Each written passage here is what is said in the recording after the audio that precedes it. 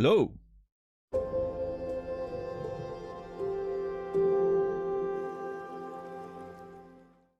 What's up, everybody? Gold, Warren, Peer Pressure, Peter, $10, Sokoman, Dr. Clown PhD, Delightful Business Goose, Saladino, Santa, Rasta, Fear the Dawn. How is everyone doing on this beautiful Tuesday, January 2nd, 2024? Jesus. Still doesn't feel very real. And Robman42, thank you for the resub. 8 months. Prime Gaming. Less money for Jeff, more money for me. This has become my favorite place on the internet. Well, I'm glad. Everyone needs one. I'm happy if this can be someone's favorite place. So thank you very much for the support. Robman42, you will be remembered. How's everyone doing today? I'm all right. I wish I had slept a little bit more. $10. I was ready to go to bed, and then suddenly I just, played a bit more of a video game, and it is what it is, right? It's one of those things where you're supposed to go to bed, but you don't, because video games. And yeah, so that's pretty much it. I've been needing to sneeze for the past 5 minutes, and it's not. Hold on, let me blow my nose. Maybe it will help.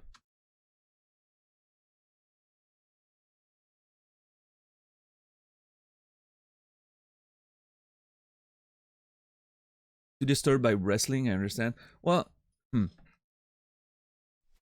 yeah, I don't know about that.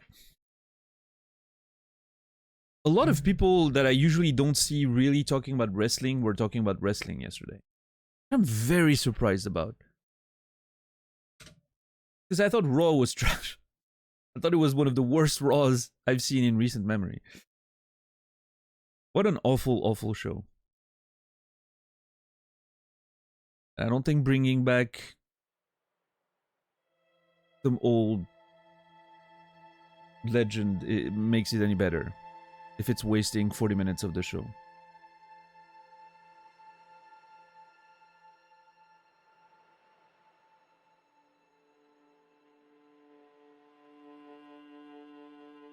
But hey, that's how you get people excited, I guess.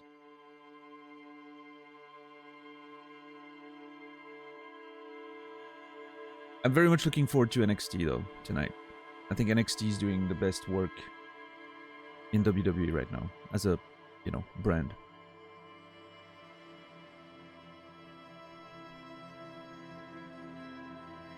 Man, I still want to sneeze. What the fuck's up with that? But yeah, how's everyone doing tonight? I'm very ready for more Disco Elysium. Very excited. Hopefully it's going to be a good time. I want to actually make some progress today.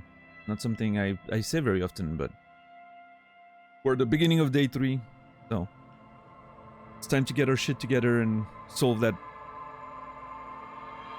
mystery and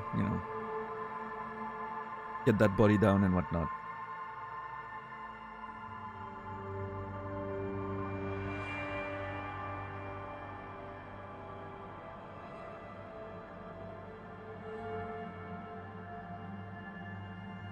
So I'm trying to look because some of the descriptions in game mention that there's like a highway, like elevated highway.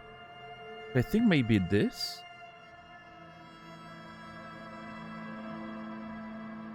Those may be the elevated highways that are mentioned in some of the descriptions. So Jamrock should be around here. And this on the left side with the big buildings is probably Couron.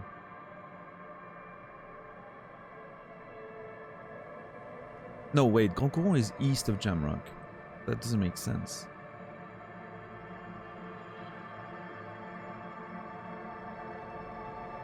Could be all the way over there. So technically that's east, I think.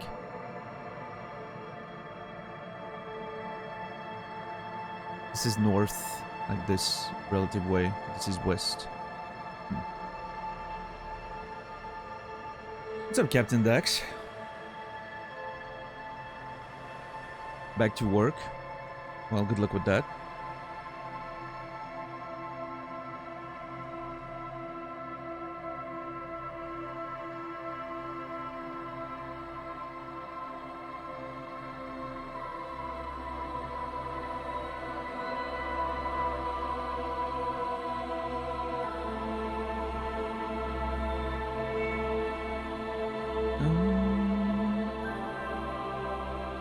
Sir Blitz, how are you doing today?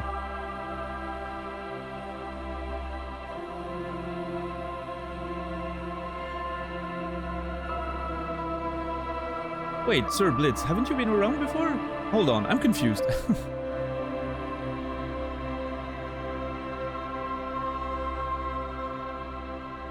Why does it say it's your first message? There's no way that's your first message.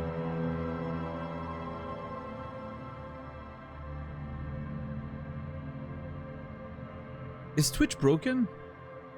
I don't know.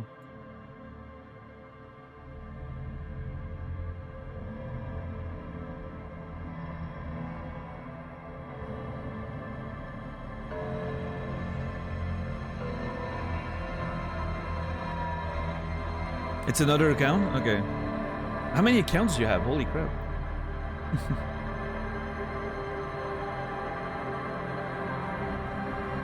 Yeah, suddenly I was like, hold on, you know, Sir Blitz has been around since the old days of streaming.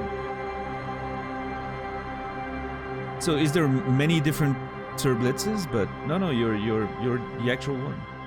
What's up, Chrisling? What's up, Brewer? Parasocial Anxiety, good to see you.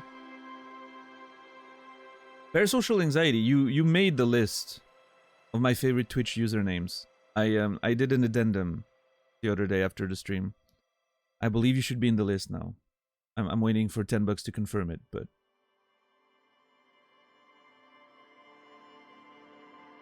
Delightful Business Goose, Pump Action Pandas, Charismatic Minifauna, Eradication of Smallpox, True Dad Materia, 3 Geese in a Trench Coat, Parasocial Anxiety, and Jimmy Mac Ball Slap. Beautiful. True Dad Materia is amazing. It's like slightly more subtle, right, than the other ones, because you sort of need a little bit of context for it, but...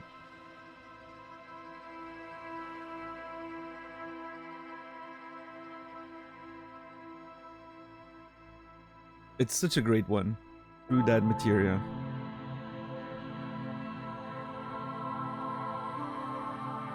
Keeping Jimmy at the end, yeah. Jimmy McBullslap will always be the... Well, I mean, you never know. Maybe someone one day will take that spot, but...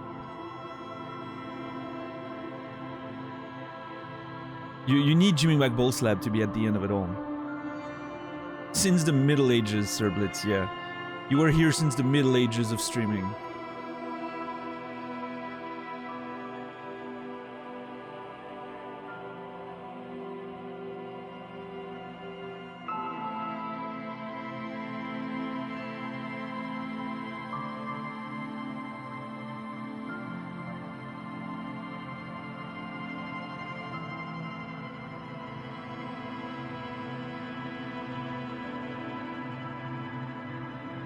Well, damn. Nasrallah. That is the first ever Nasrallah raid I get.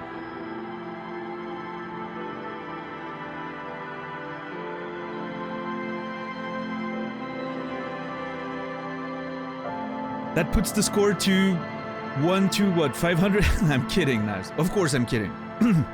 Thank you for the raid. I appreciate it. Thank you very much. It is the first step. Hey, to be fair, your rate of rating me is much higher than mine in terms of like opportunities, right? You're 1 for 1.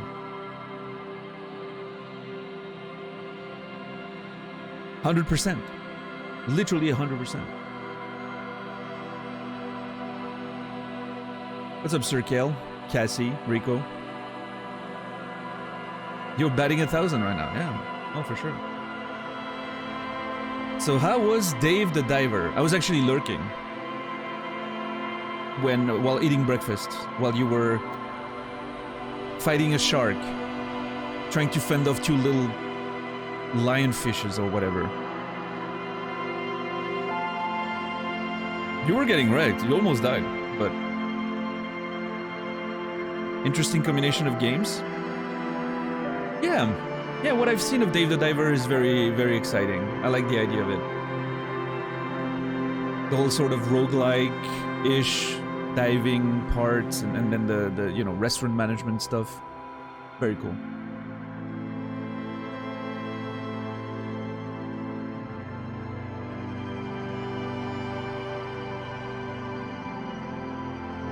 Yeah, I hear the sort of... It's... I've heard comparisons, but not, you know, like, they're very different styles, obviously. But I've heard comparisons with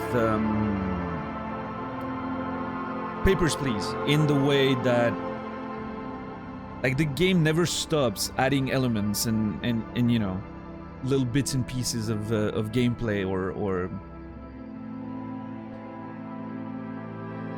like reinventing itself, like, continuously, which is very, very interesting.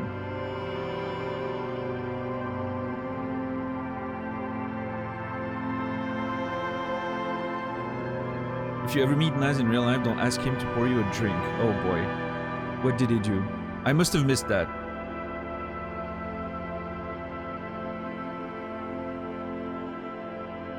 Had to stop Papers, Please, because it was overwhelming, which was intentional. Yeah, absolutely. Yeah.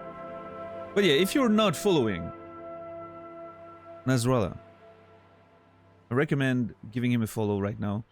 If anyone here doesn't know Nasrallah, which I think is pretty much impossible at this point, considering the back and forth between, you know, our communities, but I'm gonna do a rare thing, doing shoutouts. Don't do shoutouts very often. Only, you know, only when I can personally recommend the channel that I would be watching if I wasn't streaming. That's when I can do a shout out. What's up, Malachaz? What's up, Timmy?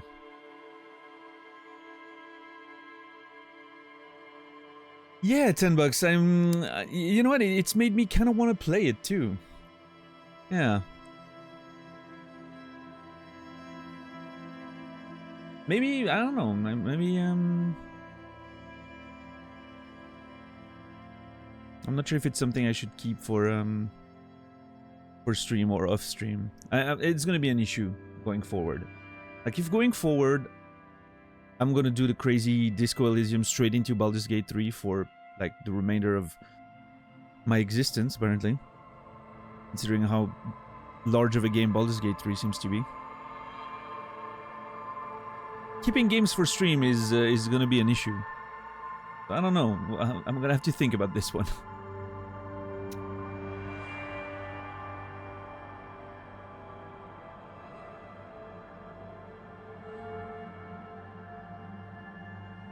Probably not this year anyway. Yeah. Yeah, we'll see. We'll see.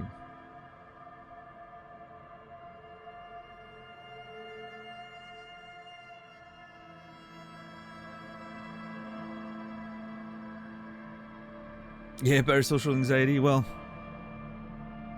I don't know if you were here yesterday, but I pretty much sort of hinted at the fact that there's a pretty good chance I'm gonna go straight into Baldur's Gate 3 once I'm done with Disco. Which means we're probably gonna be playing that for a while this year, but... we'll see, we'll see.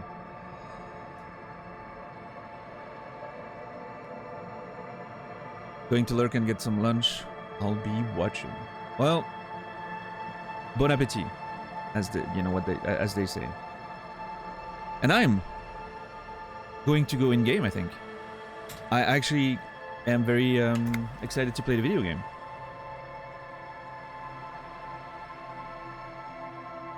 Most checks have secret difficulty modifiers. Talking to the right person can reopen a white check. Yeah, that we've noticed before. Just didn't realize it was an actual in-game hint. Okay, we have 19 73 reals. So we're almost already set to pay for tonight's rent, which is great.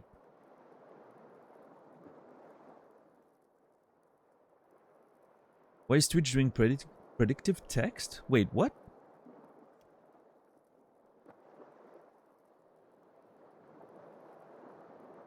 Is that on mobile or also? It has to be just on mobile, right? Is it? What?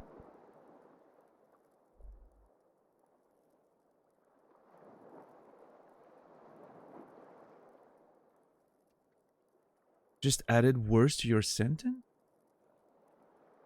Huh.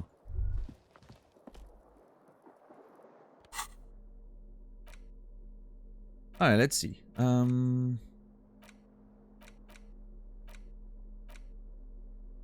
What was the plan today? Oh yeah, okay. Oof. Usually that's a device-based thing. Maybe your phone. Interesting. Yeah, let us know, Rico, if you figure it out. That's intriguing. Yeah, I don't feel like... I mean...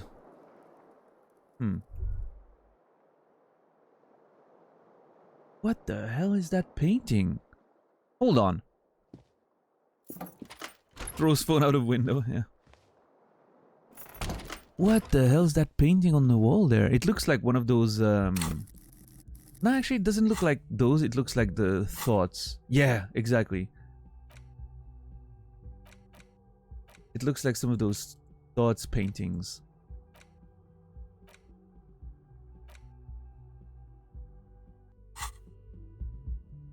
It looks like a head that's has a lot of like... Very strange.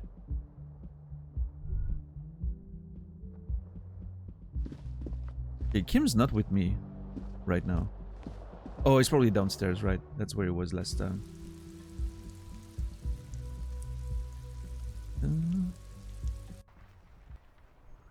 Great, it's raining.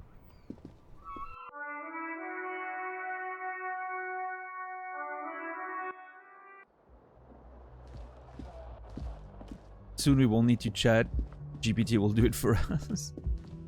Can you imagine?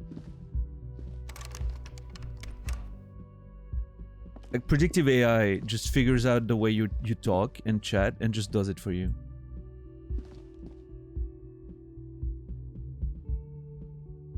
I don't know. Oh, who are these people? Ooh.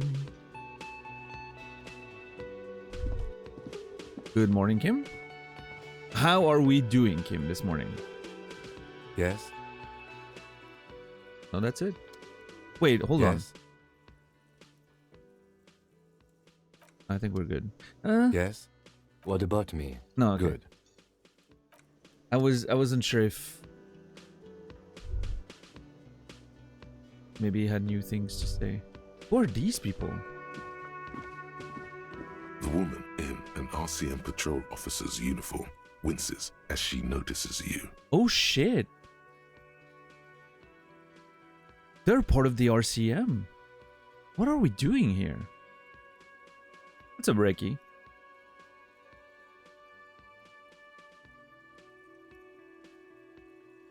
Horse-faced woman. That doesn't seem like a very nice way to call someone. What's up, dads? The woman in an RCM patrol officer's uniform winces as she notices you. I would really prefer not to talk to you right now. Sure. Empathy, please. A patrol officer is the lowest Authority. rank in the RCM, below lieutenant and sergeant. Hold on. Anonymous gifted us up to Kim Katsuragi. And Kim Katsuragi has the actual icon as his profile picture. That is beautiful. I love when that happens. That reminds me of, remember when we were playing Life is Strange last, like 2 years, well, end of 2022, and there was Nathan Prescott or something was his name. Just hanging out. That was beautiful. Full-on roleplay. That was great. But thank you, Anonymous. I truly appreciate it. Thank you so much. I don't know if... There's a very weird, generous Anonymous person. I don't know if it's always the same person, but I have a feeling that it may be. I have no idea who it is, though. It's one of those weird things. You know, sometimes you're like, I have an idea who it may be. Right? Depending on context and whatever. This time, I'm like completely lost. I don't know who Anonymous is. Maybe it's several people. I don't know. But yeah, thank you so much for the support. I appreciate it. And Kim Kitsuragi, you will be remembered. What's up, Laura? What's up, Delquaz? Welcome in. Didn't he show up in chat one day? Oh, yeah, he did. Yeah, Nathan Prescott was a big part of the Life is Strange playthrough in chat.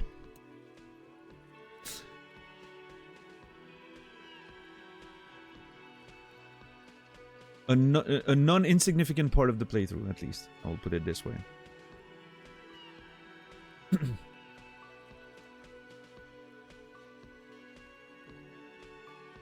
A patrol officer is the lowest rank in the RCM, below lieutenant and sergeant. Hold on, you're a patrol officer in the RCM. I'm on a murder investigation. Are you the cavalry? Is everything alright? Why don't you want to talk to me? Fine, I'm leaving.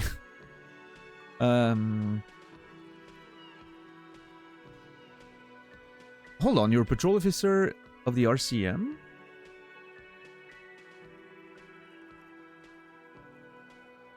Yes, I am. I'm a cop too. I'm pretty sure she knows. I have a pretty good idea, you know, that she knows exactly who I am. Maybe the reason I may be the reason she's here. I'm a cop too. I know. See? Here's the real deal. Oh, thank you, Kim. I'm gonna try to ignore the sarcastic tone and just, you know, assume that you're being truthful. Except, I'm pretty sure Rhetoric is about to shoot me down there. It's hard to tell whether he's sarcastic or sincere. But if you had to guess, you would say the lieutenant is being sarcastic. Yep, kind of predicted that. Thank you, Rhetoric. Appreciate it. Rhetoric woke up in a mood today. So did Kim, apparently. So, I'm on a murder investigation. Are you the cavalry? I'm definitely not the cavalry. Is everything alright? Why don't you want to talk to me? I don't know. I mean, why would I want to talk to you?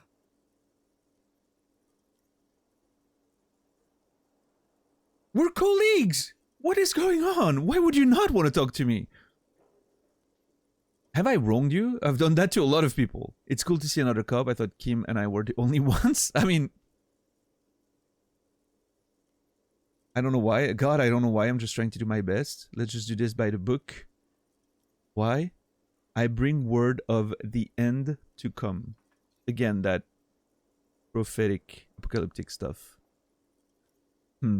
Interesting.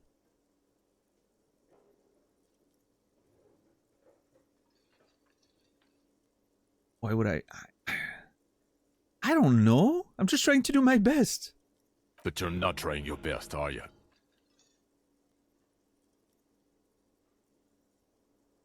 Dude, the day has barely started and I'm already getting...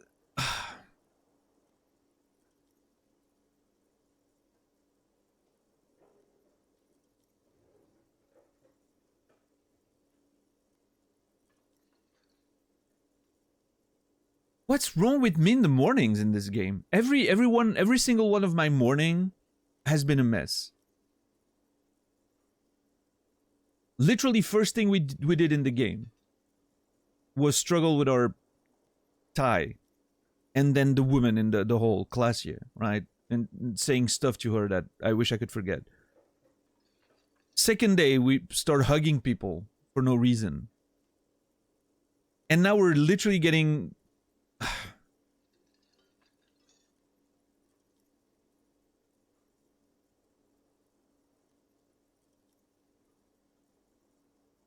What's up, Max? Bear. Good to see you. Haven't had any coffee. Yeah, I know. I just woke up and the game's already pulling me around. That's just insane. What's a badger?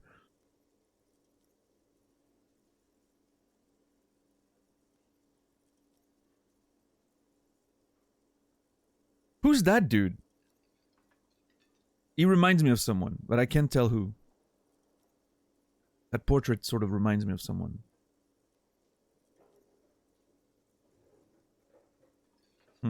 I don't know.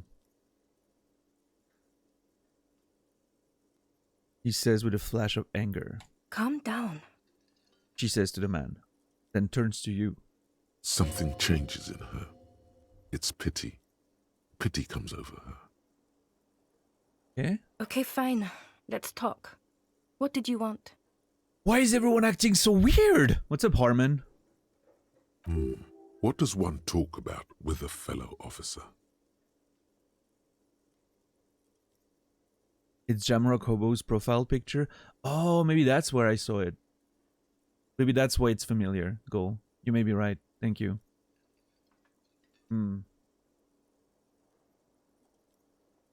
Yeah.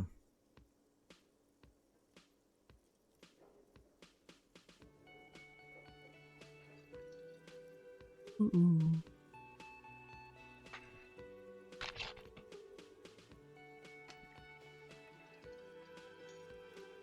Day 3 did nothing with the case. I think he's kind of right.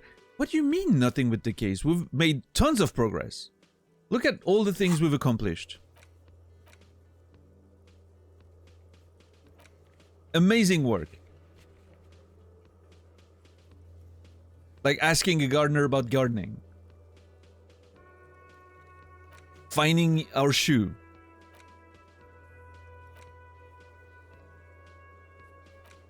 Opening a trash... We've done amazing work. I'm very proud of us. Feel very accomplished.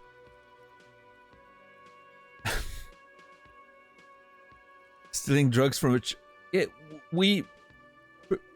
protect and serve, Frank. Sometimes the right thing is not what it appears on the surface. I'm not giving drugs to a child.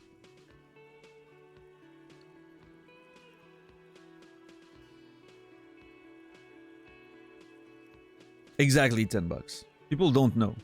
It's it's rough out there, being a cop in Martinez.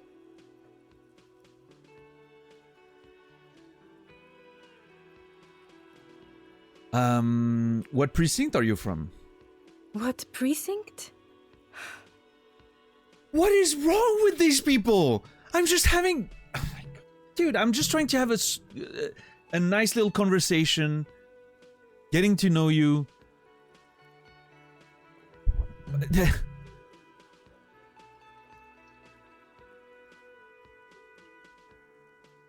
She's a patrol officer. Why is she giving me lip?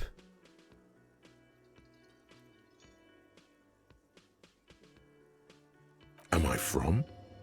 God, he doesn't know.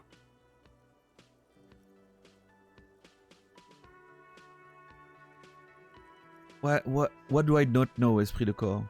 Fucking deranged lunatic. The sunglass-wearing man pushes through his teeth.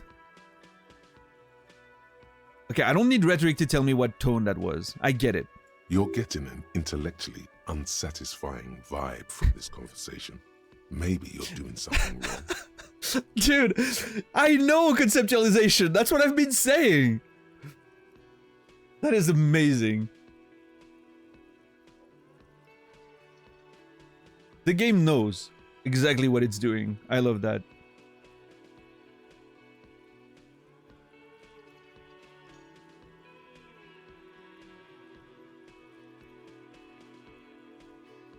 Maybe you're doing something wrong. I don't know. You're the police, right? Cool, so am I. I have a feeling that's not gonna... I don't know what to say. I am so confused. Don't say anything, Judith. Oh, Judith. That's her name. Is he police? I mean, he's wearing the combination and stuff, right? Like the suit. Well, okay, hold on. What are you, the police, doing here? I'm just looking out for You? Me? No one. I'm just a man with sunglasses. And you are? A policewoman? A horse-faced woman? Saying that I'm gonna say nothing. Every time I've said something so far, it was a disaster. I'm just gonna shut up. I just want to do my job. That's all. She says quietly and looks away. Okay. Goodbye.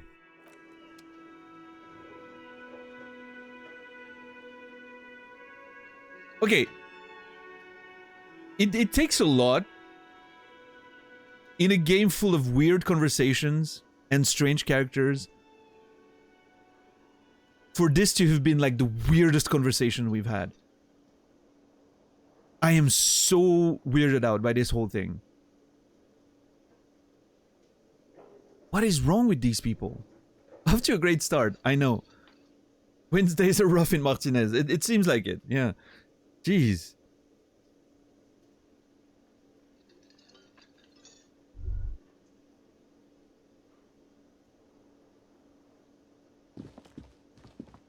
I don't know. Alright, hold on. Do I have some interesting checks? Oh, I need to talk to Joyce again. Now that we've figured out the jamais vu. I think that's pretty good, Frank. I think Kim's the real one. Oh, Measurehead.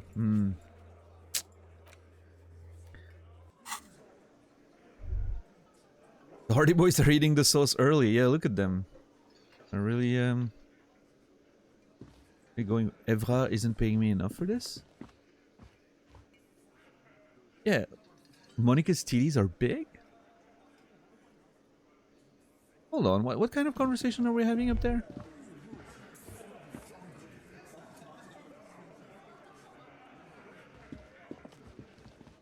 Anyway, let's get some fresh air.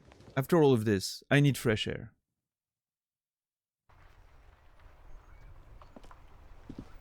Is Classy up there again? She is, and I still have no idea how to get up there. That's great.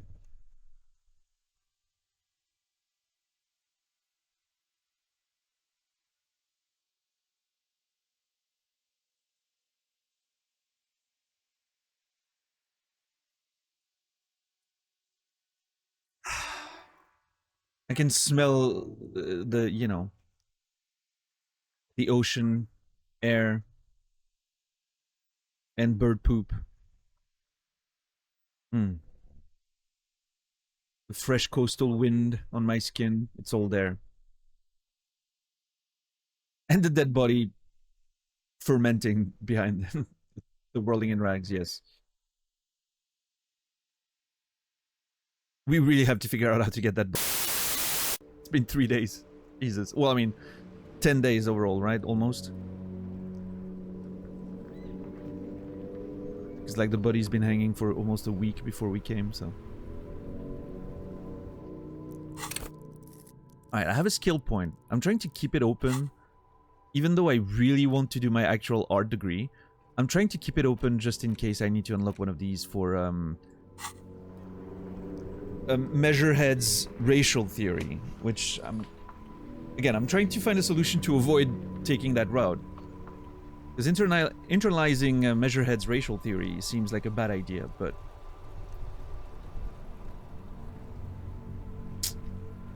Okay, so there are the apartments on the northwest, right?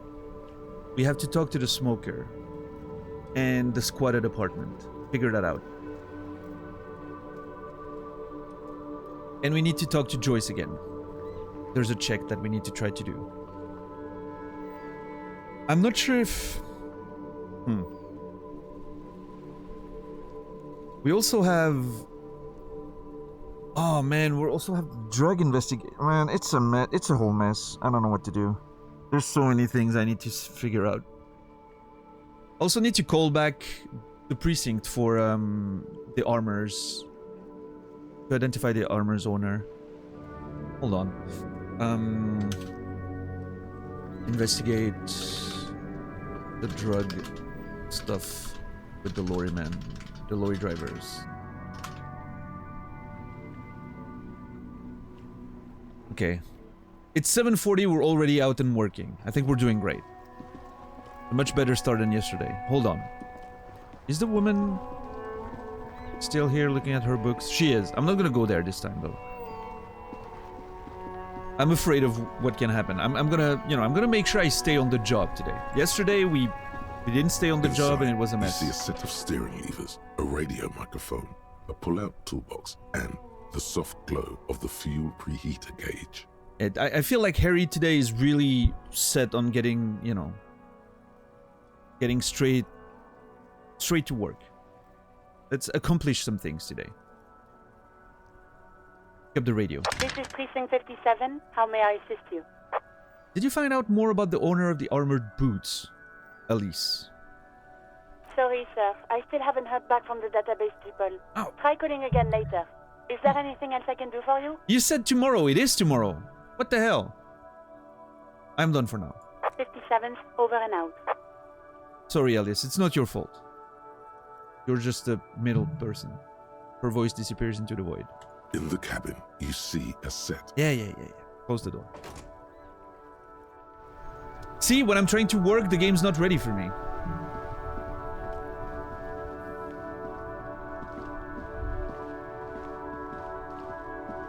Hold on, let me see if Tommy has anything else to say. Make way for the master poet. No. Make way for the master poet. That's what he calls me.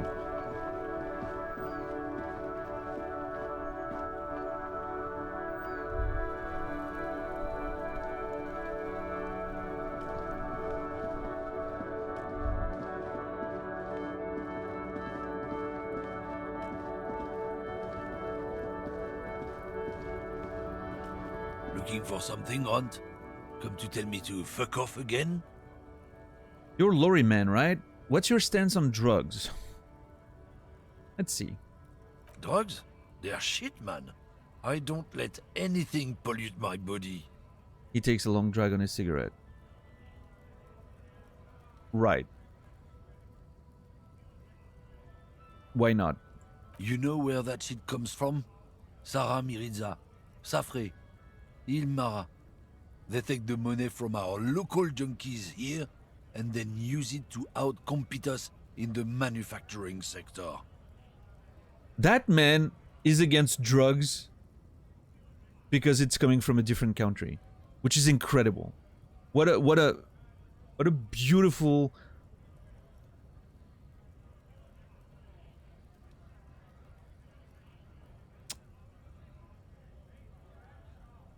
Maybe that's what you need to save young people from drugs, right? Turn them into racists. There you go. That's the solution right there.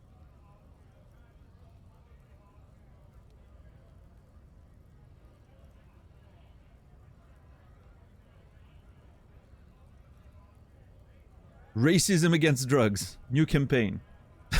Let's get it going. You are right for all the wrong reasons type deal. Yeah, exactly.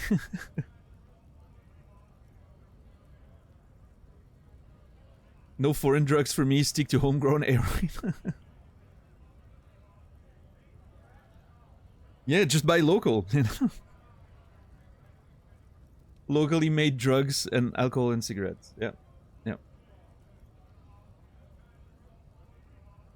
Now we're learning something about your methods as a social worker. Okay, listen. Swiss drugs for Swiss people. It's weird that you're getting... did you reload, Sir Blitz? Because you shouldn't be getting ads in the middle of the stream. That should not happen.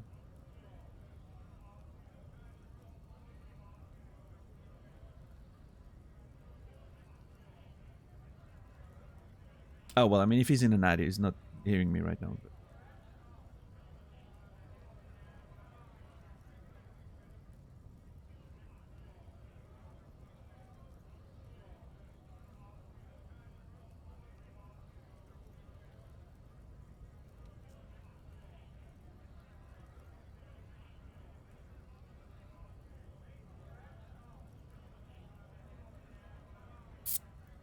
Let's see. They know they can't beat us in a fair fight, so they have to get us to weaken ourselves somehow. It's racial sabotage, racial economic sabotage. Oh my god, dude. This is such a wild take. I love it.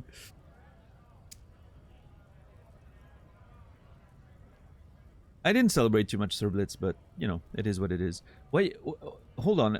Can you... If you're out of ads, Sir Blitz, can you clarify? Did you reload the stream and that's when you got ads? Because you shouldn't be getting ads randomly in the middle of the stream. If that's happening, it means there's an issue. Because my settings are, you know, set so that there's pre-rolls, but there's no... You know, once you're in the stream, you're in the stream. It should be, you shouldn't be getting more ads.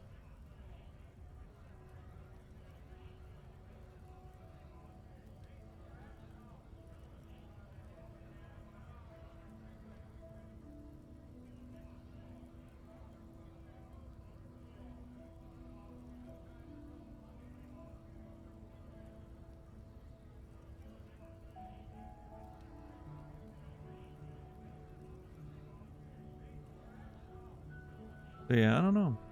Strange. Let's see. There's Yorin. Take his side in this particular fight. Oh, man. Wait.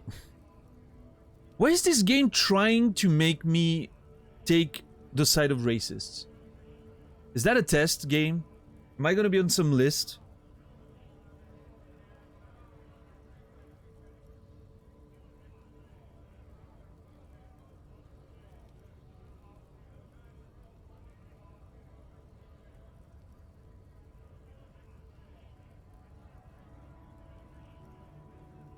Hold on, but they make alcohol in Ilmara too. I was told they do. So I take it you're not smuggling drugs out of Martinez. Listen, I agree, it's our responsibility to keep the poison off the streets of Revachol. That's all I needed to know. Now let me ask you something.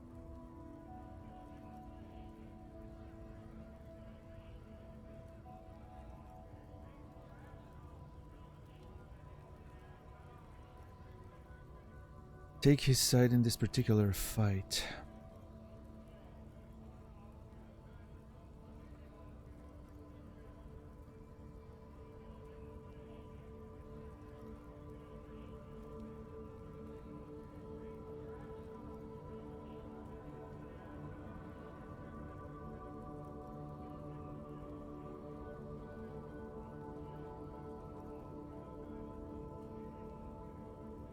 I mean,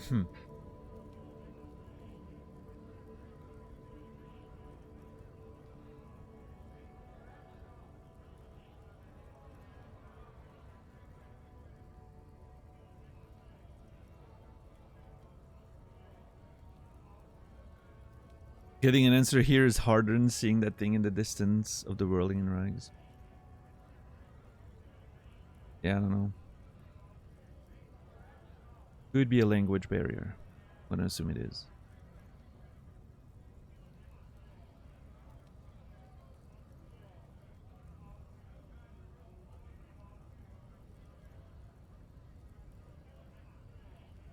Alright, hold on. I agree it's our responsibility to keep this poison off the streets of Revachol. This seems to be a fine stance, because yeah, I mean, you know, I agree with that. I did my part already, by confiscating the drugs.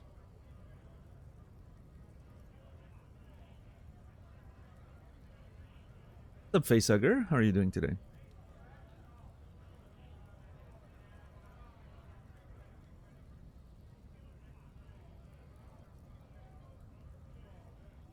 He eyes you wearily, unsure how to respond. This goes on for about 2 seconds. Then, damn, it didn't work. You should have signaled you're a nationalist before. Wow. Thanks, suggestion. Appreciate that. Well, Sir Blitz, thank you for subscribing. Tier 1. I appreciate that. You won't have to deal with ads anymore. Isn't that beautiful? Thank you so very much, Sir Blitz. You will be remembered. Enjoy your ad-free experience from now on. Today I beat 3 bosses in Lies of P. Life is going good. Well, hey, that's great, Facehugger. I'm glad you're enjoying your time in Lies of P. I hope it keeps on going well for you. I don't know shit. And if I did, I wouldn't tell you. He puffs on his cigarette. See, that's what I mean, though. Like, those are the moments where I'm like... I mean, obviously we talked about that already, but those parts of your brain and skills, right? They're not reliable. Even when it's a success, like, and following their advices can totally fail. Can totally backfire on you. Which I think is great, by the way. I'm not complaining about it. I'm just... You know, I'm just saying, like, it's... There's no guarantee, which I think is fantastic. Then why are you... what are you still hanging around here for? Most other camionneurs have left. What do you think? I can't leave the lorry unguarded. Stuff's been getting looted lately. It's those little kips sneaking around at night. If they touch my stuff, the bosses will be on my ass like ass cancer. Alright. I did see one lorry with the trailer doors open on my way here. Do you know what happened? Wait. One lorry with the trailer door open? Is that true? Have I seen that? I can't remember.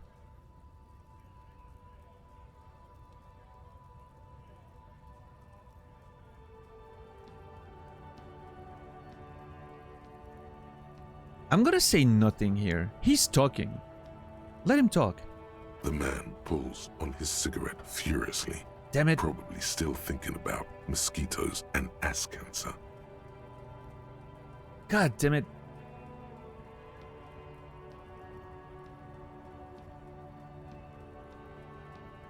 Hold on. Let me, what? Talked about, one of them had the door opened. Which one was it, though?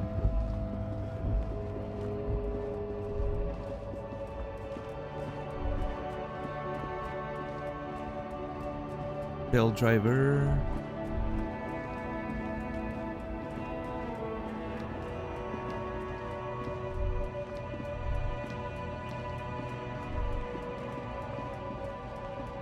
This one? Maybe?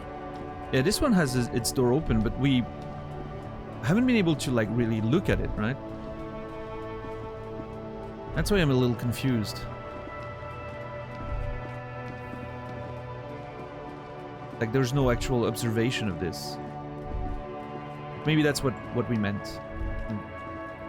It doesn't matter. Let's, I mean, let's go for a more direct... For something, Hunt? Come to tell me to fuck off again? If it's not you, then who's running drugs through Terminal B?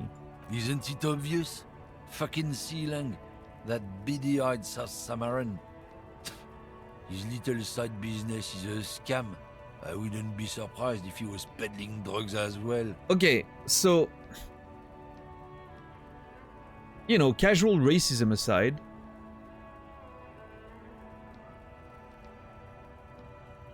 Could he have a point? Sealang is... You know, smuggling... He's doing like his side business, right?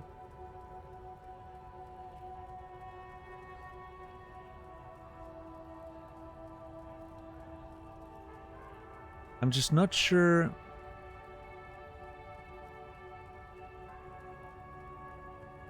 I mean, if he was smuggling drugs, he wouldn't draw attention to himself by having a store out of his lorry, right? Like, that makes no sense. I don't know. Is this based in a certain country? It's a fictional world, but it's definitely a, you know... Actually, it's very multicultural. There's a lot of French influences, there's a lot of Eastern European influences, there's a lot of general European, but I mean, yeah, it's very, very, very multicultural. Yeah. For sure.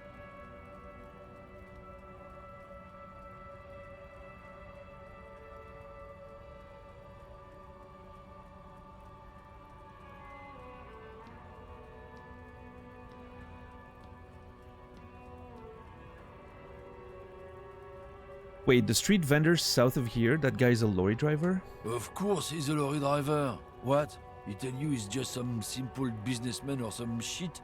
He's selling his employer stuff after he broke the seals on his Humanux lorry. Right. His tribe are natural liars. Oh my god. It's in their blood. He's your man, alright? 100%. He nods in a sagely manner, then another puff of that cigarette. I wouldn't be so sure about it.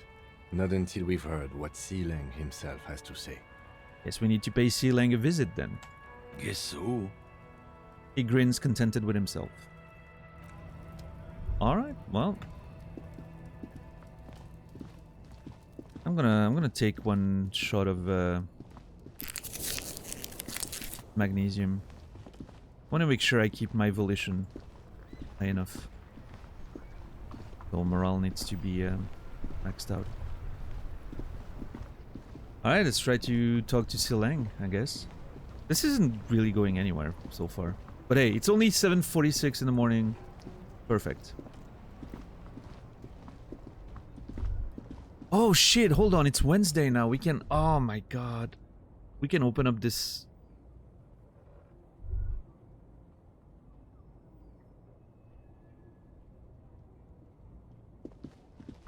Oh. Morning, lads. What is this?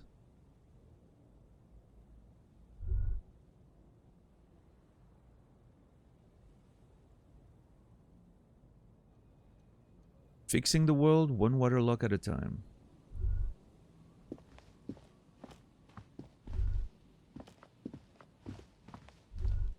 Guess they were the ones fixing the whole thing?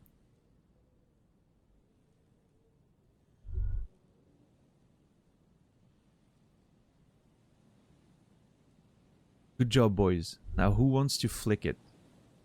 Well, I mean, I can flick it. Should I talk to Sealang first? This is a whole mess. Hold on, let me talk to Sealang first. Let's stay organized. We're a little all over the place there. Hey, let the police flick the switch. Yeah, exactly. It's on drugs. Which, it's such a weird way to approach that conversation every time, but... that's our style, I guess. Drugs? I don't go in for that, officer. Drugs ruin lives. Oh, yeah? Unless you're into drugs, of course. In which case, drugs are excellent. Mwah! Tasty, tasty drugs.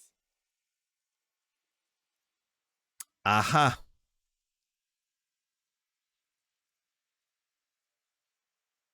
This is a person who has a very strong stance on things, right? Very clear opinions.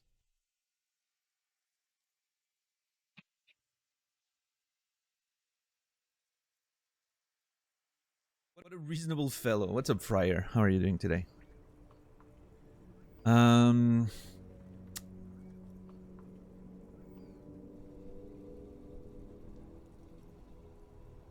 I'm gonna go with I'm super into drugs and see what he says. I am super into drugs. That's very cool. A lot of the coolest detectives do drugs. Sadly, I don't have any drugs on sale. Or at my home, or on my person. He smiles. Sir, it appears to be true. No drugs in sight. Not in the box of sunglasses or under the speakers. So it's interesting because it almost feels like a drama sort of line with the like sir, you know, and all of that. Although drama usually goes with like sire and even more like, you know.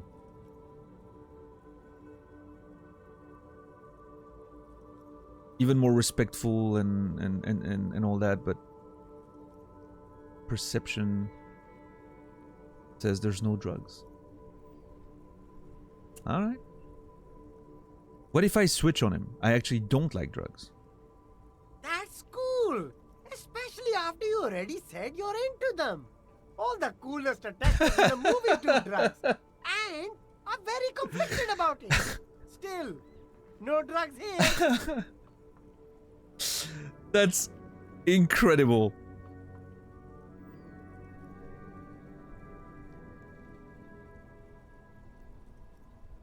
Man, I love that the game just takes into account the fact that you're just like flip-flopping and taking all the conversations. You know, a lot of CRPGs, they just let you do all the options and you get different answers that are the same every time. No, this one takes into account the fact that you already clicked on the other one, which I think is just fucking amazing.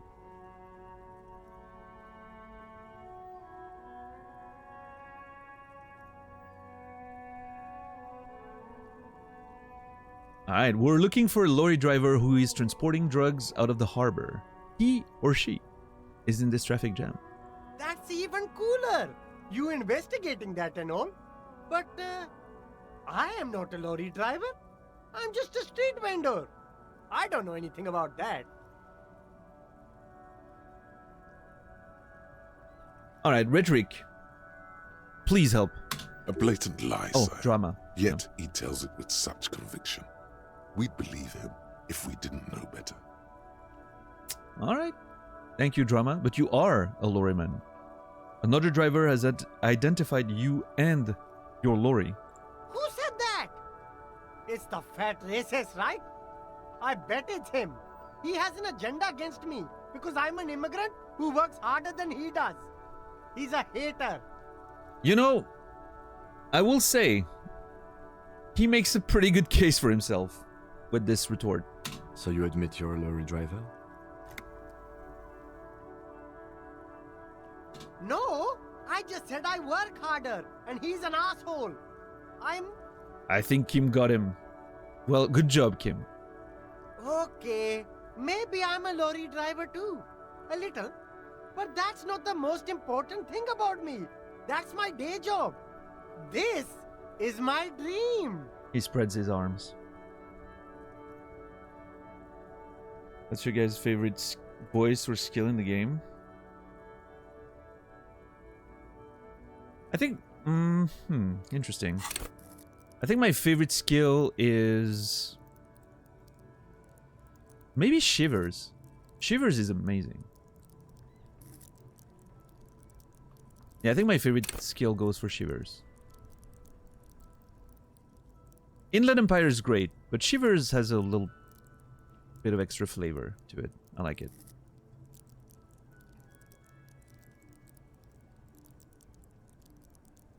Visual calculus makes me feel cool and smart. Yeah, visual calculus is pretty cool, I will say. Like when you get like the whole overlay and everything, it looks really cool.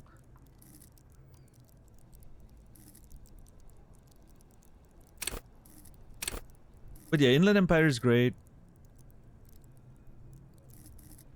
Logic's funny. Funny as hell. Sometimes. Unintentionally sometimes, but just funny.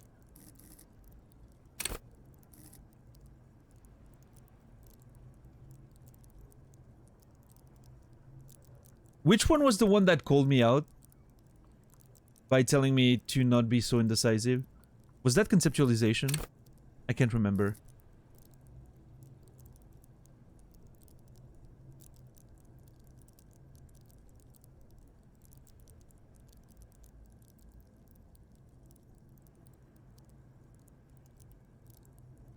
Oh, is my chat disconnecting? Okay, it's back.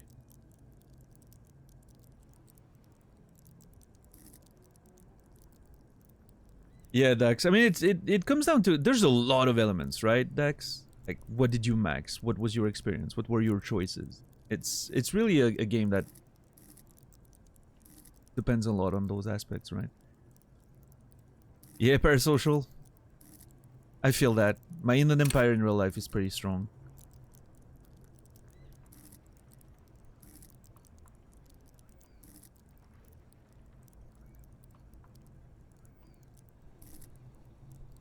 The hardest call out.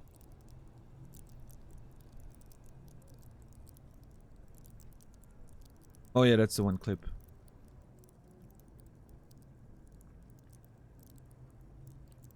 Conceptualization, yeah. Conceptualization destroyed me on that day. It was beautiful.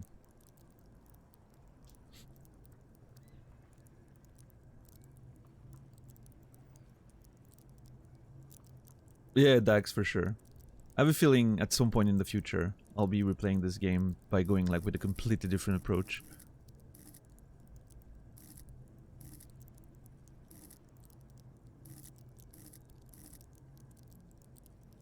Yeah, Esprit de Corps is pretty cool too. Like those little like flash sideways scenes, the other people from the precinct and whatnot is pretty cool, I will admit. I mean, they're all, from what I've seen, they're all pretty great, right? The ones I'm not mentioning are probably because we aren't getting a lot from them because they're so low, right? It's one of those things, so... Obviously, I'm closer, I feel closer to, hopefully I feel, obviously, sorry, I feel closer to the ones that, you know, have, I have the highest stats in. Anonymous tipped €1. Thank you very much. Appreciate it. Thank you for the support. That means a lot. Thank you.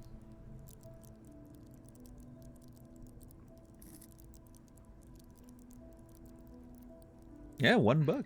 Hey.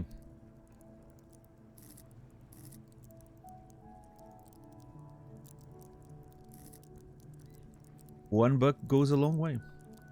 Let me tell you.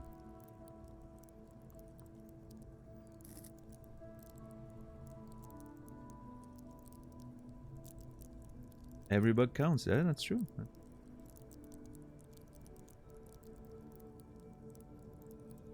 And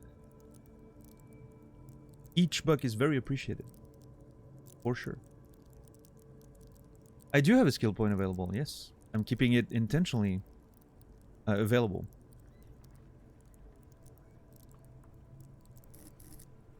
Because I don't know if I'm gonna have to unlock one of these for potentially Measurehead.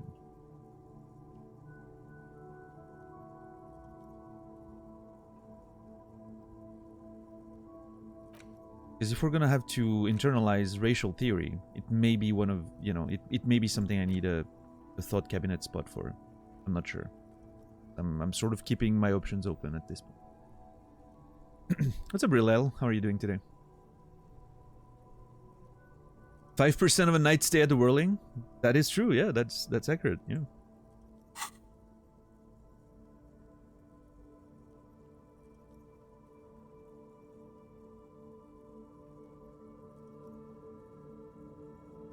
$10 is just ultimately $1 10 times. Wow, that's a bit of a reductive way to talk about $10.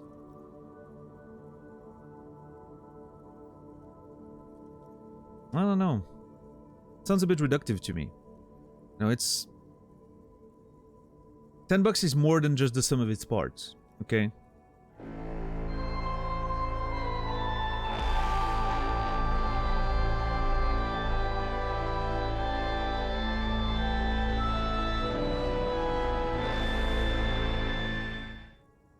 What are we doing, Anonymous? What is this?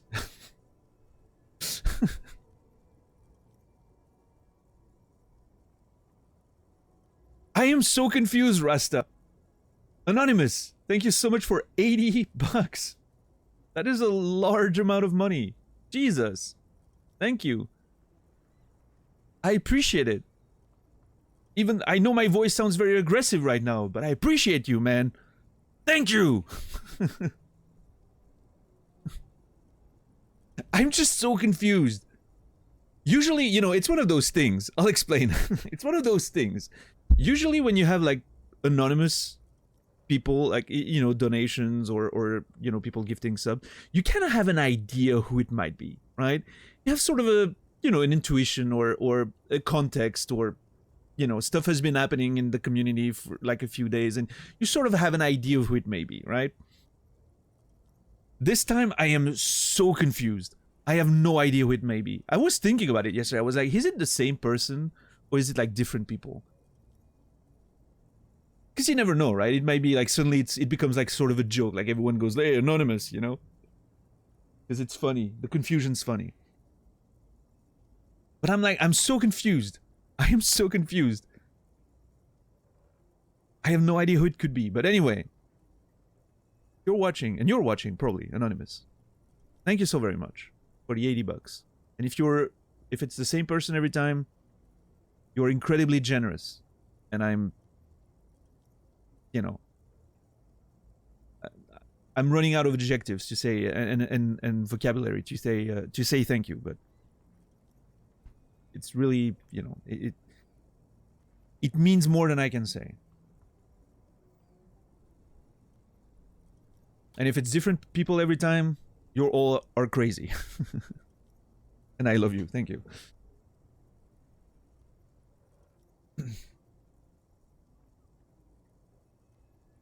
I'll make sure to put that money to good use. And if I'm playing Baldur's Gate 3 after Disco Elysium, which again is the plan, let's just say my cost for streaming games in 2024 is pretty much taken care of at this point, right?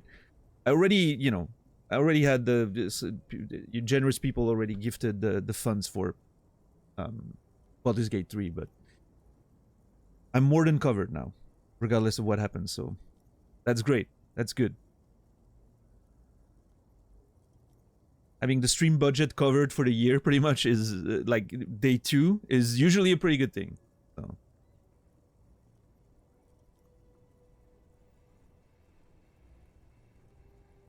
Yeah, unless my computer just, you know, knock on wood, unless my computer dies, which would be a terrible thing, but I don't think that's going to happen. I think my computer is fine. I'm going to have to think about replacing it at some point, right? Like I've mentioned last year that eventually I'm going to have to upgrade and you know, get a new one, but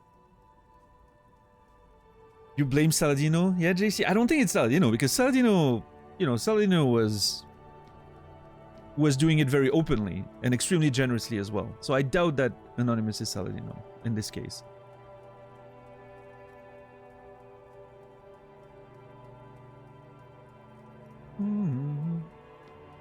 That's the thing, and that's the confusion, JC. The usual suspects have been very openly generous recently, right? The usual suspects. So this is why I'm confused.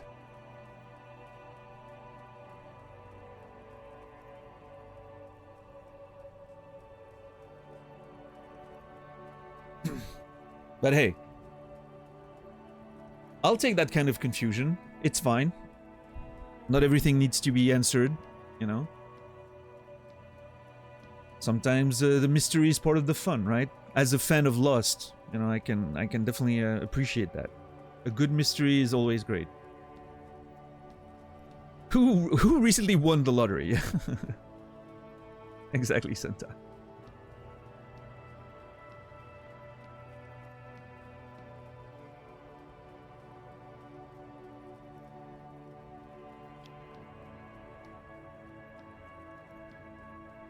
Anyway, back to Sealang. So you forgot to tell me. So you were embarrassed to tell me. Stop squirming. What do you know about the drug operations at the harbor? That's very direct. Sealang, my source tells me you're the one transporting drugs for the Union. That's very aggressive. I mean, he seems to be a little weak. I'm trying to think, right? That man seems to be a little weak. He seems like, you know, behind his all cool and whatever facade, he seems to be cracking under the pressure pretty easily.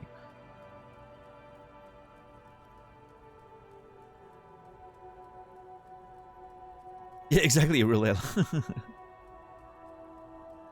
One thing at a time.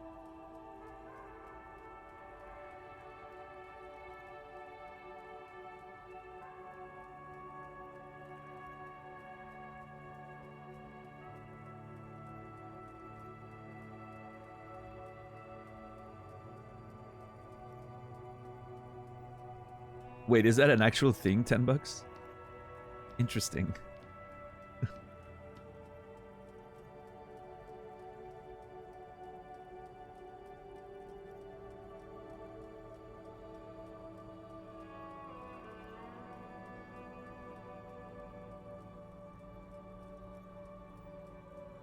So am I putting pressure on Sealang? I don't know.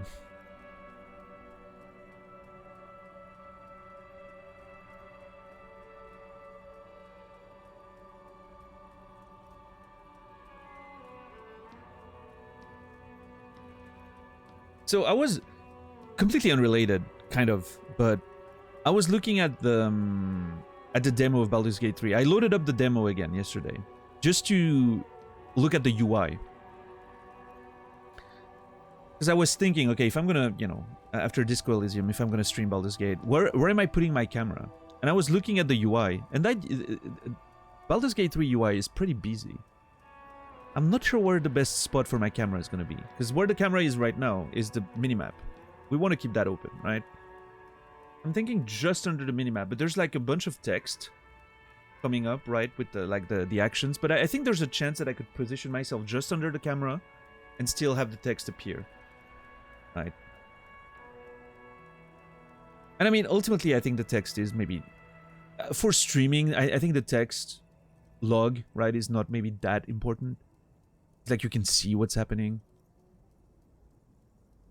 And if you can, yeah, I don't know. Yeah, I mean, I know a lot of people put themselves bottom left, but I can't put my camera on the left. I need to have my camera on the right. It's a tradition at this point. Because I'm looking at the video game, right? When I'm looking at the game. And then I'm looking at chat when I'm looking at chat. Right? It makes sense, visually speaking.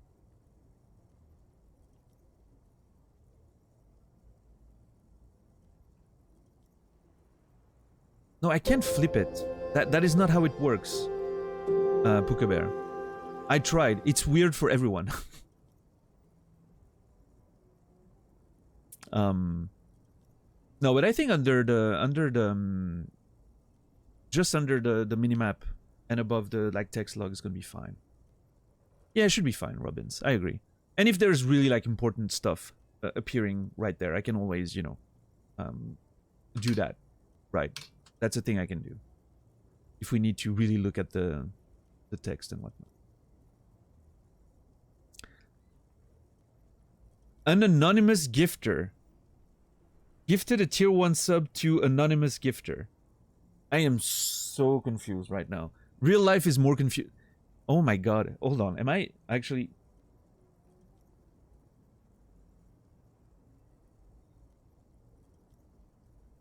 Is the real world becoming weird? Do I need to listen to my Inland Empire to figure out what's going on? Anonymous gifter. No, sorry. An anonymous gifter. Thank you for gifting us up to anonymous gifter. I appreciate the support. An anonymous gifter, you will. Do you remember? I got a bit of derealization right there for a second. Yeah. I had a bit of an instant of jamais vu for a second. It was like, holy crap, life is weird.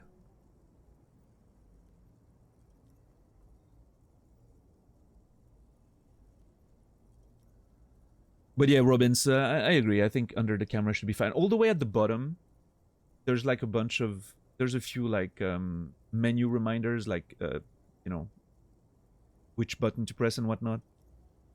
But it also would cover the beginning of the text a bit more. I'm not convinced that it's the right spot, bottom right. But I think middle right should be fine. Because you can still see the bottom of the chat log, which is the action logs, which is probably more important. It's like it goes up, right? So seeing the bottom is probably enough.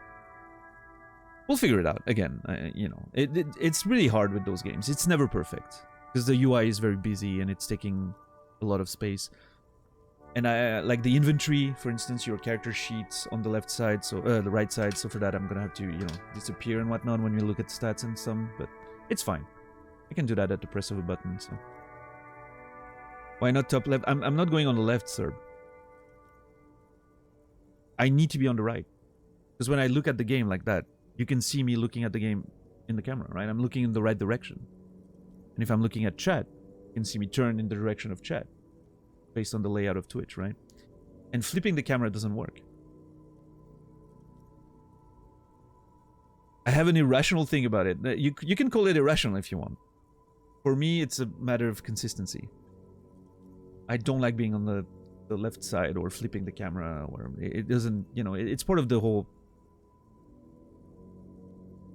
I will because it is. Well, there you go.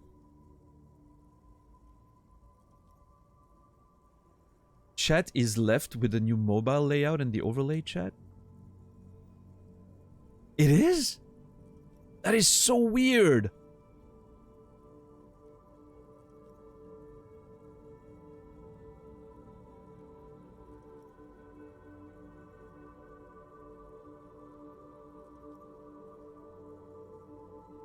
Wait, did they do a new thing, Saladino, where the chat is like transparent on top of the picture?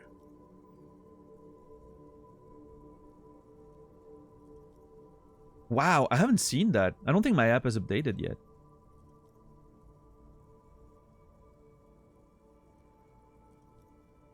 They have that as an option. Okay.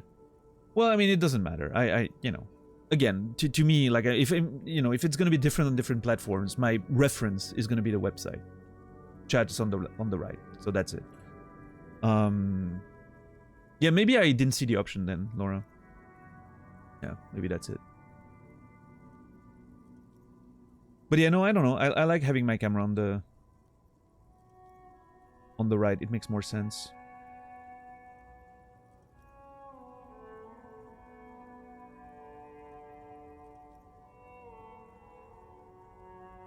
I don't know. We'll see. You know, I'm pretty sure I'm not about to finish Disco Elysium in the next week. Anyway, I'm not. I think we're good for a little bit. I have time to make my decisions when it comes to Baldur's Gate 3 layout and everything. So, one thing at a time. I'm probably overthinking it anyway. I think people actually don't care that much where the camera is, and if it's covering a little bit of the UI or whatnot, like, you know, it's probably fine.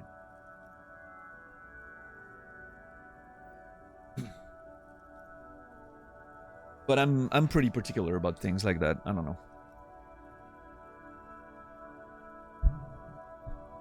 Can drag the chat overlay around to the other side. Yeah, interesting. I don't know if I didn't see the option or if it's just not updated on my end yet. Very strange. Controller UI is much more minimal than the mouse and keyboard UI on Baldur's Gate 3. Yeah, with the radial menus, right? They're always in the center when you bring them up, so that's gonna help. Yeah, I'm sure it'll be fine.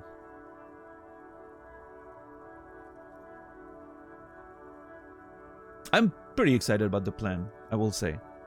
The plan of going from Disco to Baldur's Gate and, like, knowing that I'm, you know, if everything goes well, I'm gonna spend a lot of time in those games in 2024 actually makes me feel pretty good.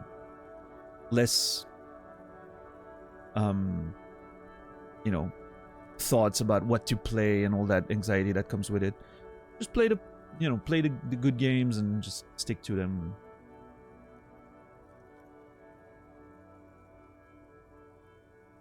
What's the history of the image you used during the Steam intro? Oh yeah, that's Bryboot. Bryboot one day during Outer Wilds, I think, came with the image and went, "Hey, I did that for you." And I was like, "Oh my god, that's amazing. Can I use it as a profile thing?" And he was like, "Yeah, sure." And that's it.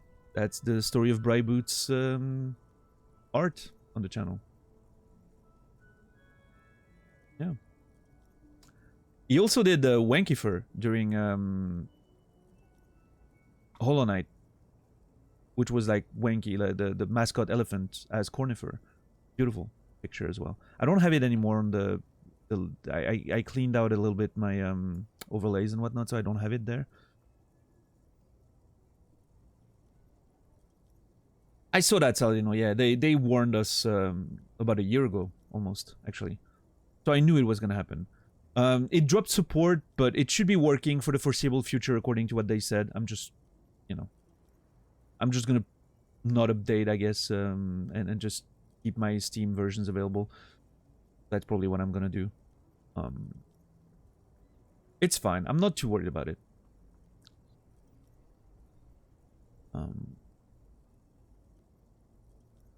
As long as I can access the games.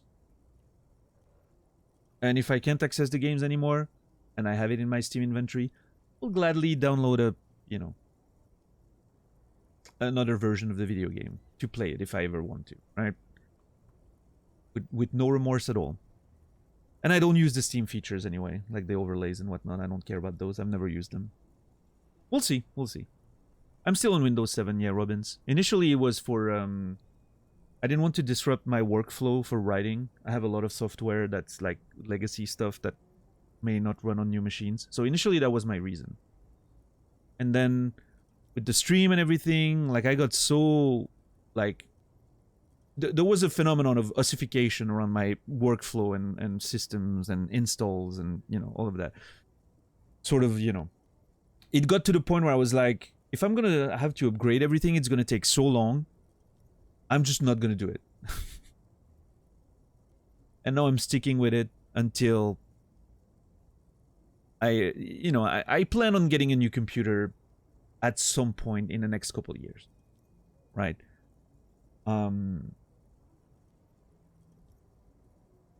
So I'm sort of waiting for that to be the upgrading point, I guess. But I mean, I don't really want to get a new computer because it's fucking expensive, but I'm probably gonna have to, right? This one's over 10 years now. I've upgraded the GPU, but it's still, you know, it's still getting pretty old.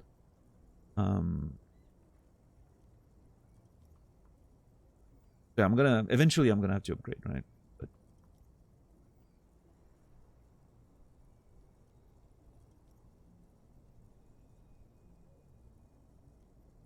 one day at a time, you know, we'll see.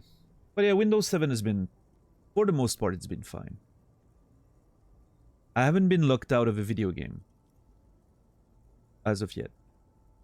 Because the ones that I kind of, you know, I really wanted to play that were only like, that wouldn't work on Windows 7 were on like PS5, so I was playing on PS5. But yeah. Baldur's Gate 3 is the first one where I'm kind of like, I think I would prefer playing it on PC because of the mouse. But I tried the demo on PS5 and the controls are fine. It's actually pretty good. So. Yeah, that was the reason goal. I mean, technically it is Steam ending support, but it's because of Chromium, yes. It's the Chromium... Chromium's the bottleneck there. But yeah, as far as I know, it should still work. You know, it should still work for the foreseeable future, at least. Security bells are tingling, but if you have software that rely on it, I understand. Yeah, and I know a lot of people mention the security stuff. I will say I've never had any issues. Knock on wood. But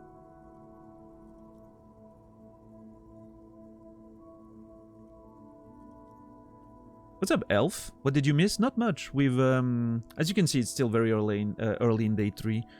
Just got out of the whirling in rags. Had a very weird interaction with a couple of cops, apparently, in the whirling in rags. They look like cops. I think they may not be. I have a suspicion that they may be pretending to be cops, but I don't know. And now we're asking around to the lorry drivers to sort of try to figure out who's the drug mule, right? Pretty unsuccessfully so far, I will say. And then the plan is to check the waterlock, and then I'm not sure. Maybe investigating the apartments again for the 2 ones we haven't explored, or Measurehead. Measurehead. I would like to get to Measurehead today. Not today, day 3. Today, stream.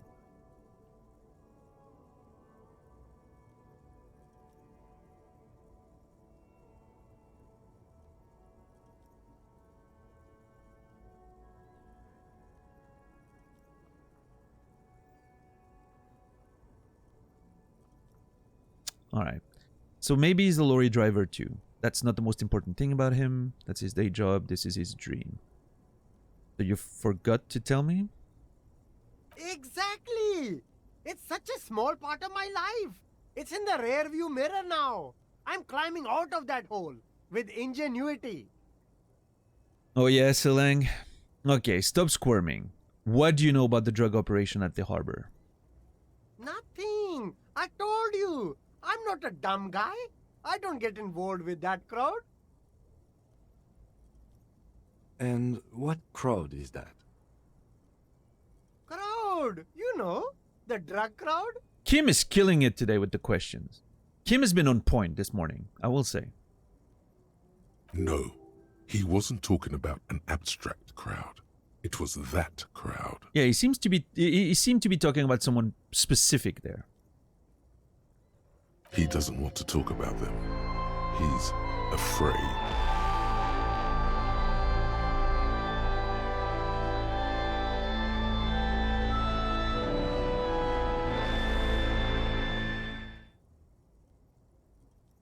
Robbins.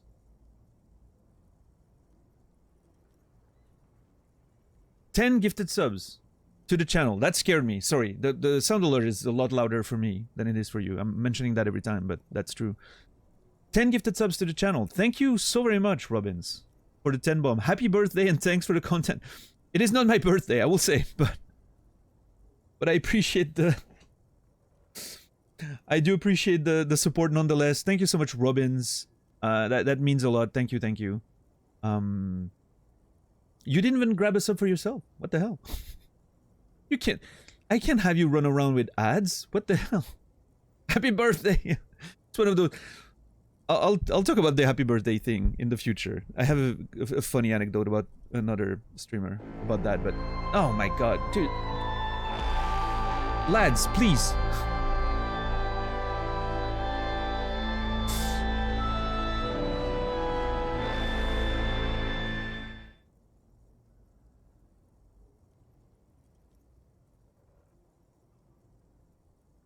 No, it is not. It is not my birthday. Not my birthday. I want to make it clear to everyone. Not my birthday. Okay, hold on. Let's bring it back a little bit. First of all, it is so weird because I'm pretty sure there are a few people that got subs in those 2 packs that were already subbed. I don't know how it works. Fryer. Oh no, Fryer wasn't subbed. But I'm pretty sure Kebab Clown had got one the other day already. I don't know how it works. Like, does it start stacking on top of the other ones if you run out of people? I don't know. But anyway. Robbins, thank you so very much for the support. And Conundrus, Kebab Clown, Lucidity, Onart, Sven, Xian, Stars. That's a good one. Kieran, Nachos, Jack Russell. Jack Russell? You will all be remembered. And Warren, 20 gifted subs for a total of 150. Holy crap. That's a whole lot of subs as well. Andy Mac, Mr. Grey, Frizer, Alochez, that's a good one. Quantum Flounder, good one. Plush Master, Tiny Alex, Lonigan, good one. Graf, Jedi Order Pizza, love that name. John Builds Samps, John Builds Amps, oh, nice. Batrio, Fryer, good one. Tiger Lily, love that. Howard, Tiger Lil. Wait, there's 2 Tiger Lil? Okay, never mind. Zool, Hadwin, Kima, Caesar. You will all be remembered. Appreciate it. I think it draws people who don't follow for an ice streamer randomly getting a subs, and I don't think I watched them before. So sometimes I think that's the case, but then I'm like, maybe I got brought in from a raid sometime and I don't remember, or like those raid chains, sometimes you leave your computer on and you're like 5 channels deep. But yeah, I don't know how it works, but I mean, it has to find people to gift subs to at some point, right? So, yeah, I don't know. But I've been gifted subs to channels I know, like I intentionally visited, but maybe stuck around for like 1 second. Like I just looked and I was like, not for me, and went back, and then you get gifted subs like days down the line. So I don't know, it's wild how it works. But yeah, I mean, it seems to be finding people, so we love that. But yeah, thank you everyone. I think, I'm pretty sure, hold on, let me check.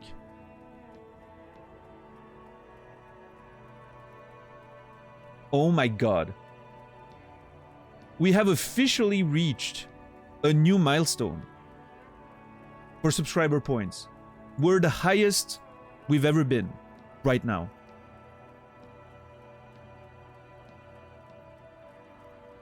Which means it also, like, we literally just reached a milestone, which means it opened up a new emote slot. Our emote slots are not even fully used at this point, but it opened up a new one.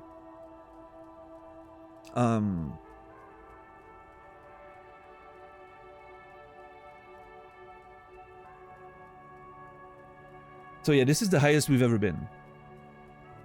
So what's up, One Happy Chipmunk? That's one amazing username. And coming in with that emote is amazing.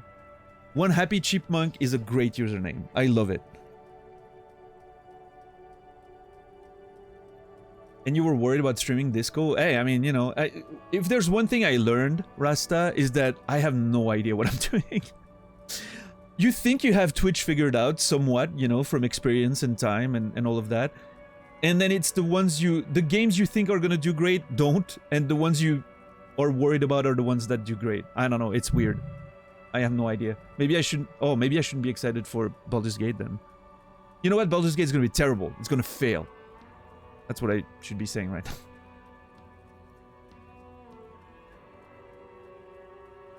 Oh yeah, Chipmunk. Yeah. A lot of people have found the channel with that, I think, around Disco. I've heard quite a few people mention the Jamrock Hobo compilation. It's really cool. Jamrock Hobo was actually there yesterday, like, you know, lurking and all. Very grateful that he put me in his compilation. That definitely brought quite a few people around, so. Yeah, no, Elf, for sure. It's one of those games. It's like, I compare it a lot to, like Hollow Knight or Outer Wilds, in the sense that it's one of those games that has a very strong core community that just, you know, they want to see first playthroughs of the game, right? Because they're so passionate about the game and there's such unique first playthroughs, right? So I think a lot of people, it's one of those games that has that strong community feeling to it. Yeah. I hope Baldur's Gate 3 is gonna have some of that as well. Maybe the game's a bit too young for that. We'll see. But yeah, I definitely love those games. The games that have a strong community, that you know, the people who like really love watching first playthroughs and understand like the benefits of blind playthroughs without, you know, spoilers or outside information, and like just the value that it brings, right? I think that's I generally love those games. There's quite a few more out there that I hope to get to one day, for better or worse. I'm looking forward to playing Undertale someday on stream. I hear the community can be pretty intense, so it's gonna be an experience, but we'll see. We'll see. I have played the Stanley Parable back in the day, yes, Serb. And as for your question earlier, how old is the channel? That's a complicated question. Technically, the first time I streamed on Twitch was still Justin TV back in 2010. I streamed some StarCraft 2 on this channel. And then 2011, I was streaming on a different platform called Own TV, right? Which then went down. I got partnered on that different platform. I was streaming League of Legends on that platform at the time. Got quite a few people watching me then, back in those days, that are still around, some of them. And then I transitioned to Twitch when Own TV went down, right? Started doing variety and stuff. That was 2013 when I switched and started doing variety, because I was pretty much done with League of Legends, right? That's when I met Cole Carnage. I got part of his streaming team for a while. He raided me a whole bunch. Dance Gaming raided me a whole bunch. You know, those old school people that are still around. That's pretty much when I got a lot of my following, right? Those were those days, right? 2013, 2014. That's when I got partnered on Twitch, and that's also when I made the decision to stop streaming. Because I was teaching full-time at the time, and I was sleeping 2 hours a night because I was streaming full-time, and I was also working full-time. Good old Ko starting out. No, I know, when I met Ko, he was like at 200 viewers and such, right? It was still a relatively small channel at the time. And yeah, he really helped me, you know, get started and everything on Twitch. That was great. And then, yeah, I mean, I was working full-time as a teacher, streaming full-time, sleeping 2 hours a night. I was literally killing myself. I was not feeling great. It was a very dark time. And so I had to make a decision. And at the time, you know, it was difficult making money on Twitch at the time, right? Because gift subs didn't exist. A lot of opportunities that exist today didn't exist. So I made the safe decision. I dedicated myself to teaching because, you know, had bills to pay and everything. And to this day, I still regret it. I still regret not taking a risk.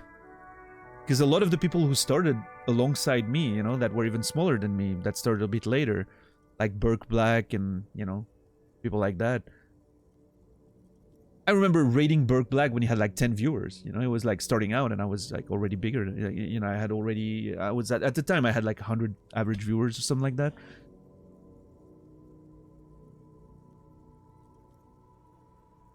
And I remember rating Burke Black as he was just getting started, you know. And I was like, hey, his pirate stuff is pretty cool. That dude is probably gonna go places. And yeah, look at him now. But yeah, then I just sort of fell out of the map for like, how long was it? 7 years? And then I did some like writing streams in French back in 2020 during the pandemic. That's when I sort of like rebranded the channel with a new, different, like I changed my name and everything. But I fully came back to this version of the stream, right? Variety gaming in English in 2022, June 2022.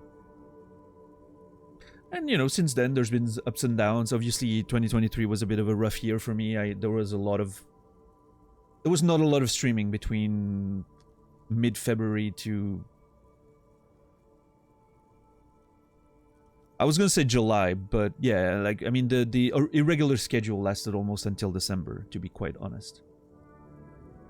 But yeah, like since mid-February to like July, I barely streamed at all. It was a rough year. And then, you know, since December, I've been very consistent again. Very happy about that. I'm not Sir Blitz, no.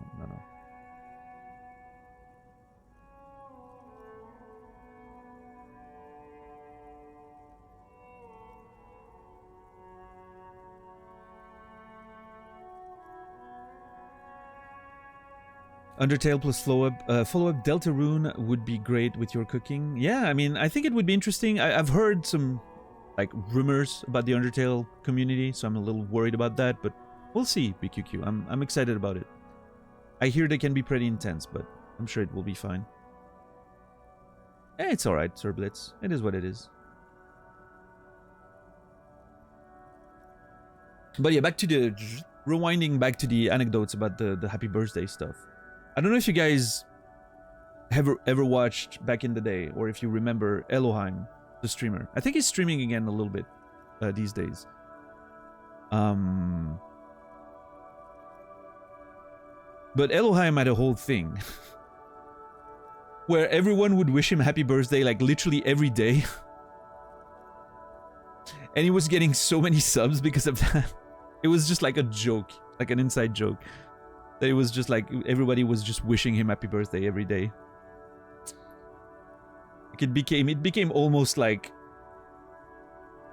the point where it was toxic to the channel, because it was literally every day. So that made me think of that when Robbins came in with the happy birthday stuff.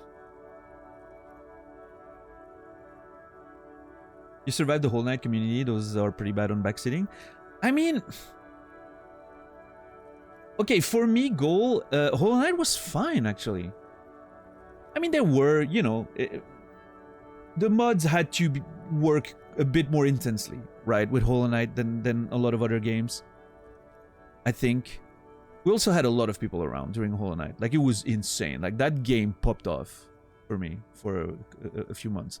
But we had such great communities coming around. Like, yeah, like Colette's community, and so many great people came around for Hollow Knight. And I think they quickly got the vibe of what I was going for, you know, like that whole pure blind experience. And man, the note-taking during Hollow Knight was wild. I literally recreated a map of the game myself outside on a mind mapping software to take notes.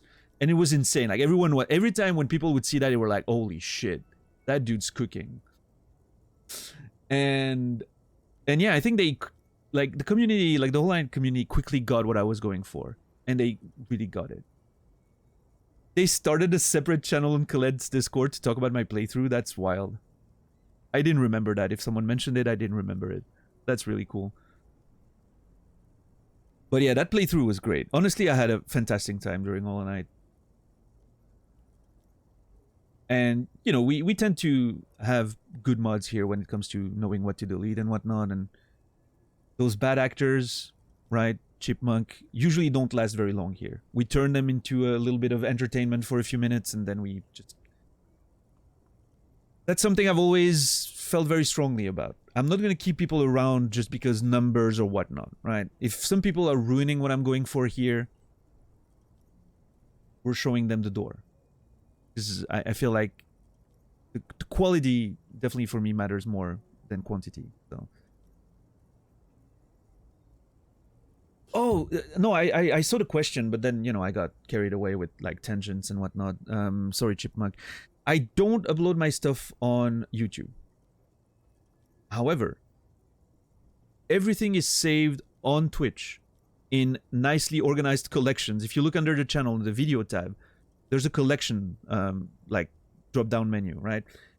You will find every game I've played in like this iteration of the channel since last year, since June 2022, including the whole Disco Elysium, of course.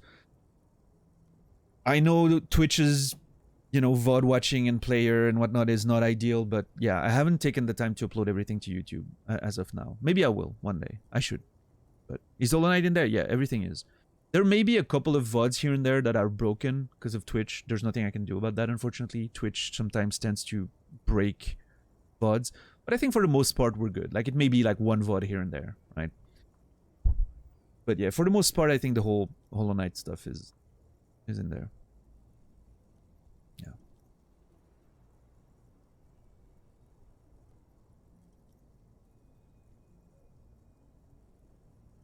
Yeah.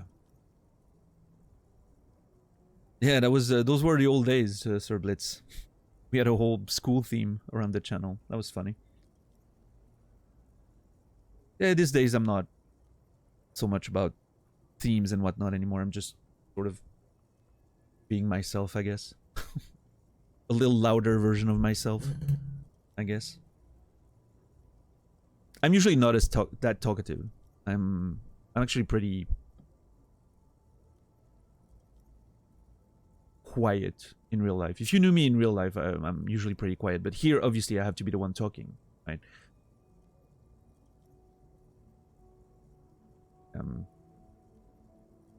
I'm a relatively introverted person outside of streaming.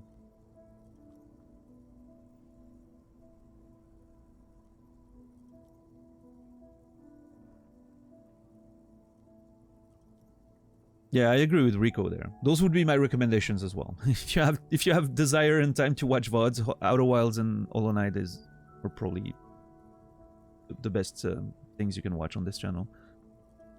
Outer Wilds in particular was just an experience. Holy crap. Where can we see the books you published? I mean, if you know, search for me on bookstores and Amazon and whatnot, you should find... They're in French though, sir. I have to warn you. They're in French. My novels are in my native French, so... Unless you speak French, you won't be able to read them.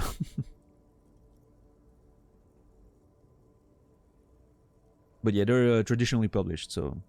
You can find them wherever you can find French books. Or order them, or whatever. BQQ, thank you for gifting us up to One Happy Chipmunk. Thank you so much, BQQ. First time gifting us up to the channel. Appreciate it. Is the 25% off still a thing, or is that not a thing anymore? Doesn't matter. I mean, I'm just curious. Because I don't know when it ran out. Oh, well. Ended today. Okay, fair. Well, thank you so much, BQQ. And One Happy Chipmunk, you will be remembered. I just love that game, One Happy Chipmunk. Does it make the list? I don't know.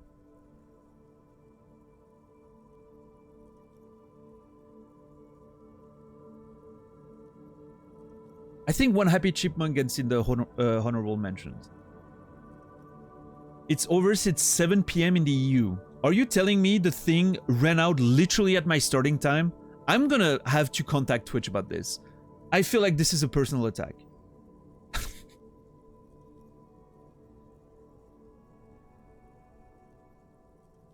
Your own sub is still active, Max, is what you're saying? You can still get a discount for your own personal subs?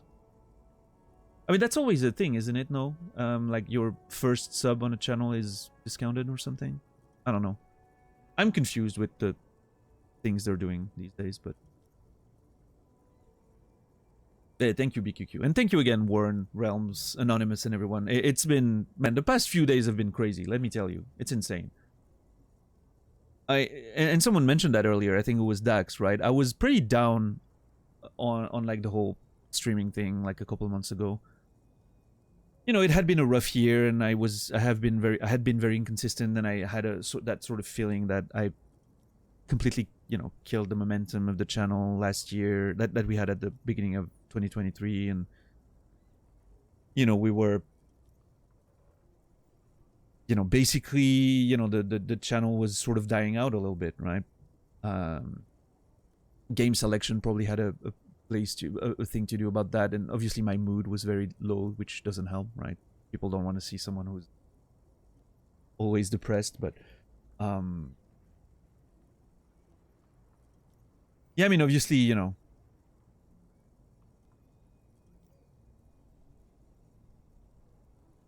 going from that to a couple months later playing a game that amazing as Disco, and which apparently has a, you know, from what I can tell so far, has a great community around it, and suddenly hitting the highest sub points count I ever had is obviously, I'm very grateful.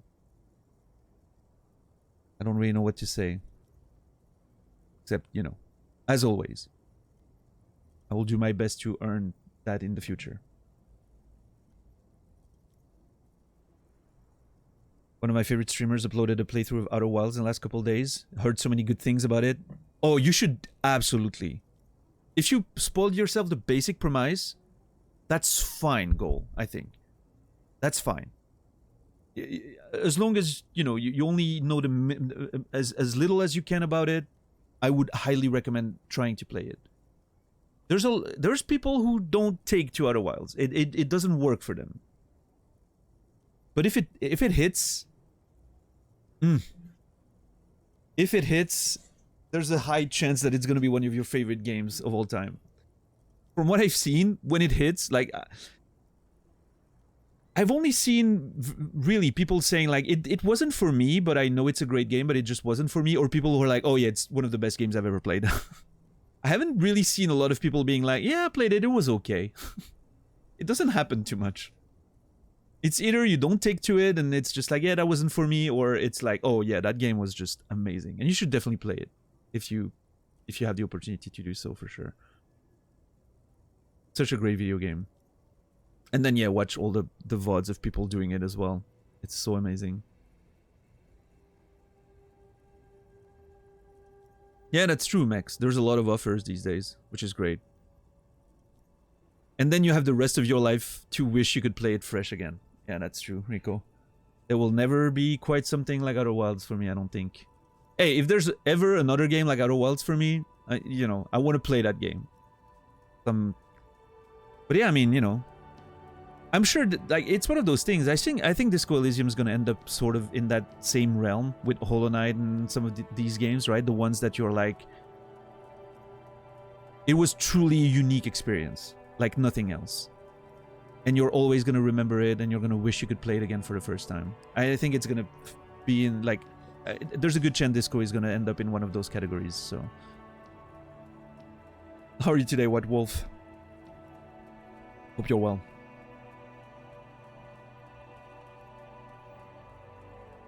Alright, so C. Lang doesn't want to talk about that crowd. He's afraid. What are you afraid of, C. Lang? It wasn't some drug crowd. You know who they are. Tell me now.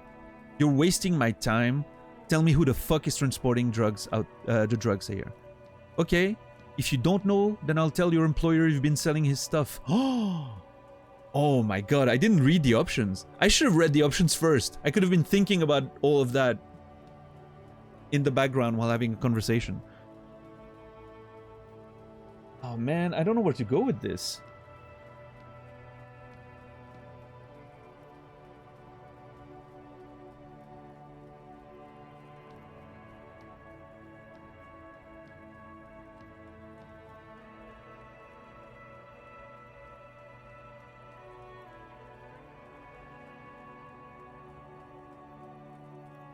Oh, what? Oh, man. Okay, hold on.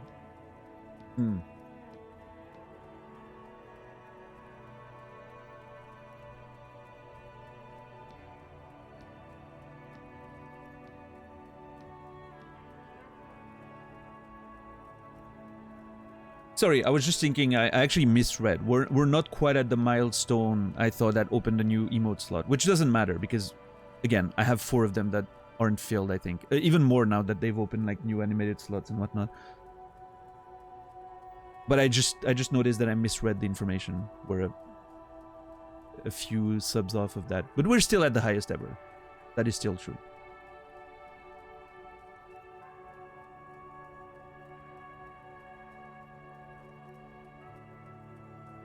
Just released on Switch.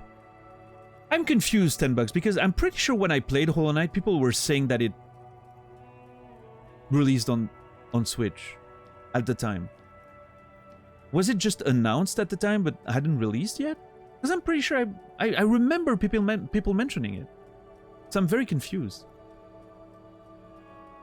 No, I know they did, but that's what I mean. Like, I feel like when I was playing in July 2022, people were saying Hollow Knight just released on Switch, or was just about to release on Switch. I remember that conversation happening when we were playing it.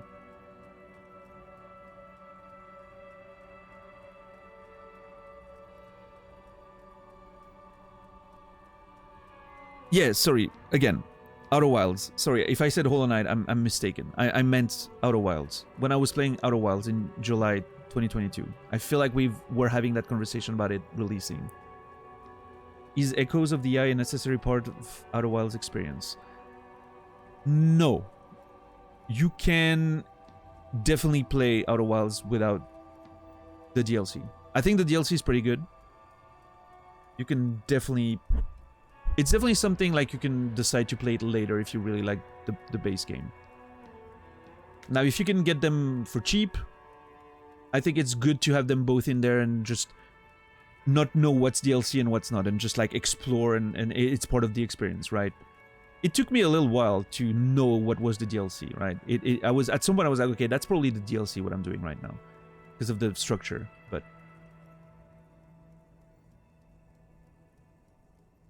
now if you want the full complete blind experience without any, you get the DLC as well, and you just don't try to look up how to access the DLC or not. You just play the game as is, right? As a whole experience. In my opinion, that's the best part, but I guess I get that further on. So that probably was just announced and then it came out much later. You can drop those BTTV emotes in the new slots. Oh yeah, I mean, I could do that, $10, like the stash brush and whatnot. Nah, I mean, I think it's fine to have like the off-theme emotes, like the sort of like more meme-like emotes as BTTV, Although I will say the stash, the damn stash could be a very good animated emote that people could use on other channels. But yeah, I don't know. I'll have to think about it.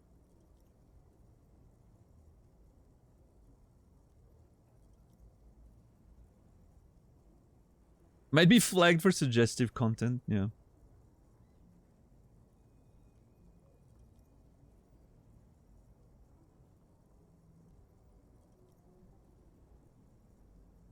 I mean, I could leave it as a normal emote and still put it as an animated one, right?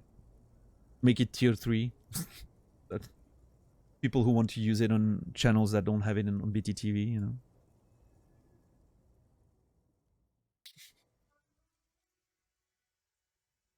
When you do laps like Badjo. This conversation is sponsored by G Fuel.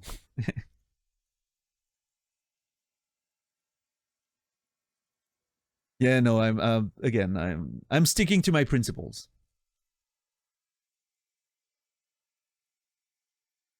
When you can afford your principles, it's great. As long as you can afford to stick to your principles, it's great. Makes you feel very good about yourself. And right now I can, so I'm gonna stick to it. I don't want to sell out. I'm okay with everyone doing it. I have no judgment. No judgment from me. Do what you need to do to make ends meet. Or make your bag. That's totally fine. I'm just... I don't know. It's one of those things, right? I don't like the idea of turning my channel into a billboard. But it's very personal. Again, I will never judge anyone for doing it. It's totally fine. It's rough out there. Exactly, yeah. I mean, you know, you got to make it, right? I totally get it. But for me, it's a thing like... It's one of those things. Again, like it's what I always say. If you can, it's easy to stick to your principles if you can afford it. And right now, I'm very lucky and privileged that I can survive on the way I do things. I'm not living large. I'm just surviving, but it's fine. As long as I survive, that's, you know, I never wanted to make the big bucks. I just want to survive. And do something I enjoy. That's what I want, so...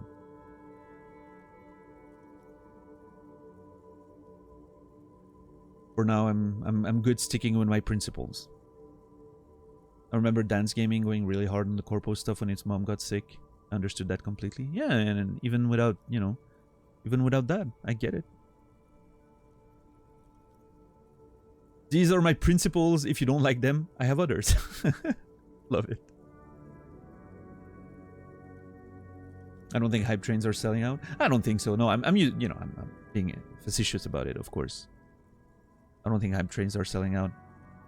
I personally don't like hype trains, like out of principle. I don't like the sort of FOMO type stuff that it encourages. But that's personal. I mean, I have no... Again, all the channels I hang out on, my friends and all that, they all have hype trains. And I'm very happy for them when it works out, you know? I want all of my friends to be successful. And I'm very happy to see when things are working for them, right? It's just a matter of... I don't know if it's a matter of aesthetic choice, you know? I just like the very simplistic stuff. Tuned down, right? Clean chat. No pin messages. No, you know, no bots, messages, you know, like as clean as possible is generally the way I go. It's just a matter of preferences, right? I think it's what I like to do, so.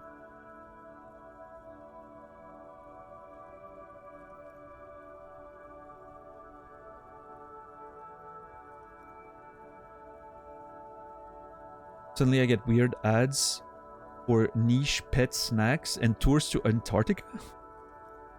That is weird, city. Aren't those ads, like, targeted? Do you have plans to move to Antarctica?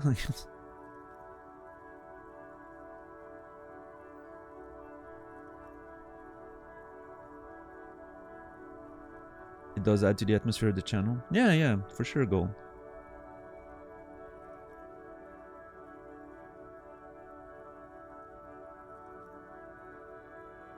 I wish you could disable the channel point chest thing. I think FFZ allows you to, like, it auto-redeems and doesn't even appear. Yeah. But yeah, I've always said, Goal, that one of my goals was to have a channel that you can lurk on or sleep to, right? Without it waking you up. Because I love those channels myself. And so that goes with, you know, like the volume balance of everything, including the very few alerts need to be smooth and...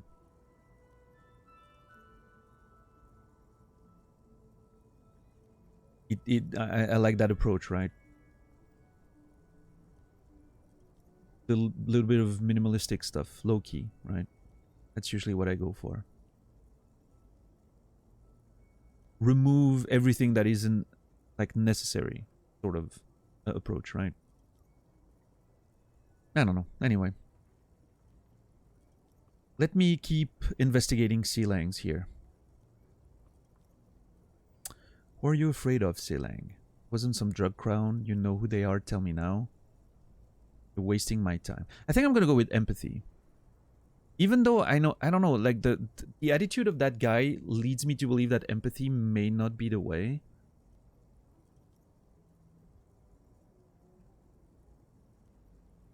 Again, it feels like pressuring him has been working pretty well.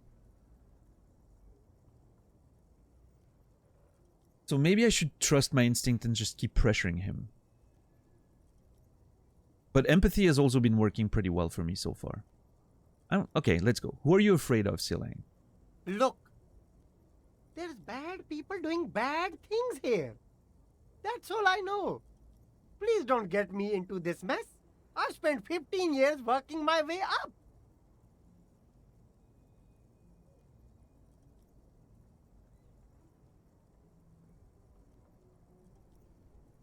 There's bad people doing bad things, that's all I know. Please don't get me into this mess. I've spent 15 years working my way up.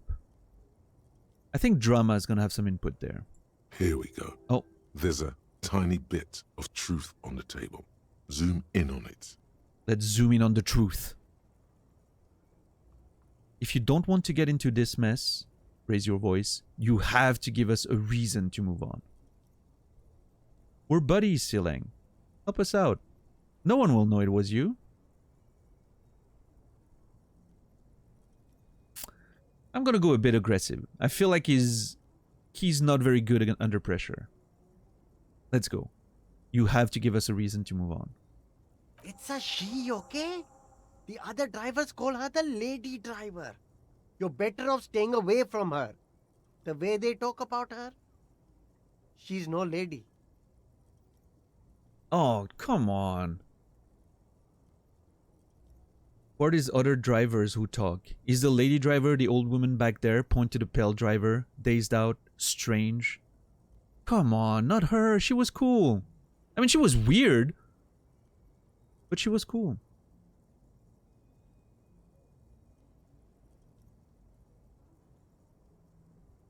Is the lady driver the old woman back there? Point to the pale driver. Dazed out. Strange. I don't know. Maybe. If she is, I haven't gone near her. I don't get involved. I told you. It could be. She was strange. Yeah, she was strange, but... He's not ruling her out. Okay. What is other drivers who talk? All of them. I don't know. I told you all I know. Are we cool now? I really want us to be cool now. Who exactly is talking about this lady driver of yours? The racist or the other one with the tattoos? He points north. All of them. Even the ones who've left.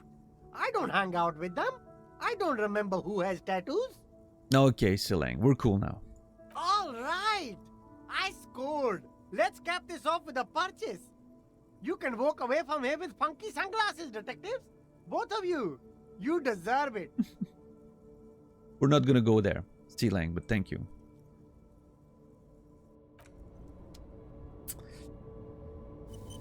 I don't want to spend money under 20 bucks. I want to at least have 20 bucks and then the money above that I can spend. I need to make sure. Find out who's the lady driver and where's her lorry. Okay, so there's a chance that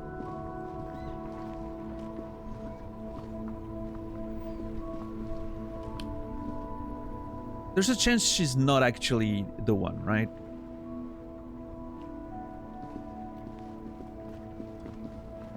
Even though she's the only woman we've seen so far, but... Let's see. Let me talk to Tommy. Maybe ask him a few questions about the woman. Make way for the master poet. He greets you with a nod. I heard that one of the drivers is a woman, but I don't think she's here. Do you know who... do you know this lady driver? I don't want to talk about that. He shifts around, suddenly uncomfortable, then looks away. Oh shit.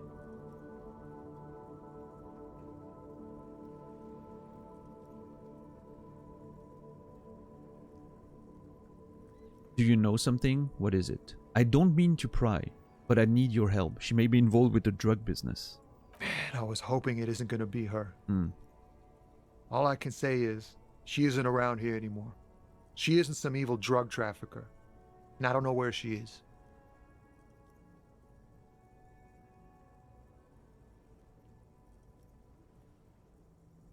Huh.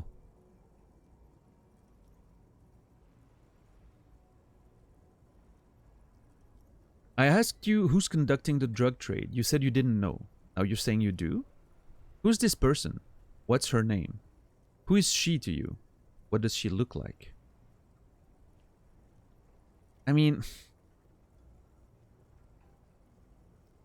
Who is this person? What's her... I'm not gonna go aggressive on Tommy if I can avoid it. I like Tommy. Who's this person? What's her name? Thank God I don't know. People here call her the Lady Driver. She kept her name a secret. From me too. Now I see why. Who's she to you? A friend? An acquaintance. I don't know. She was the only person in this damn jam I could talk to. She's someone I don't want to rat out to the law, okay? What did she look like? A youngish woman. Gruff, but in a cool way. A youngish woman. Okay, it's definitely not the pale driver then. Gruff, but in a cool way. What color hair? Blue and violet. Dyed. It was violet when she got here. Blue before she went. I like that he specified dyed as opposed to the naturally blue and violet hair.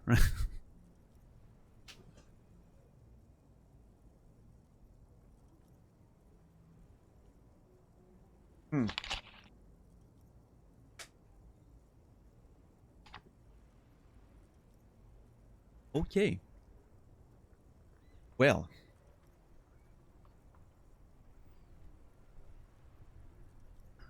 Logic, don't you dare. I have a let's see. Then she may have dyed it again.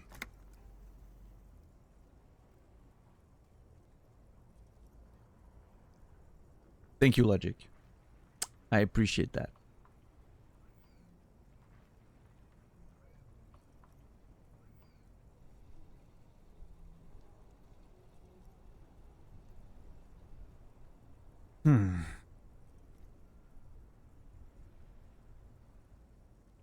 Yeah, I mean, the point is that the color hair is not going to be important, right?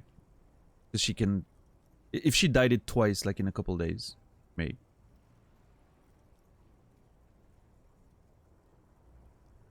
I'm trying to think if we met a character that could fit the description, but I don't think so.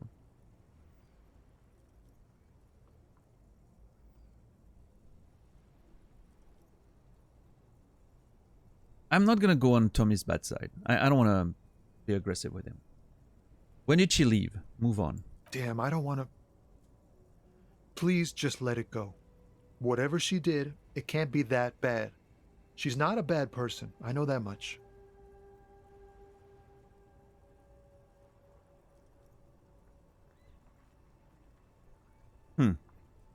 Oh, by the way, has the stream been lagging a little bit? I can see that I see now that I have a few dropped frames. Not too many, but a few. Has there been some buffering going on and whatnot?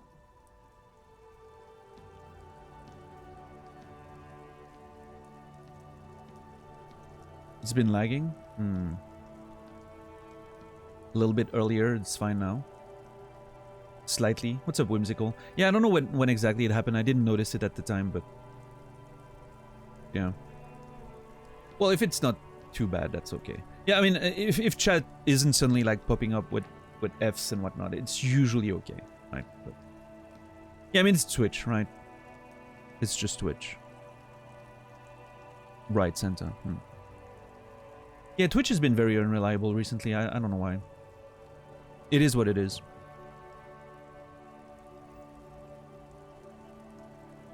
Oh, well, there you go. It just went down for half a second.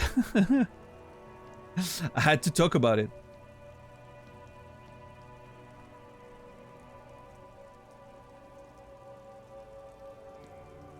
Yeah, Rico.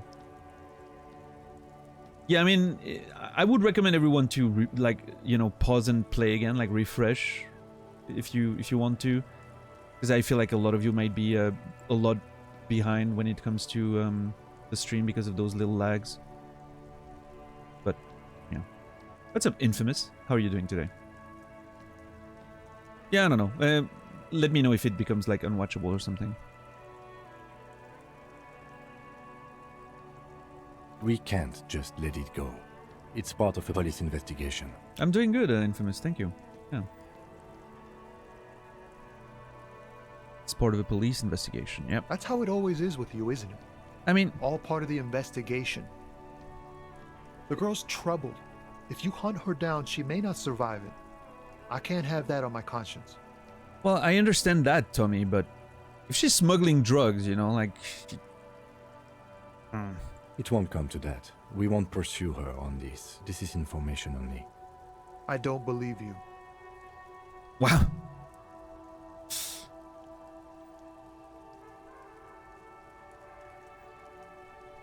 Believe us, it really is. I just can't, man. I'm not naive.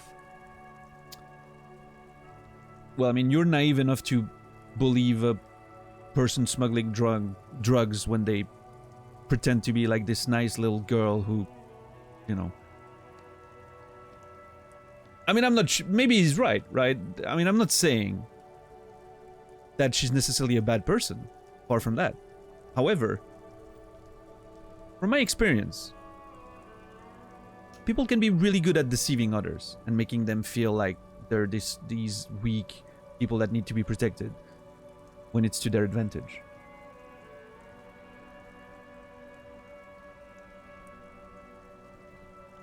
Oh yeah, Infamous.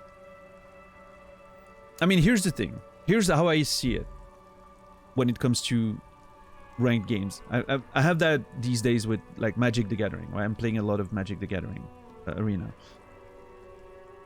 When the ranks reset at the end of the season, what you were doesn't really matter. That whole number, that rank is gonna disappear into the ether. It doesn't really matter. If you end up losing, well then you lose, right?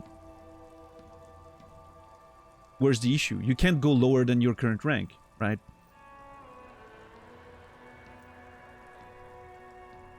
You can just lose a few tiers maybe, but you can't go lose the whole rank, so might as well go for it to push for diamond, right? If you want to, right? If you're enjoying the idea. When the season ends, it's all gone anyway. It didn't matter at all. None of it mattered. Except for you. So.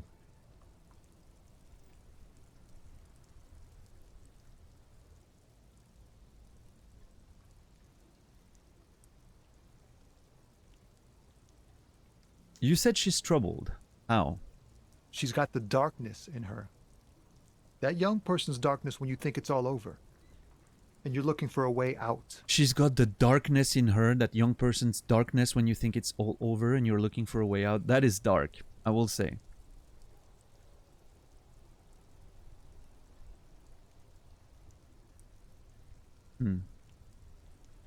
What's up, Daylove? How are you doing today? Or is it Daylove? I'm not sure.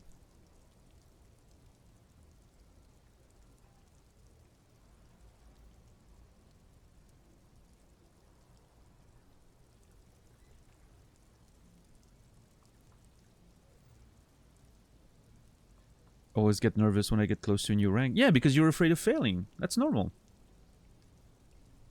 But here's the thing, Infamous. You're only afraid of failing because you think it's gonna mean you're not as good as you think you are. It's complete ego. And that's not how it works. If you lose, you lose. You know, it doesn't matter. Again, your rank is gonna disappear. It's gonna vanish. In a few days, anyway. If you want to see if you can make it to diamond, go for it. And if you lose, right? At the end of the day, it doesn't matter. You're not better or worse because of a losing streak or a winning streak. You just, you know, it's just part of the process. Worst case scenario, you're learning from it. More practice means you will eventually get better. Right?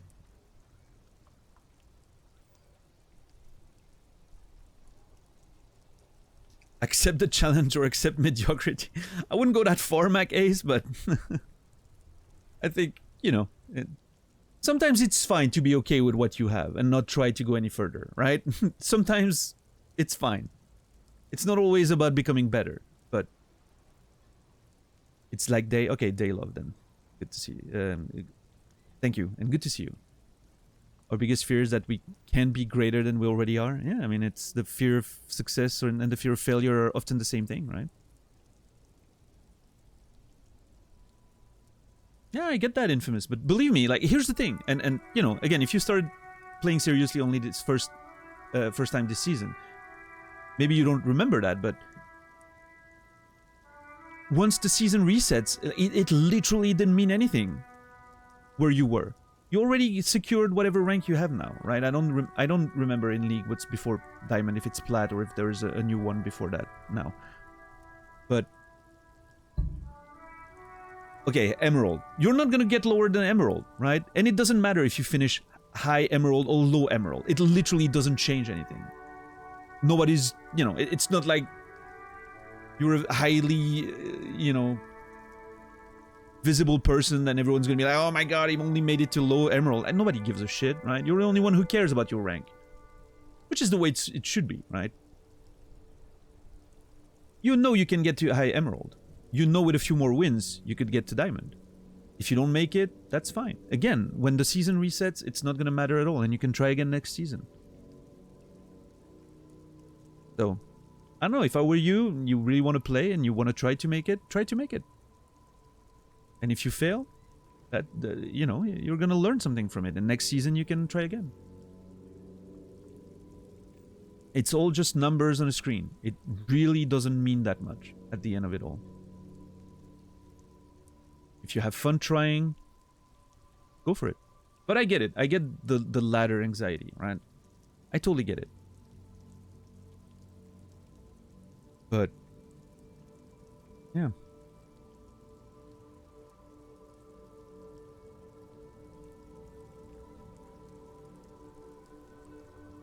I just always try to remind myself that all those ranked games that I've played in the past, I barely remember where I ended up in those seasons, right? None of it matters anymore. Even Magic the Gathering Arena, my first season, I barely I think I started playing really late in the season. That's when I started playing Arena. I think I like made it to gold. What does it matter that I made it to gold, right? It doesn't exist anymore. Now I'm like, I'm one day in the new season, I'm already gold 3, I think. I'm like, I'm shooting for Mythic this season, right? I'm gonna try to grind my way and at least Diamond, hopefully. But like, it's one of those things, like nothing matters. It didn't matter that I was Platinum or that I could have gotten higher maybe. Like, it just disappeared during the reset.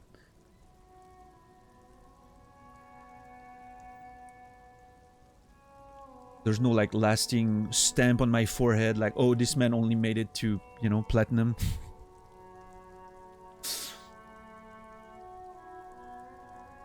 No one is gonna judge you except yourself. Be kind to yourself. If you want to play, play. Have fun with it. Winning or losing is just a side effect. Having fun should be the priority, I think. And you can definitely... I am still extremely competitive, right? But I still think the fun should be the highest priority.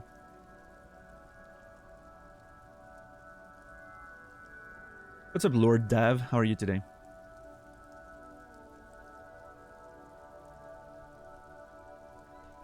Losing and not trying are the same. Yeah, I think that's true. If you don't try, you've already lost, right? That's what we always say. I don't think it's that simple. Because I think trying and failing comes with some sort of emotional tax, right? It can definitely come with some emotional tax that you need to take into account. But so is not trying sometimes, right? Not trying can also come with an emotional tax. So it's up to you to sort of determine what's going to be worst, right?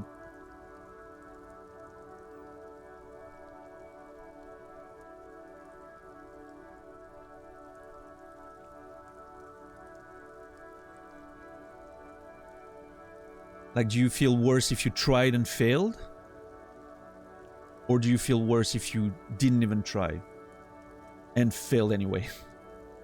Like you didn't reach your goal because you didn't try, or if you didn't reach your goal because you failed? Which one is more acceptable to you? I think that's an important question to figure out in life. And I personally think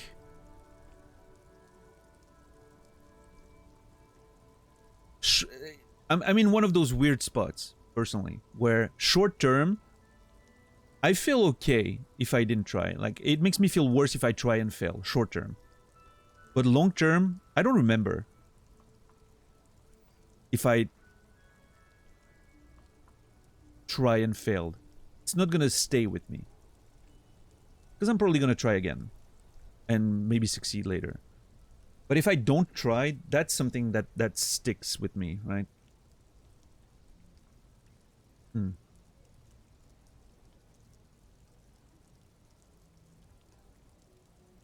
Being happy seeing the improvements I was making over just winning to being fixated about winning now. Yeah, I get that. I don't think there's anything inherently bad with that. Competing is fun. It's, you know, it's a great motivator. I like competing.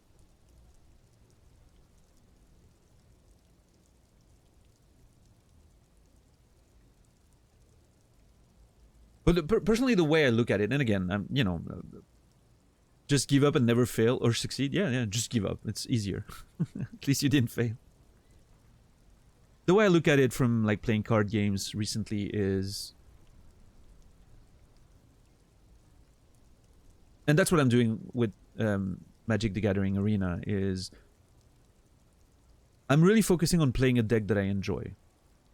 I know it's not like the highest of tiers deck. I think it's a very competitive deck, but I don't think it's like super top tier or anything. But I'm sticking with it because I'm having fun with it. And even when I lose, sometimes I'm like, yeah, that match was good and I learned something from it. And you know, it was still fun even if I lost. There's the occasional frustrating match, as it always happens when you can't do anything and you just lose. But, you know, if I was to play like a deck purely for like efficiency reasons, like, oh, this deck is tier 1, I will play with this deck, then it becomes all about losing and winning. And that's when losing actually becomes like super annoying, right? Because you're playing for the win. And those losses start really hurting because that's the only thing that matters. But instead, like, just focusing on, yeah, I'm really enjoying playing this deck, and focusing on that and becoming better with this deck, piloting it better and just understanding it better, it makes the wins and the losses a bit less relevant. They're more of a side effect of just playing, right? And I feel like League of Legends in many ways felt a bit of like similar to me back in the day.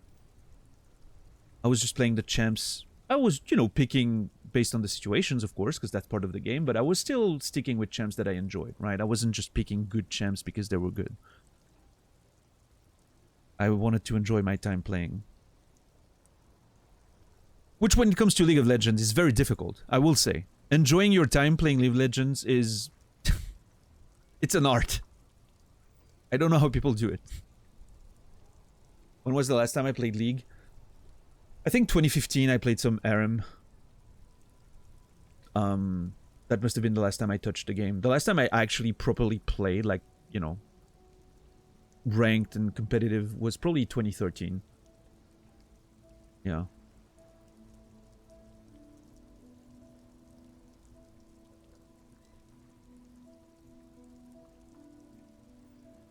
I'm probably not gonna touch it ever again, though. I watch, like, Worlds. You know, I like watching the World Championships. It's always fun. But I'm probably not gonna play it again.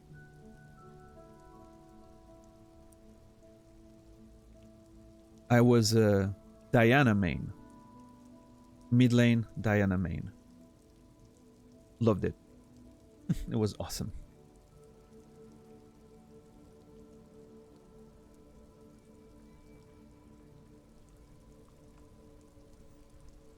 Alright, back to Tommy. She's got the darkness in her, and that young person's darkness when you think it's all over and you're looking for a way out. She shared this with you? Yes. Which is why I don't want to snitch on her. It's not snitching, it's just a few questions. Come on, man, life is just a joke. I was told everyone's afraid of her. You're not? Oh yeah, that's a good point, actually. I heard the rumors. I saw the other drivers looking at me strange when we talked.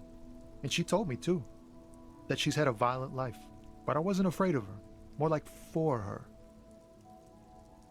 Did this violent life include drug trafficking? This is such an interesting character. I haven't met her yet, and I'm already fascinated by this character. Well, it looks like it did now. But we didn't talk about that. We talked about life, you know? She talked about her mind. Her mind? Hold on, her mind? The way it worked. The trouble it was giving her. That's relatable. I love that. I already love that character. Find it very relatable, even though I haven't met her. You know, the whole darkness thing, the mind trouble, giving you trouble. Very relatable.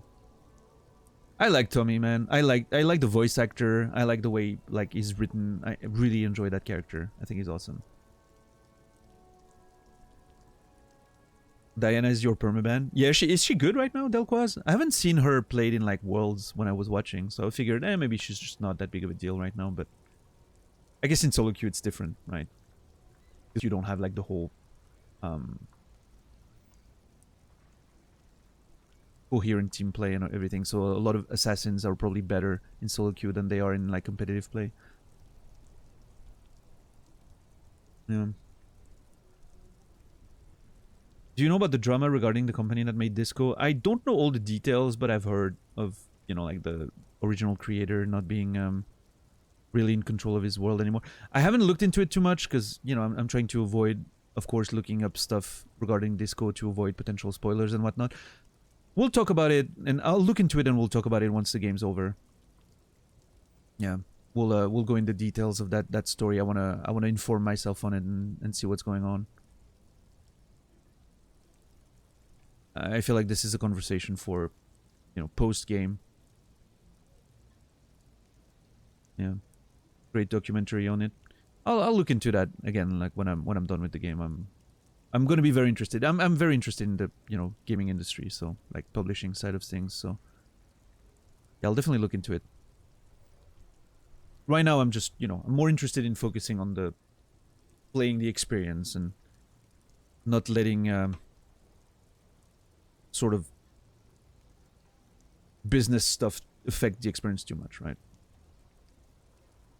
I would know I never play versus her. One time, she jumped into our whole team and one-shot everyone. Since then, I ban her. That seems to be what people do, right? Delquaz.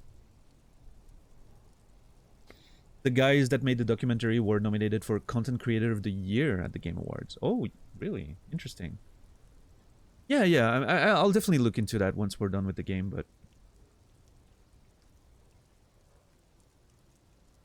I think it's sort of my process to try to avoid sort of affecting my experience and enjoyment of the game with too much business side of things, right? But I hear it's pretty bad, yeah, for sure. I've heard, I remember hearing it when it was like happening. There were conversations about it on different channels, but I don't remember the details, and I'm sure a lot has come up since. When she left, did she leave her lorry behind? Fuck, man. Go grill someone else with these questions, okay? There are plenty of drivers here who couldn't stand her, or were afraid of her. They'd be more than happy to rat her out. Okay. The grey-haired woman. Maybe she knows something. Wait, this guy says they're friends, then acquaintances, and he's okay with others ratting her out? Well, I mean, rhetoric, the way I'm taking it is more that he doesn't want me to keep asking him. He wants me to get off his back. Push Tommy and it will break his heart and his spirit. Don't expect you to be pals. No, dude.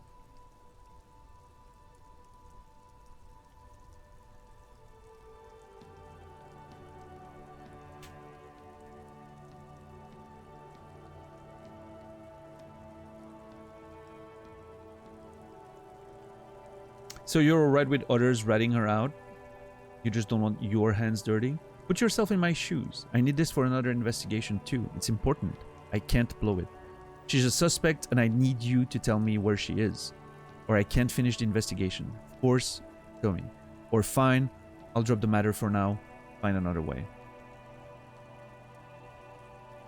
Ah.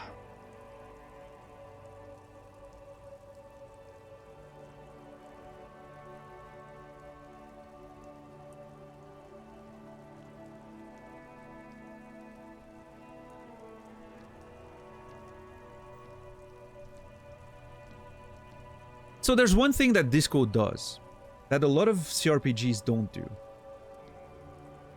A lot of CRPGs, you kind of want to exhaust all conversations options, right? You want to go over everything. And sometimes you even go through the same lines of conversation to see other answers and whatnot. Like a lot of old school CRPGs allowed for that sort of stuff. Disco does this thing where sometimes if you cross a line or if you talk about something, it completely changes the character's disposition towards you and can lock you out of other lines and stuff, right? And it's not always easy to tell when that's gonna happen, which is great because it makes every conversation choice important.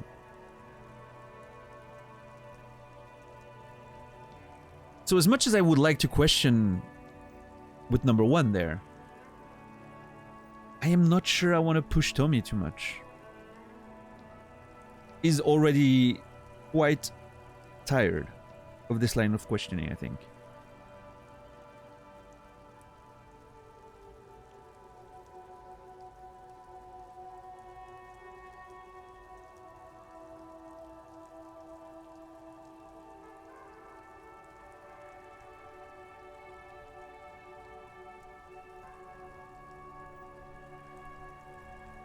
You know what? Fine. I will drop the matter for now. Thank you, friend. I've changed my mind. Okay. Wow, this makes me feel like I should pick up smoking again. Would help with my rhymes, too. Don't pick up wait, should pick up smoking it. You're smoking right now. What are you... Wait, hold on.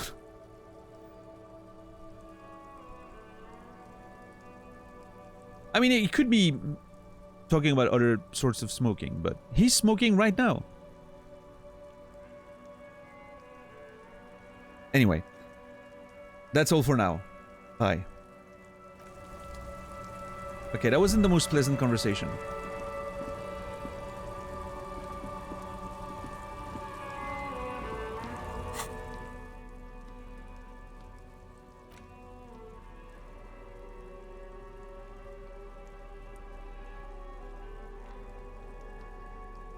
Ooh, wait, hold on.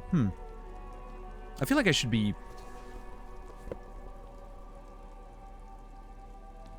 Yeah, I'm gonna go with this one. Higher suggestion could be useful for those conversations. Also, it's raining, and this feels like more appropriate for the amount of rain.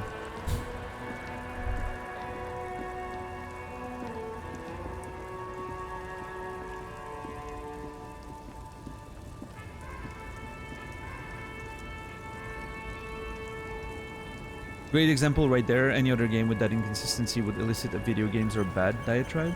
Wait, what inconsistency? Oh, the smoking thing. Right. I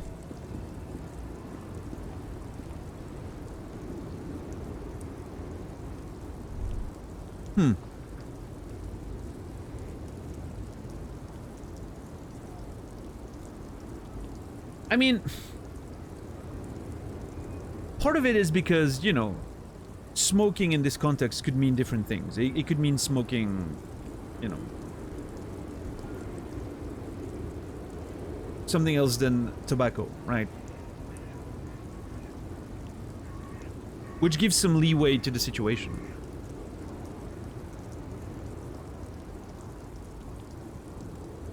But yes, I mean, you know, nothing happens in a vacuum, right, Dax?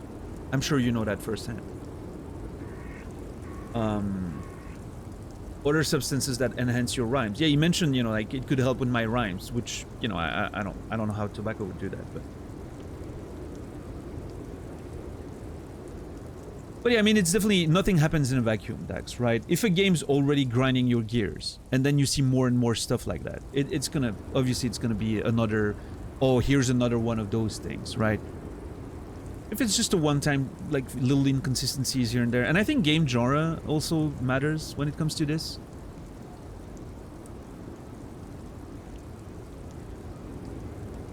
Like, for a game like that, I can very easily see how, with that amount of writing, maybe some little details in the visuals are not going to perfectly match, right? A lot of it comes down to your imagination and all that.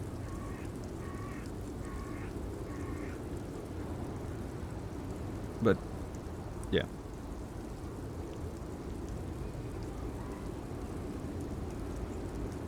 Certain conversations options locked you out of other things or even prevented you from talking to a person at all anymore. Yeah, Brainy, it happens. I don't remember exactly the details about Arcanum or even like Baldur's Gate and all those older games, right? But often it's like significant choices, like choices that actually close the conversations. And they're pretty obvious sometimes, those choices. In this game, like a random little bit of conversation that you don't expect will lead to much suddenly can get out of hand, right? Which is kind of the beauty of this game. A little choice that seems completely insignificant suddenly becomes this entire sidetracked conversation that locks you out of a character completely or something. Oh. Love when the game punctuates my opinions with beautiful music.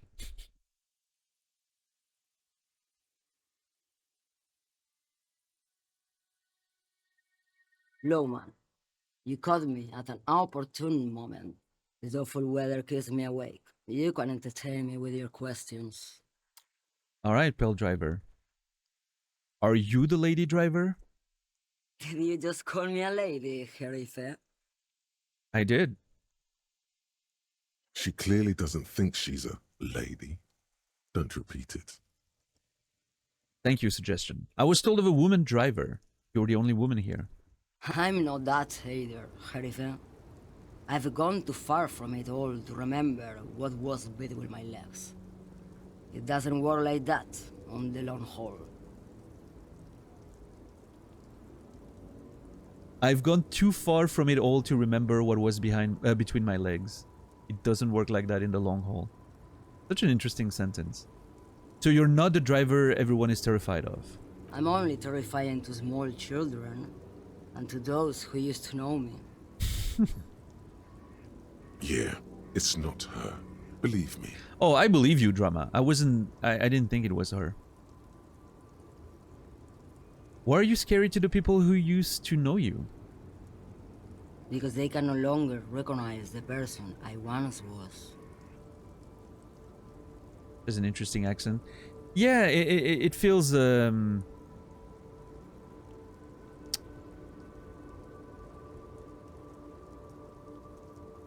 Spanish-ish, right?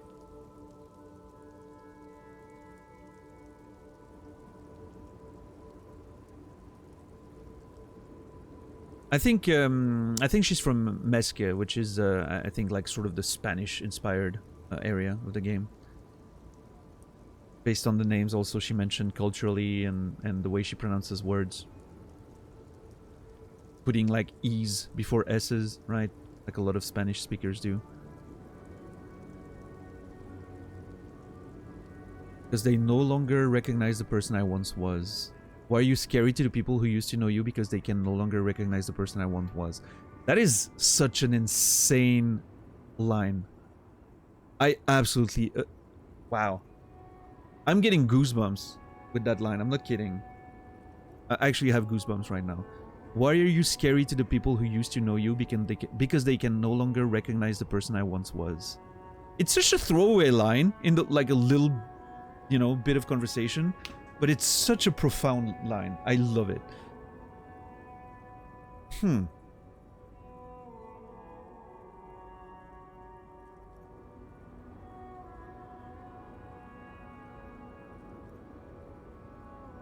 They can no longer recognize the person I once was. It's a scary thought right there.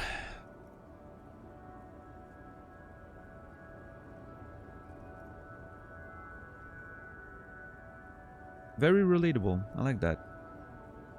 So many cool characters in this game for sure. You said long haul. That's... The big ones, the trucks. There's no women and men there. It's all just... She hums along, as if to a track on repeat. In the middle of this town, there's a ghostly motorway. It takes all the people where they want to stay. Shivers. Shivers is about to get in there. It's gonna be beautiful.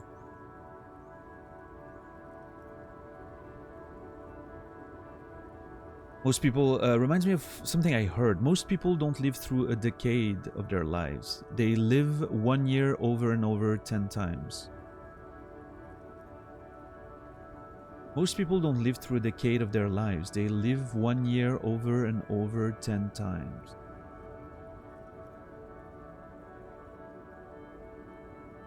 So I'm not sure how to understand that, Serb, right? But I'm thinking the idea there is stagnation, right?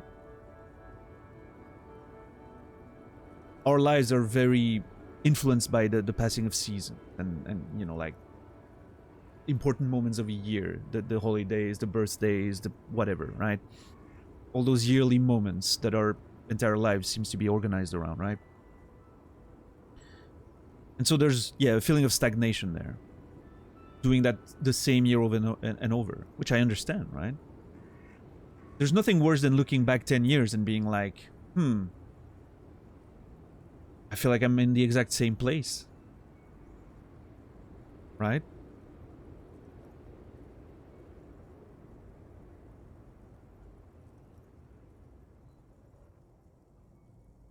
I don't remember if that ever quite happened to me before.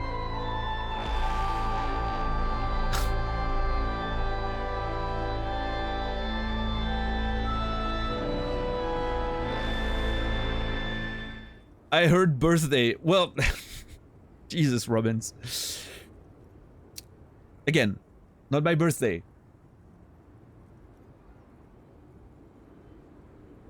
We should be back. God damn it, Robbins. What did you do? Yeah, we're back. It would just dropped for a second. Sorry about that. Robbins. Again, not my birthday, but thank you very much for the 5 gifted subs. Total of 15. Thank you so very much, man. I appreciate it.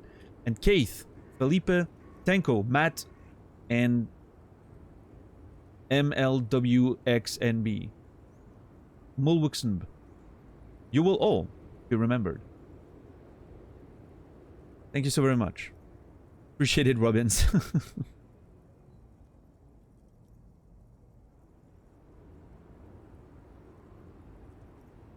Crazy people around here, I tell you.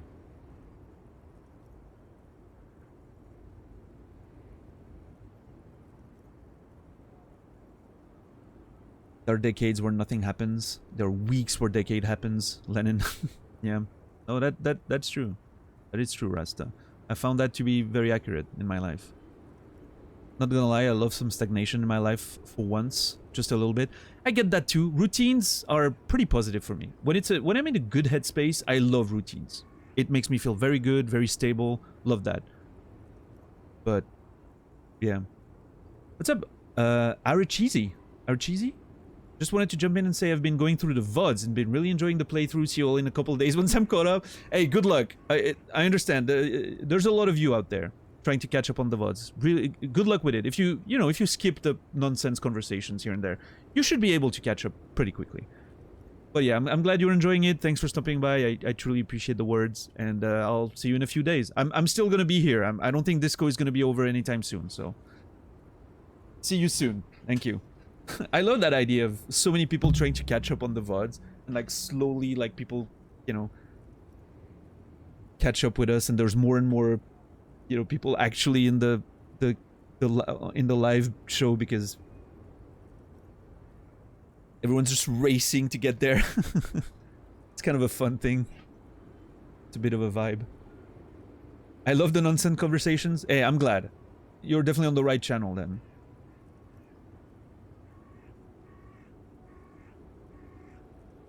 But yeah, good luck with the VODs. I hope you're gonna enjoy yourself. And yeah, see you in a couple days, I'm sure. All the VOD time travelers will get to the present. Yeah, yeah. I don't know, I like that idea. It's kind of fun. It's the first game where I really feel that in that way, for some reason. It's the first game I stream where I feel like there's this sort of like cohort of people watching the VODs and slowly catching up, and day after day there's a few more people coming in and people are mentioning, yeah, I just finished the VODs. Finally they're on live, you know. It's really interesting as a sort of momentum type thing. I like it. I can definitely tell this game has a dedicated community of people wanting to watch it. That's great. But yeah, Santa, back to that off to the past you go. Godspeed, my friend, Godspeed. Back to that conversation, Santa. Yeah, I totally get that. Like that wanting to have a bit of routine, right? It's very good. But I will say, like, I like being able to look back 10 years and feel like I've made progress. Like, beginning of 2014, I was just, you know, streaming video games on Twitch and trying to make it as a... Oh, shit, man. I've done nothing for a decade. No, I mean, to be fair, you know, since then I stopped teaching, I published a couple books, you know, there's been some progress. I haven't been stagnating. I'm very happy with myself. I'm actually not very happy with myself, but I'm okay with the progress that I've made in over the last decade. I think it's fine. My favorite game, so much watch for me. Yeah, Chris Link. Yeah, I remember you mentioning it quite a few times when we were talking about, you know, eventually getting there, right? Yeah. Hey, new highest sub point records broken. Every, you know, for a while, well, I mean, you know, it goes up and down because of like the sub lapses and whatnot, but we're breaking records today. Fantastic. Thank you, everyone. In the middle of this town, there's a ghostly motorway. It takes all the people where they want to stay. That's a song that someone's singing. I don't know if it's... I don't know. Let's see what Shivers has to say. I'm pretty sure that's going to be Shivers. You feel very cold suddenly, as if standing face to face with a terrifying adversary. Then the feeling dissipates, and all you see is an aging woman. In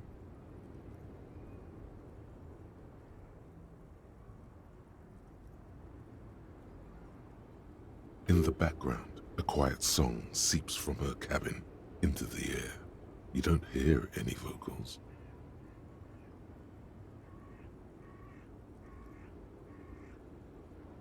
Nice.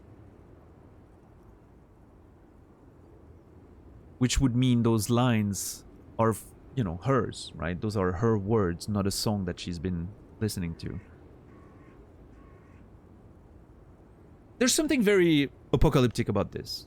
You know, the pale driver, the pale rider, right?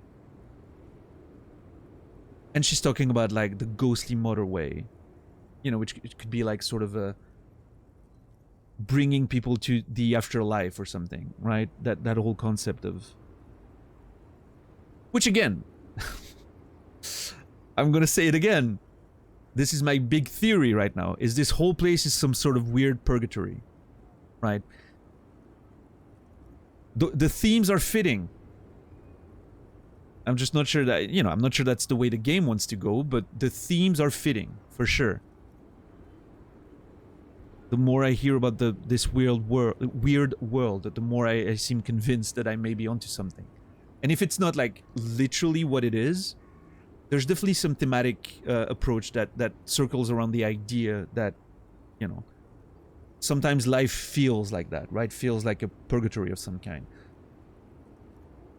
All that post-war sort of vibe and you know, the feeling that there's just no escape from this bleak reality, right? There's no progress, there's no... it's all just consequences of your actions. And the actions of humanity as a whole, right? It's very interesting. Then who's the female driver I was told of? How should I know? Do I look like I spend a lot of time with the other communers sniffing around when I have my movies to go to? God damn it. Oh man, I'm gonna have to press Tommy. I hate this.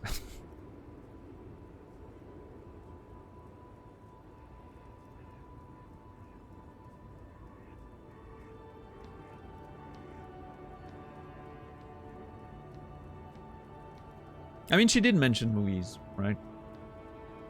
And the actors, that actor she likes and whatnot, I think. Or maybe the movies are in her head, I don't know. I mean, she's odd, right? I'm not trying to put too much words in, too much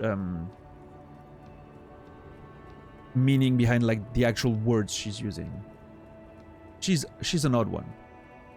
That's all I needed to know, thanks. Oh, Sim.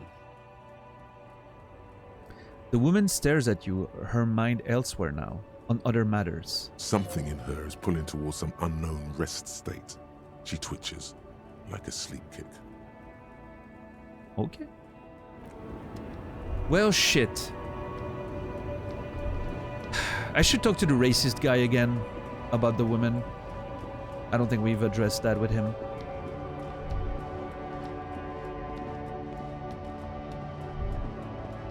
Anything in there, maybe? A lorry stuck in the traffic jam. The windows are fumes of heavy fuel. No, just the standard stuff. Maybe this guy has seen something? Right to what? Nope. Okay, let's try the racist guy again.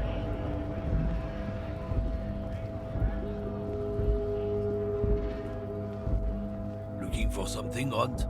Come to tell me to fuck off again? I know you've been giving me the runaround. Fess up. Where's the lady driver? I don't know what you're talking about. He smirks. Sure you don't, fucker. First, you knew Sealing didn't do it. Then why are you smirking? Just tell me which one's her lorry. Oh, alright then. First, you knew Sealing didn't do it. He did something. He stole his employer's goods and another lorryman's job. You should be thankful for the tip. He grins, a wide smile. Then why are you smirking? Listen up, fuckwits. You don't scare me. You cops don't run Revachol West. You don't run Martinez. You don't run anything. See, that's what I meant earlier. Like, suddenly you have a whole nesting conversation. Because of one option that didn't seem to like it was gonna be a big deal.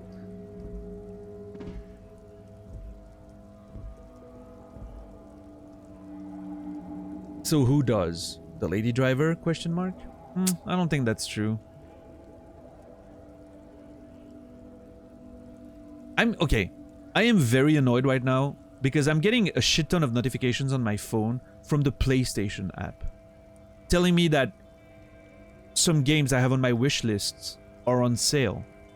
But instead of sending me one notification of like, hey, that many games are on sale in your wish list, it's sending me individual ones for each game every 15 minutes.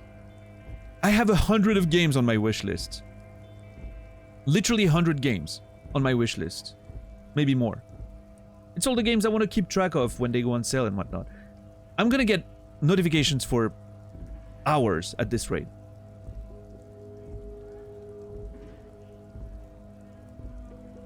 I'm glad games are on sale, don't get me wrong, but geez. Clean my wishlist down from 250 to 60. Yeah, I wish it was easy to, like, the PlayStation UI is just not great for that purpose. But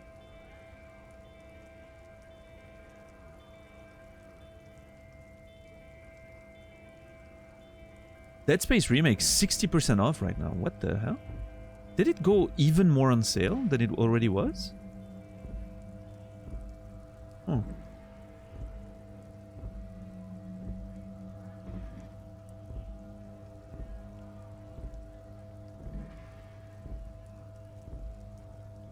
Lots of good game out there. Lots of good games. Yeah, anyway. I still haven't figured out, $10, you were following that story very closely. I still haven't heard back from the PlayStation support about the, you know, the game that didn't got activated properly. I bought the deluxe edition of Fire Pro Wrestling World, and somehow the deluxe edition content didn't come with it. It's been months now.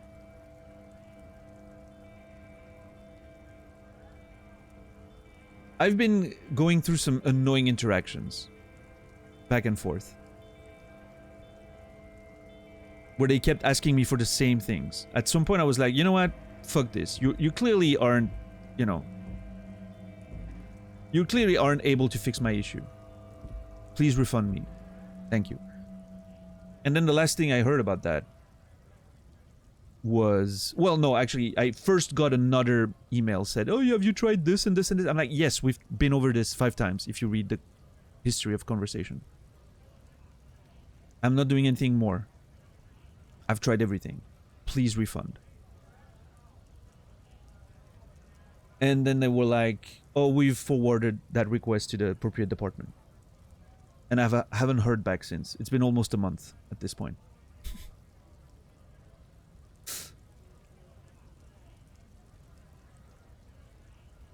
All of that for like a game I purchased for like $10 on sale, right? But still, it's a matter of principle at this point.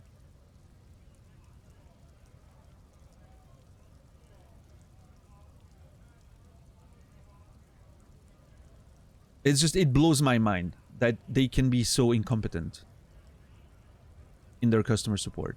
It's just insane to me.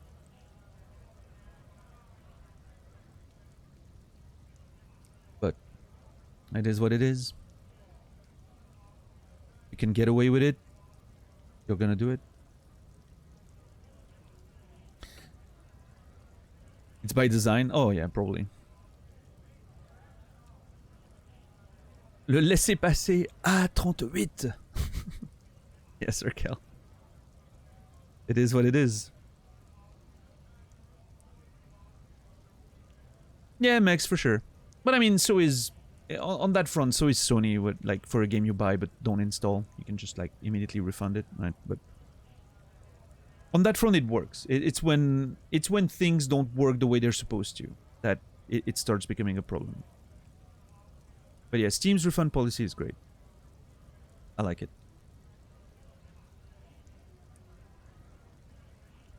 Alright, you don't run Martinez, you don't run anything. So who does? You? No. He means La Puta Madre. A legendary, and not in a good way, crime boss from Jamrock. Controls what is probably the most powerful organized crime outfit in Revachol West. Why am I only hearing of that now? Probably because it was never relevant, but yeah. Looks like the lieutenant has a plan. Let him do this. Okay. Kim's onto something. Yeah, him.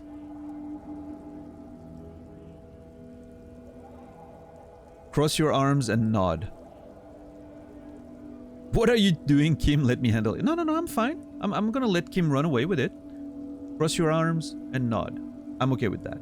Then I presume you are familiar with his peonies. Oh.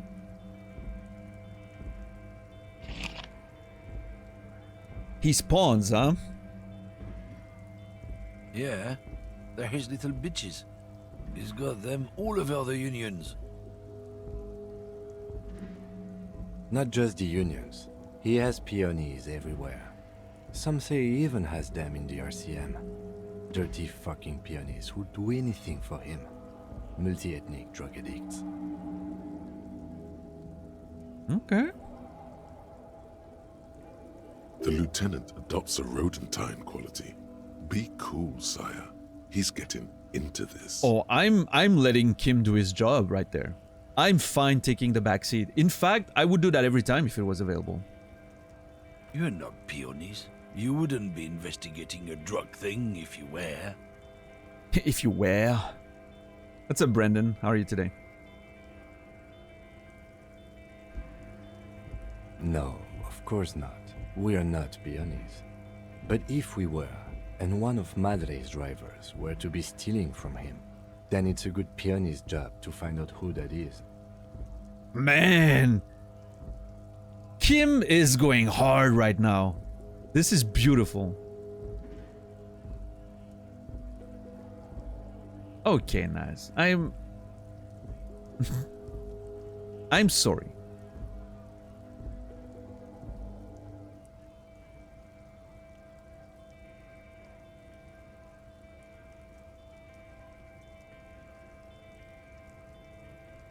Hey, it's still 8:17. We haven't been awake for 40. We've been awake for 45 minutes.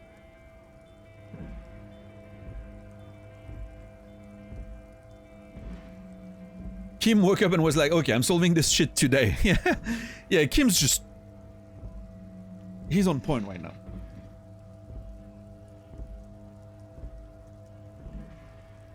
That is such a good line of approaching this, by the way. It is such a good way to approach this. He's surprisingly good at this. Not bad at all. Look at him lurching. I don't think there's anything surprising in that drama. I totally expected Kim to be great at that stuff. It's not a hard job. It won't take a long time. It won't make Madre angry. But a stupid fucking racist is standing in the way, protecting this fucking thief. Oh shit.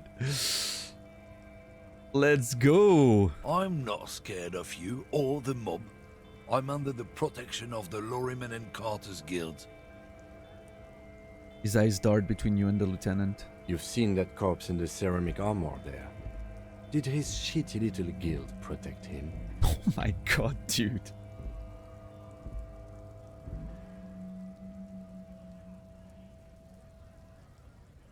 Nah, you wouldn't just leave him out there if you...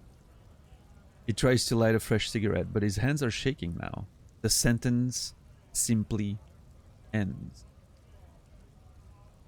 The lieutenant turns and gives you a barely perceptible nod. I've softened him up as best I could. Now it's on you to finish the job. Oh, damn it! Half-Light Formidable 13. Make him tell you what he knows. -1. Go fuck yourself. I'm sorry. What are we doing?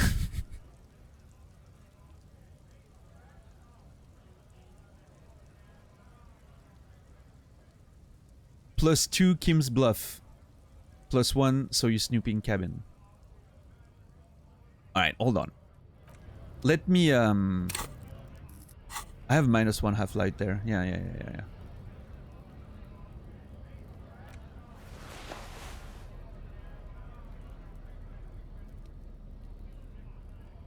That's the best I can get right now. Yeah, let me change code real quick. And it stopped raining, it makes sense, right? Nothing to do with the conversation. Come to tell me to fuck off again? Ah, damn it. 17% is not a lot. I need a 10.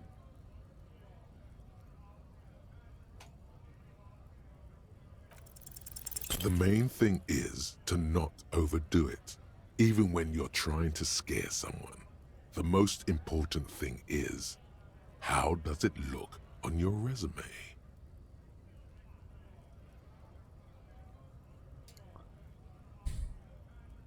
Fuck. The main thing is not to overdo it, even when you're trying to scare someone. The most important thing is, how does it look on your resume? Okay, that's a Half-Life failure.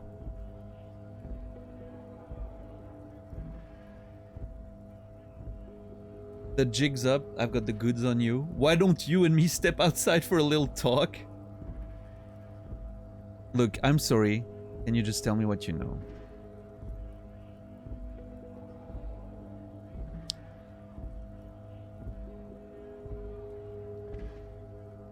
Oh my god, this is terrible.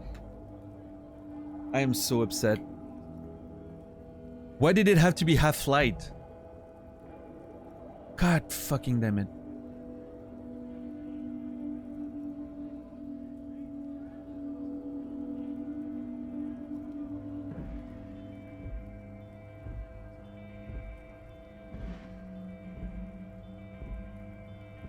I'm gonna go totally overboard. I'm gonna do exactly the opposite of what Half-Light says. In this case. Why don't you and me step outside for a little talk?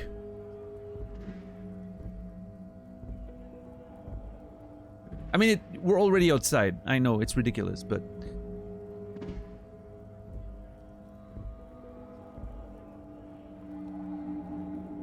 it just sounds a little more threatening than the jig's up, I've got the goods on you.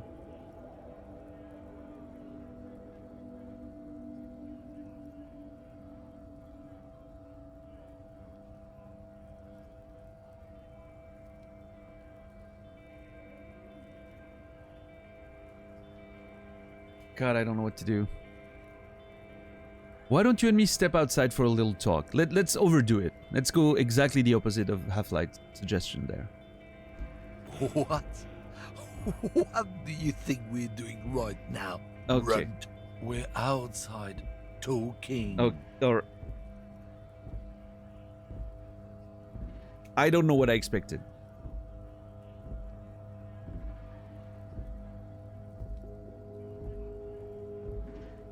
Yeah, I know, Brainy. I was just...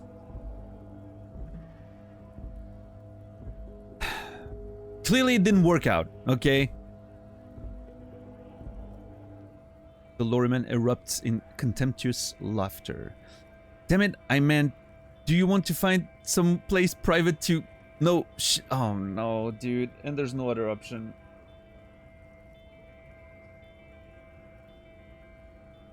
Why did Kim not finish what he was doing? Why did he have to he didn't have to delegate to me. It was doing fine. There's some kind of homo thing? Oh my god.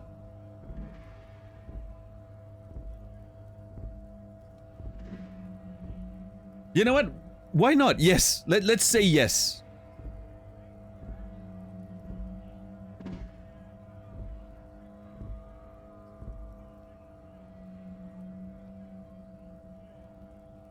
Let's say yes. Why not? Why? Yeah. Maybe it is.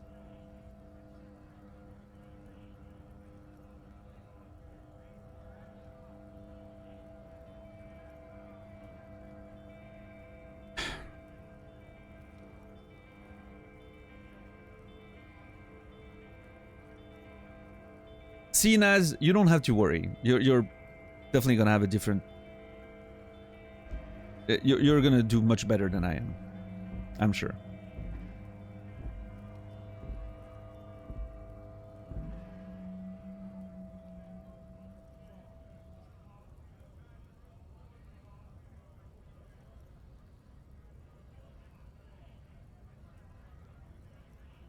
No, of course not. Just tell me what you know. I don't like that. I don't really know where that came from. I don't like that. Yeah, maybe it is. You know what? Sure. At this point, let's go for it. Okay, that's enough, detective. That's enough. Kim! I was on to something, Kim. I didn't interrupt you. Why? Let's just go and ask Tommy, alright? We are wasting our time here.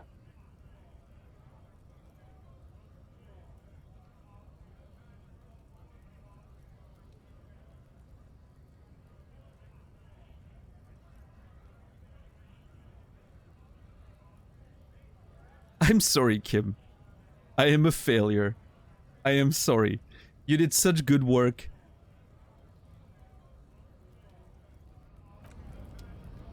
I'm very upset.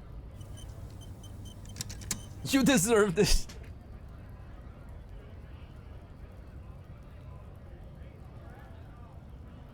He's not... yeah, he's not mad. He's just disappointed. I get it.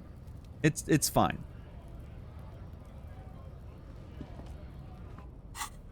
I'm not gonna ask Tommy right now. I don't wanna... You know what? We'll try again. I'm sure we'll unlock the racist lorry driver later, and I'll try again. We don't need to solve that mystery right now. It's fine. Maybe we'll find more about this whole drug thing. Okay, so now there's two options. I can go back to Measurehead, or I can go investigate the apartments that I haven't investigated last time. My hope is that something in those apartments will allow me to sort of find an alternative solution to the current two options I have with Measurehead, which are punching him, which is not going to work out, or internalizing racial theory. Which, honestly, if I could avoid, I would rather avoid.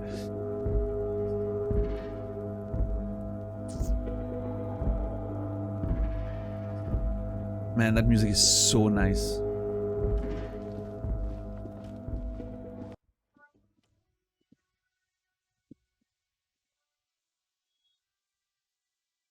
I don't know. I'm not sure. Oh shit, hold on. Maybe maybe they've sorted out the armor thing now. Inside, you see a set of steering levers, a radio microphone, a pull-out toolbox, and the soft glow of the fuel preheater gauge. I wonder what percentage of players experience this game being slower in game than IRL. I think most people, Mopo, I think the days are pretty long overall. Like I doubt many people, well, I don't know actually. But I remember Naz mentioning that he was like only on day 3 or something, and he was like he had been playing for like a week or something. But well, I mean, then again, Naz doesn't put too many hours in it, but yeah, I don't know. I mean, obviously, I'm pushing that to the maximum. I don't know how long was day 1 for us, like 7 days, and day 2 roughly 7 days as well. I mean, so far we're at around roughly 7 to 8 days per actual in-game day, which is great. I love it. It's a good pace.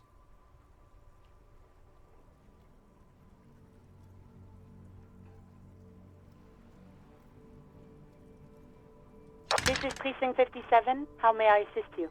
Anything about the armor boots? Still no word, I'm afraid, sir. God 57. damn it! In the cabin.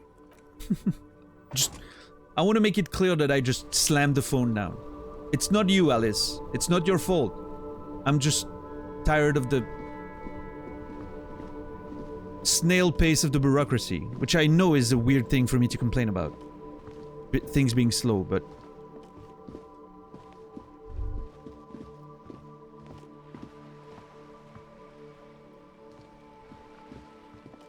Anything new here?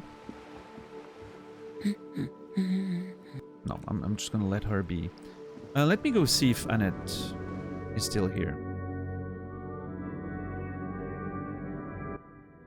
I doubt anyone has anything significant to tell me there, but... Hi, Ace Detective. Are you here for more books? Okay, bye. See you around. I love Annette. Do I have checks that are open in here? Yeah, the map wall and whatnot, right? But it's... I think it's all for stealing stuff.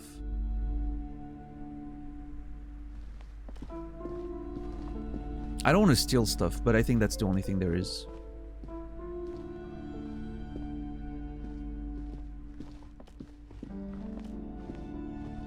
Several maps have been attached to a bulletin board hidden inside the alcove. They're held up by small pins.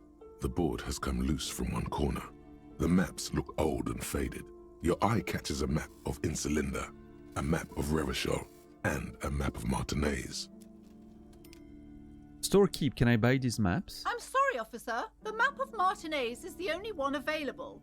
The other two are not for sale anymore.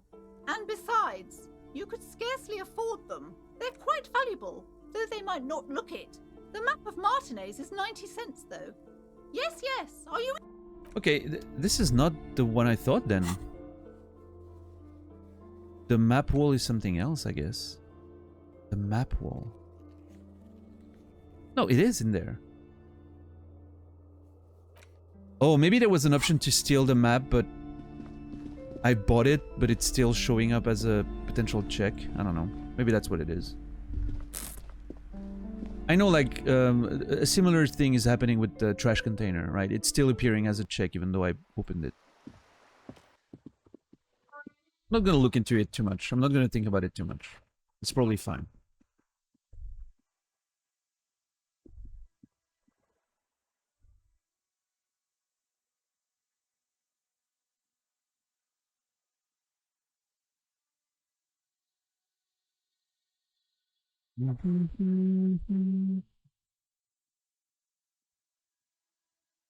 Da, da, da, da. Anything new with this wall? Just an ordinary wall. Nope. So I'm gonna quickly ask Joyce something. I think we're gonna be locked out because of a difficult check, but let's try. See what happens.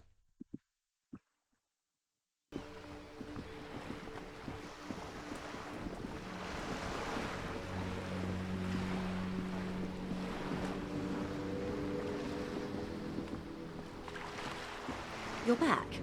Good. What can I help you with? I spoke with the lorryman at the roundabout. Word has travelled, yes, but nothing of real substance has surfaced yet, I gather. Wild Pines has eyes on the intersection, but not ears. One of the tall buildings overlooking the roundabout. It would give them a read on the entire quarter. Sure. It appears we are being monitored every step we take, colleague. Did we have any other business here? I was thinking maybe there was conversation there. I've got more questions about reality. More lessons in basic reality? My favourite part of the day. Go ahead, ask me anything. Conceptualization, impossible 20.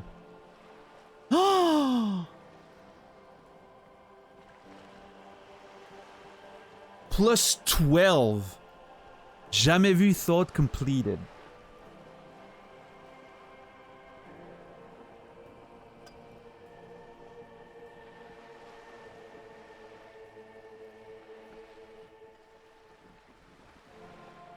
So I'm on 18. Basically, double one is the only thing that can fail.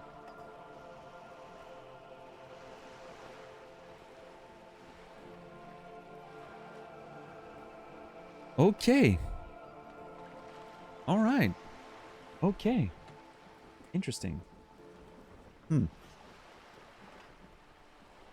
XCOM time. No, we're not critically failing. Surely that wouldn't happen. Yeah, no way. What's up, Frosty? There is no way I'm rolling a double one here. It is just not happening.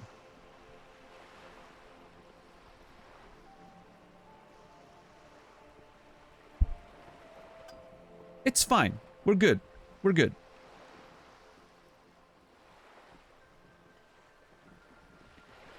It is not happening. There is not going to be a double one. Absolutely not happening. I can guarantee it. I promise you.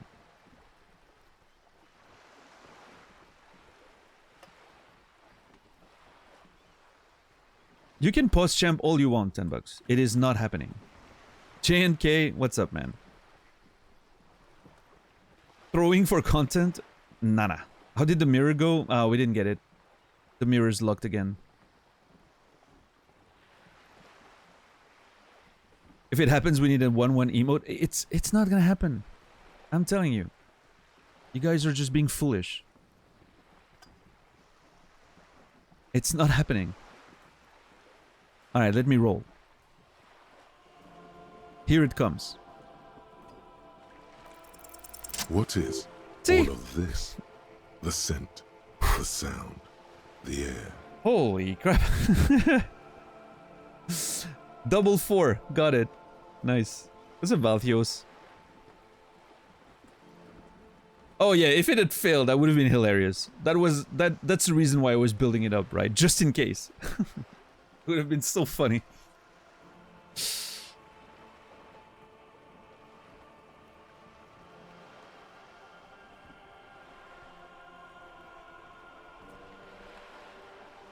What is all of this? The scent, the sound, the air. What world is this? What world? The only one, I suppose. The world of matter. And its pale antipode. The fading pearls of her eyes look to the sea.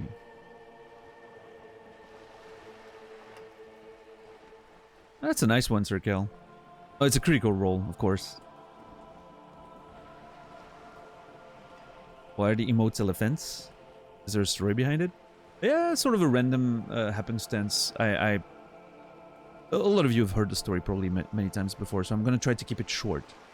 As short as I can. But basically, when I started streaming again, at some point, I mentioned the story of my plushy elephant. I only had one elephant emote at the time. It's still a tier 3 one. I'm sure Brainy is gonna post it. It usually does. And I had one elephant emote. Thank you, Salino.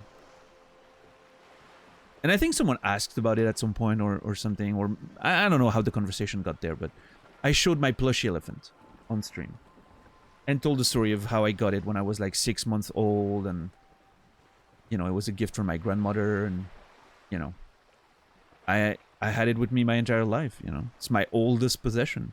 That thing is literally older than I am because it probably got crafted before I was born, right? And I don't know, we were just talking about that, and I mentioned at some point, like, hey, you know, elephants would be a nice mascot for the channel because of, you know, like the sort of slow pace of the channel and the sort of like big emphasis on memory and nostalgia and all those things. You know, thematically it was fitting, sort of like the wise aspect of the elephant, wise and slow and everything. But anyway. And at some point, Nam of the Norse, which you may know from Twitch,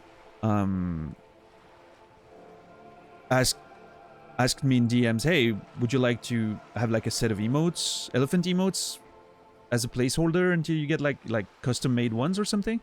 And I was like, well, I mean, I don't know.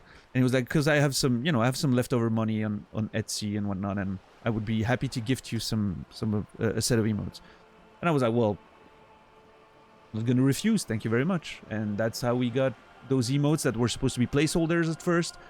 And I think we just sort of got used to them, right?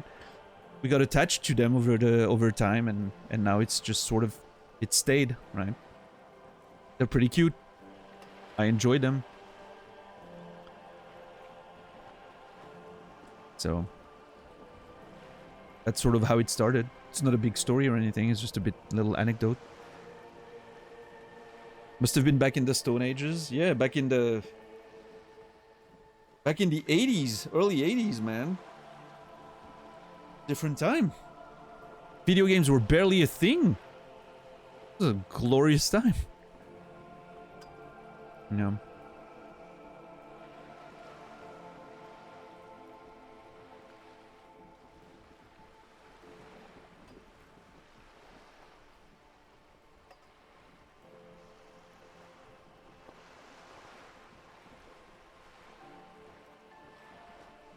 Yugoslavia was still a country. Actually true, yeah.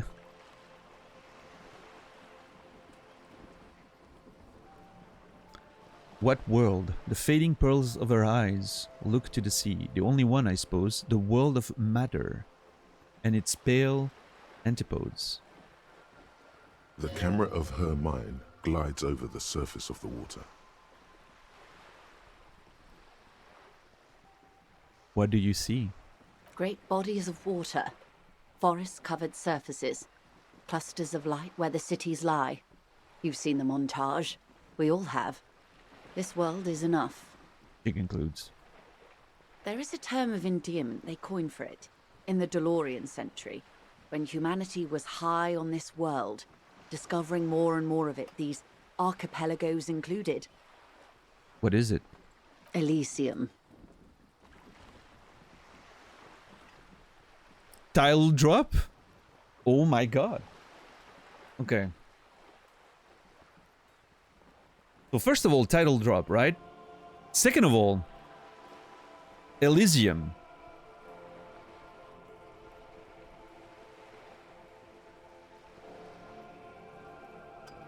is thematically connected to the afterlife, right? Elysian fields in the Greek mythology. Which again adds to my suspicion of this world not being quite what it seems.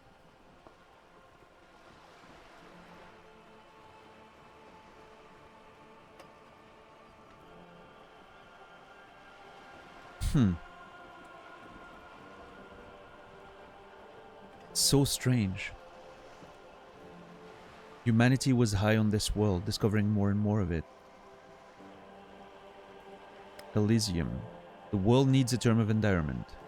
This world does not deserve a term of endearment. Endearment, sorry. This world does not deserve a term of endearment, or this world needs...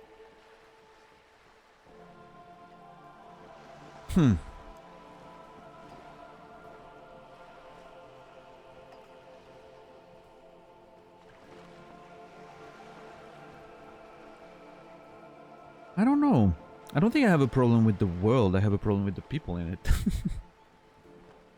Elysium. The world needs a term of endearment. It does. There are those who would call it hell. Uh-oh. What is hell? A term of hatred that originates, like many such things, with the Mesk petro-fascists. I don't feel like I've got the whole picture yet. Oh, you want a picture of the world? There is no complete set yet, dear. They're having some trouble reaching orbit. How come? Great things are difficult to achieve.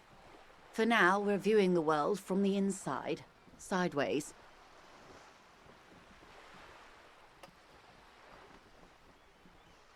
This is so interesting.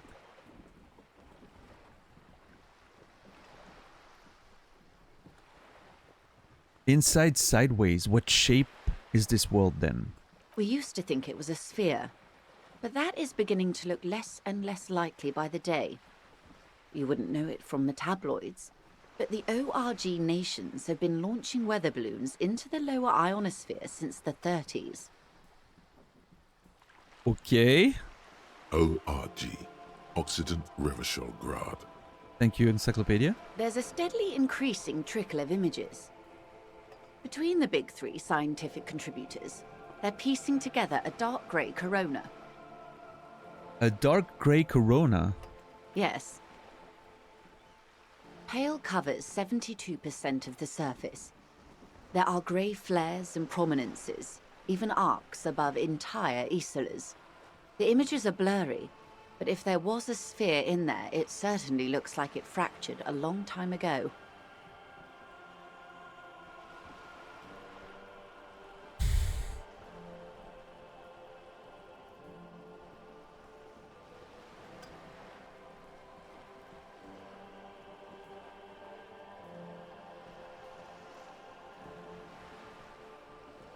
This is such a fascinating description.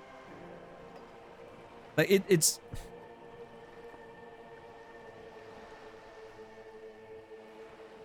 one of those things that like you can barely imagine it.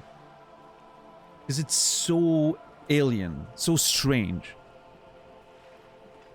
While also being familiar, right? But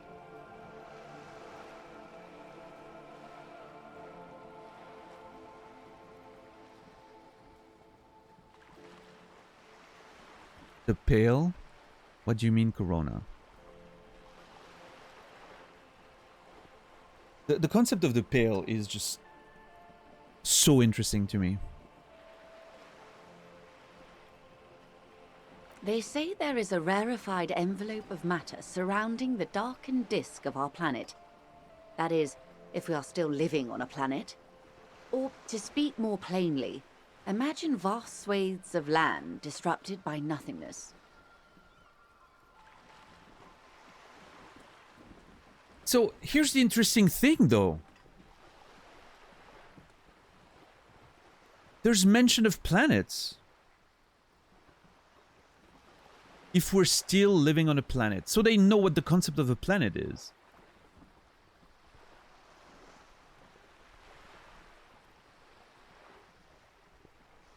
Although, I mean, planet can be understood in very different ways, right? Like, planet comes from plane, which is initially what we thought our planet was, right? It was a plane.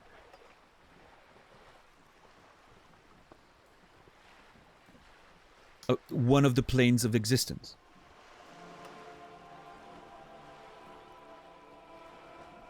It doesn't necessarily mean something that is a sphere, but they thought, in this world, they thought it was originally they thought it was a sphere. Now they're starting to think it may be a disk. Which is very interesting. And there's an envelope of matter surrounding the disk, which is the pail. That sort of primordial soup of what or whatever for when, like, instead of just space, right? More plainly, imagine vast swaths of land disrupted by nothingness.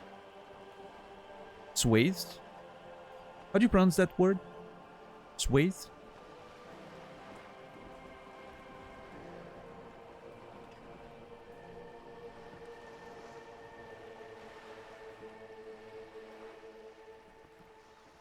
You were right the first time? What was the first time? Swaths?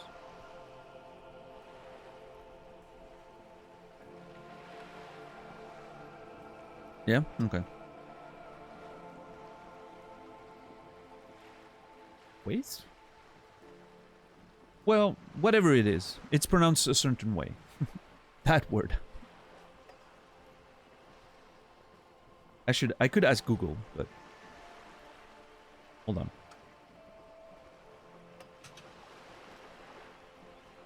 Oh, apparently people don't agree. It depends if you're British or American. It seems.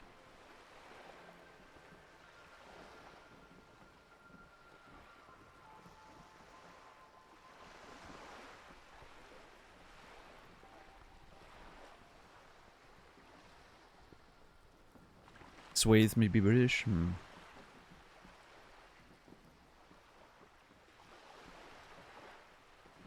Rhymes with cloth. Swathe. Well, anyway. Vast swathe of land disrupted by nothingness. I am sorry, dear. It must sound quite terrifying through the acute encephalopathy. Even scientific positivism isn't entirely convinced about what we're dealing with here. So it's really weird because it gives me the impression of a world that we haven't really figured out yet. Even though we're in this sort of post-communistic, already late-stage capitalism sort of society. But it seems like it almost feels to me like the characters in this world are just existing there. And they're not really, like, sure of what the world is. And they're just like, yeah, I mean, we're in this world and we haven't really figured it out yet. As if they came from somewhere else, right? Which, again, contributes to that feeling of we're not in the actual real world. It's almost as if this is another stage of those characters' lives, right? Like, that's why I mentioned the afterlife stuff, the purgatory stuff, right? It's sort of that weird, as if you almost vaguely remember being alive in a different world, but you're not sure, but you're still like, yeah, this is not really something that I understand, right? This realm of existence that I'm in. It is such a strange, eerie world that is fascinating to me. And man, it's really fascinating. It's really, really fascinating. What's up, Diorgo? Yeah, exactly, like a sort of limbo, right? That's the sort of vibe I'm getting from all of this. Sounds like they're describing Eastern Europe. Well.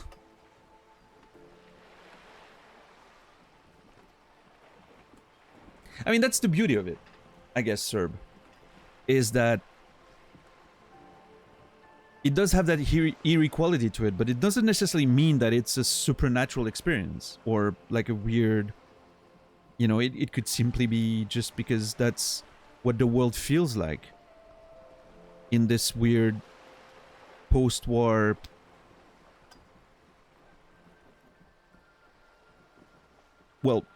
limbo of sorts, right?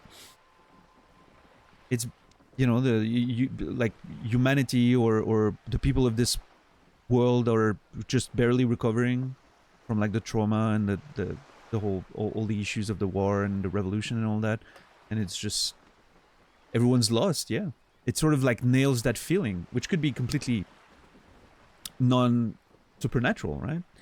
But it could also be sort of a fantasy thing. There's definitely an angle there where I can imagine this going both ways, which is fascinating, I think. I love when a game just manages to nail right in the middle of, is this like, how am I supposed to understand all this, right? As a sort of metaphor, symbolism, or is it actually something weird and supernatural, right? I quite like that. But this is one of the greatest questions of our time. Maybe when they get the complete set together, it will jolt us out of our rut, bring us together, however naive it may sound. This is one of the great questions of our time. Maybe when they get the complete set together, it will jolt us out of our rut, bring us together, however naive it may sound.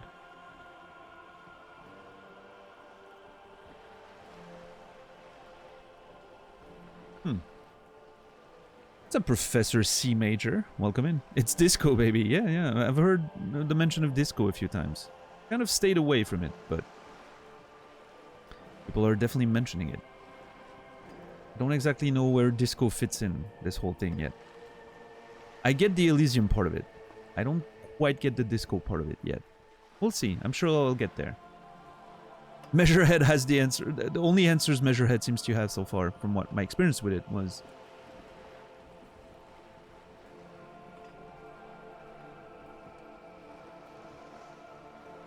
that I was a degenerate. Which, you know, fair assessment, but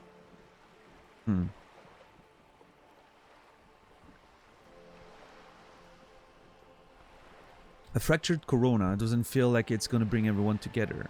Anyone together, sorry. You have misimagined it.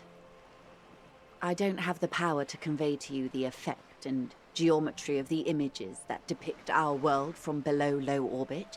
It's like the crowning of the world. It's insane. Very disco. You'd love it. No, well, there it is. She looks up. It's like the crowning of the world. It's insane. Very disco. You'd love it.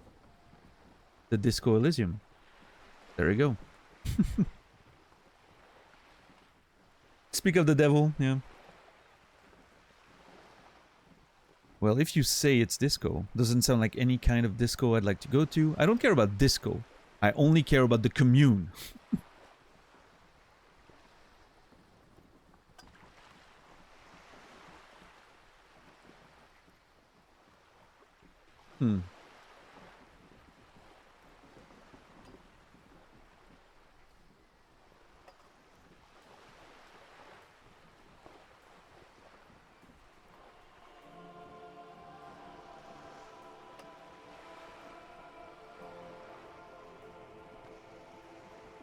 I'm not sure which angle to go with there. I'm not sure what I want to respond to this.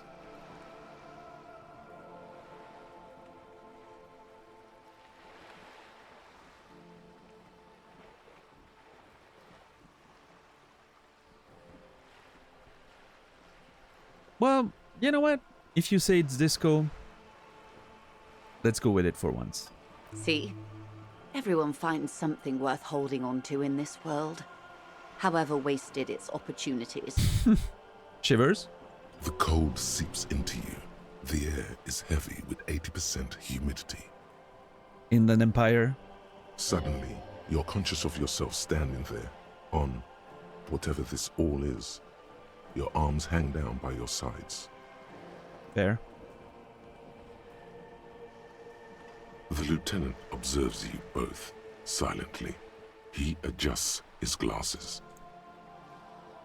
Kim's always, whenever we engage in those sort of metaphysical conversations, Kim's always just listening very attentively. He doesn't really take part, but he's always listening. Like, it seems like he's interested. It's almost like if he's studying us in a weird way, right? It's like looking at us like, Kim almost sometimes in those moments alone, and I don't think I'm into some like, I don't think I'm onto some great mystery there. I'm just like, it's just an observation I'm thinking about now. Whenever we're in those metaphysical conversations, Kim feels like an external observer who's just watching us and like, what do they actually understand about what's going on here? As if he knows something more than we do already, which I find very fascinating.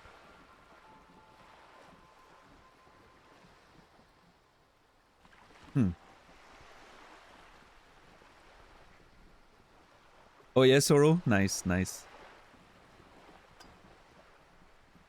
Yeah, it's good that you get the you can get the opportunity of watching the rest of it through this playthrough, right? Instead of playing it yourself if you stopped at some point. Yeah, I'm looking forward to see where it goes for sure. This is really a fascinating video game so far. I am definitely, you know, I'm harnessed in and ready to go on whatever ride it's gonna take us. I've been on it for like a couple weeks already, and I just can't get enough of it. It's just amazing.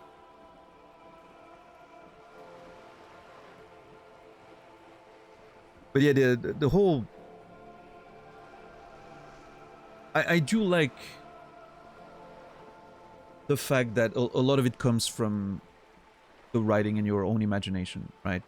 It describes all those things, but it doesn't feel like it has to show you those things, right? It doesn't show you like a splash screen or a little cinematic or something. It just lets your imagination do the work, which I think is very good. There's real, you know, as a writer, I always say that my best tool is my reader's imaginations. And I want to make sure I sort of give just enough fuel for the reader's imagination to go wild, but I don't want to go overboard. I don't want to be too descriptive, because I don't want their imaginations to be sort of harnessed by my own words, right? It's just enough to be evocative, but then you let the imagination do the rest of the work, right? I think that's an extremely valuable tool you have when you approach things this way, right? Because the reader's imagination is always going to be better than words you can put on a page.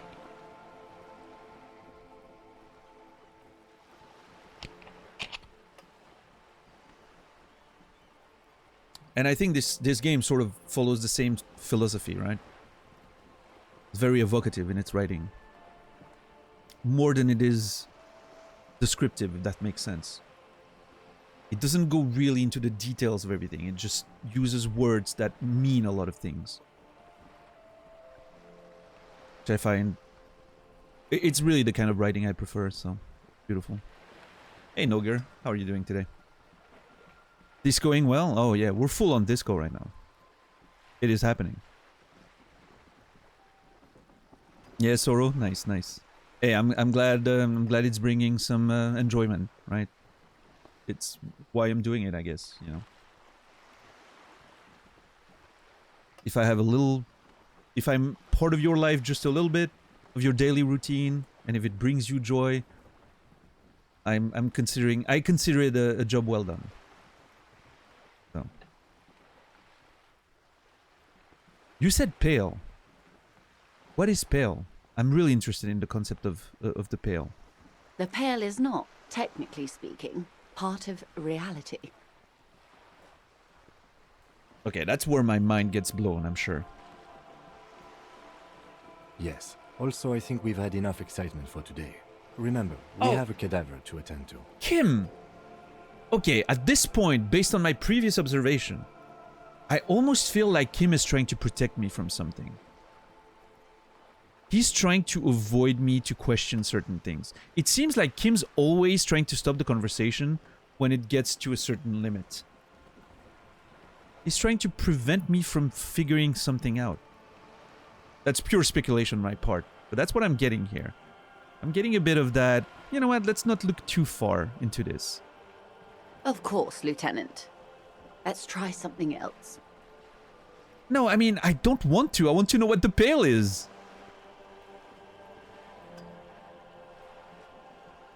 What do you mean it's not part of reality?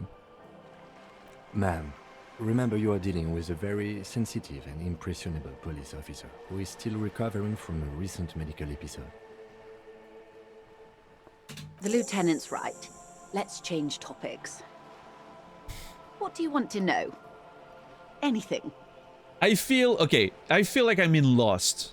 You know, in Lost when they don't want to give too much information about the island because they're not ready to understand yet. I'm getting the same feeling. They know more than they let on. And for some reason I'm excluded from that conversation. As if I'm not ready yet. As if I'm new around here in this world. And I need to go through some test of some kind before I can be allowed to have all the information. I'm wildly speculating, and I'm sure I'm very off base, but these are sort of the vibes that I'm getting. Not saying that it's exactly what's happening, but it's sort of the vibe, right? Which is quite interesting. What's up, Greg? We haven't been talking to Joyce very much, actually. We just got here. We were investigating the lorry men, and I didn't want to push Tommy too much, so now I'm a bit locked because I need to get a check on the racist lorry driver. And I'm sort of trying to avoid getting on Tommy's bad side, even though we could get some information there. It's a bit of a rough spot, so I'm sort of... yeah. Right now what I want to do is investigate the 2 apartments that I haven't investigated yet. And then I want to go back to Measurehead. That's the immediate plan. But she wants to tell you. Yes, suggestion? This is not going to happen with the lieutenant present. Oh. Unless you can convince him to step aside. Oh. I could come back at night then. Or I can try to...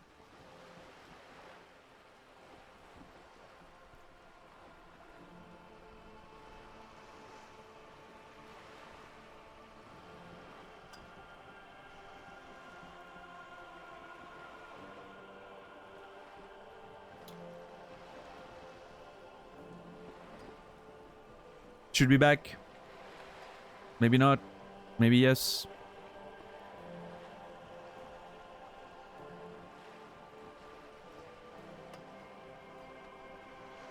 Yeah, please refresh. It should be back. Yeah. Make sure you refresh to avoid, you know, pause and play again to avoid being 15, 20 seconds behind. But yeah, I'm sorry about that. I don't know what Twitch is doing. It's definitely, you know, it's definitely not on my end. My internet is working perfectly fine. It's been happening for like a few weeks now, right? So, I don't know. From time to time.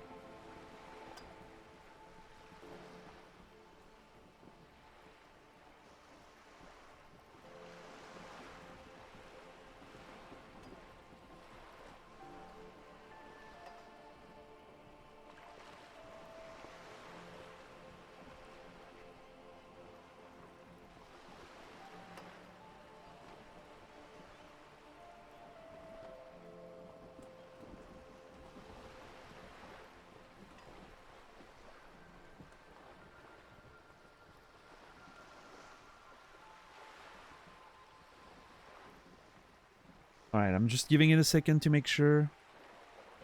I think we're good. Anyway, apologies about that. So what happened? I don't know how much you missed because of the interruption, but so it's not going to happen with the lieutenant present unless you can convince him to step aside, which means I could come back at night, or I could just, you know. He seems to be trusting me enough that I wouldn't have too many issues.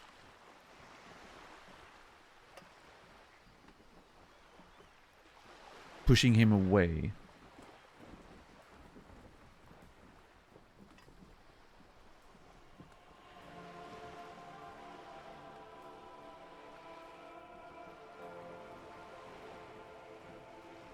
I could also come back at night.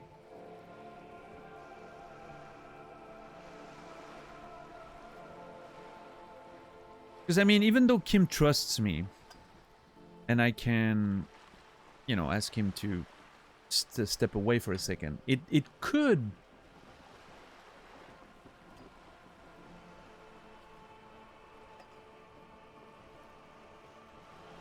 He could still take it the wrong way, right?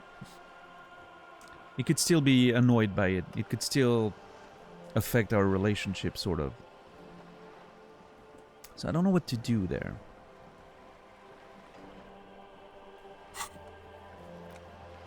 Talk to Joyce about the pail without Kim. Lieutenant Kitsuragi does not want you to hear about something called the pail, probably thinking it will prove traumatic. Return to Joyce once he is not there and ask her about it. Or get him to step away for a second. You know what? That's all for now. Glad to have been of assistance. You know what? I think I'll come back with Kim, because even if I ask Kim to step away, maybe he could, you know, he could have a reaction like, you know what, that's enough. Or I'd rather come at night when I'm alone, I think. And not upset Kim. And you know, I'm still trying to prove to Kim that I can be a good police officer. That's still important to me, right? To be doing my job, right? So, let's stick to it. We'll get into the whole pail thing on the night of day 3, I think. Hold on. Let me take a note of that. Come talk to Joyce when Kim is away about the pail. There you go. Alright, we're back in here. We have 2 apartments to investigate. One of them is the one that's being squatted. I think it's this one. And then we have the one with the smoker. Let's see what this is all about. You hear someone walking around inside, rearranging the furniture. The number on the panel says 10.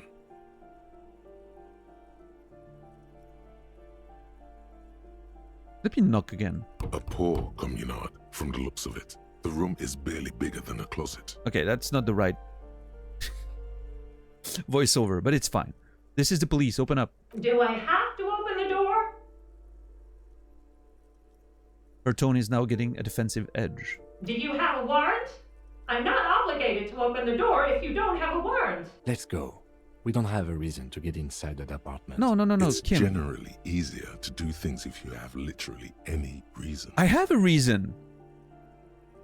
The cleaning lady asked me. This apartment's supposed to be empty. Did you break in here? Excuse me? Of course not. There's no sweet talking your way in there.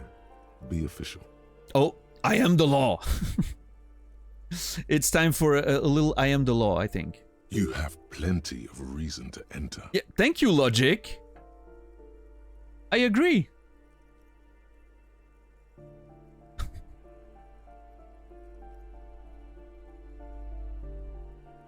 I love the double logic combo here. It's generally easier to do things if you have literally any reason, and then you have plenty of reason. Are you cooking morphine in here? What the... Open the door so I can verify your identity. I don't need a warrant if I suspect there's been a break-in. That is true. Be official. Okay, I don't need a warrant if I suspect there's been a break-in. Oh, come on. There's a pause before you hear the door being unlocked. Well, that was easy. Yeah. Kinda was. That was smart. Thank you, Kim. See? I'm getting on Kim's good side. I'm very happy with my decisions right now.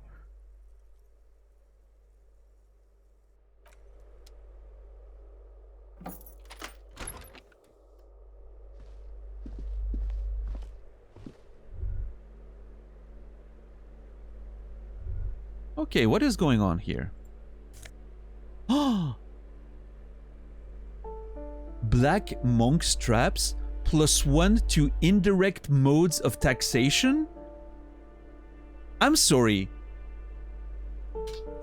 +1 to indirect modes of taxation.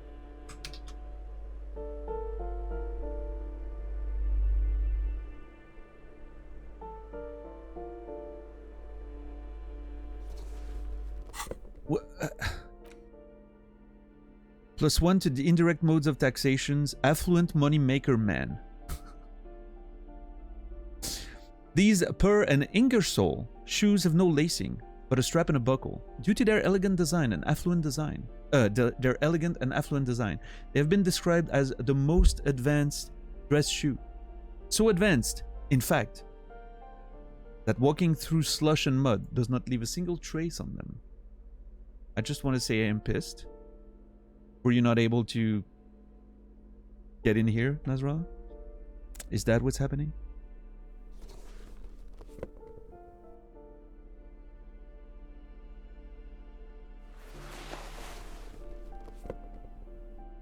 What are my shoes doing? +1 composure, -1 savoir-faire. Look at those shoes, man!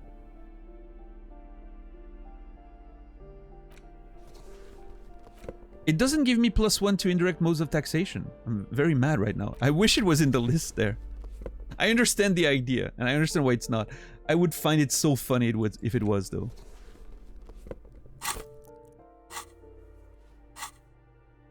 So either it's just a flavor thing, or it's gonna be like a weird, like, sort of secret skill that could somehow get a check done at some point. I'm not sure.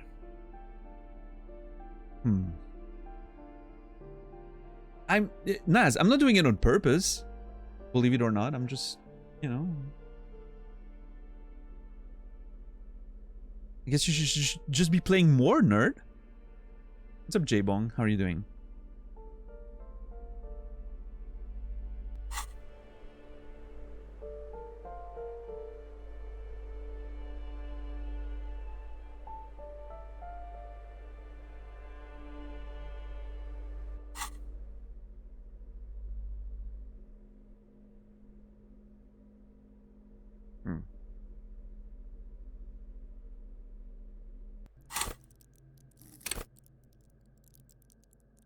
Composure is great. I'm not sure I want to sacrifice composure for the sake of a potential secret sort of... Actually, you know what? I would totally do that. That seems like totally me. Oh. The luxury of fine things. Just look at those black monk straps. After spending an entire day hustling, who's to say that you didn't deserve a pair of ridiculously expensive shoes on your tired feet? I forget that trying on new clothes gives you, you know... I need to try every clothes that I have. I may have not tried everything.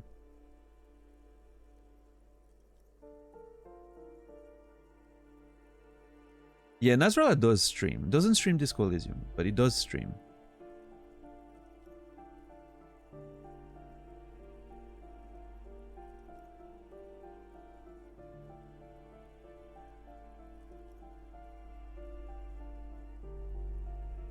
Hey, Robbins, have a good one, man.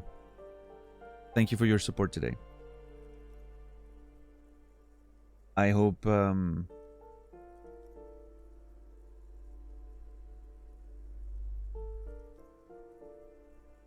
hope you can watch the rest of the stream in the VODs and join us back tomorrow. Appreciate you.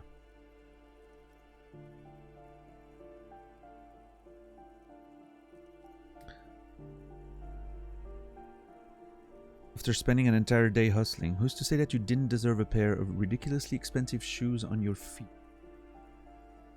You're right, beautiful things do make people happy. Oops, it's a fashion faux pas.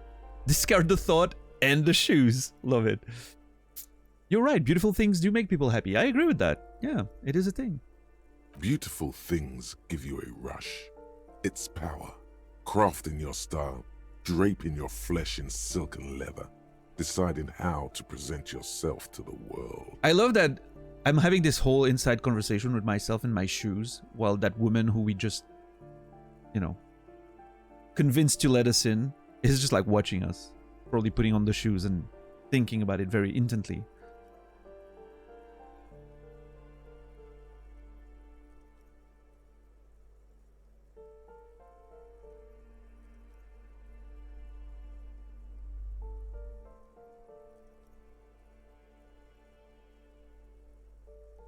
Sorry about that. A little tired. Jeez.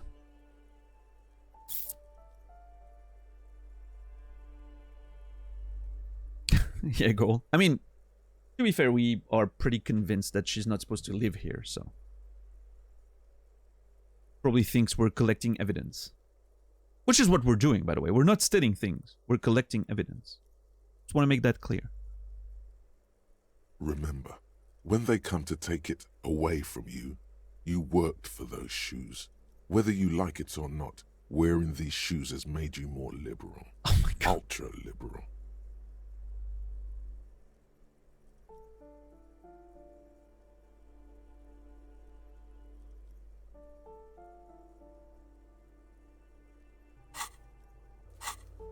Oh my God, I actually got some points in ultra-liberalism.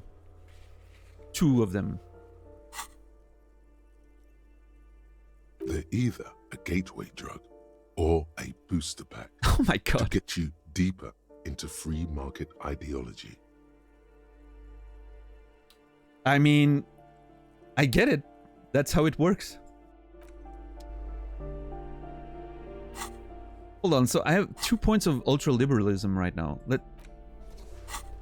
It's still on 2. Okay, it's still on 2. I was like, does it every time that I put them on and remove them, it increases? No, it was just once. But I'm gonna keep them on for now. It's gonna be a fashion statement.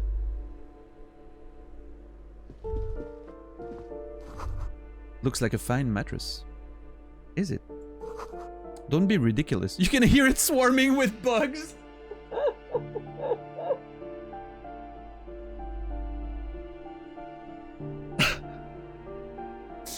So I love that you get a normal bubble to check the mattress. Oh yeah, it looks fine. And then you have perception like, no, it's not.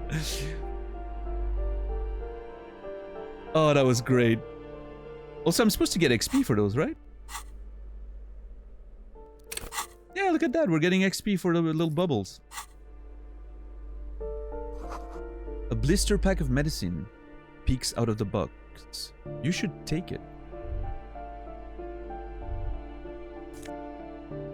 +3 morale, sorry. Hypno Gamma. Yeah, I'll take that. Collecting evidence. Not stealing. Collecting evidence.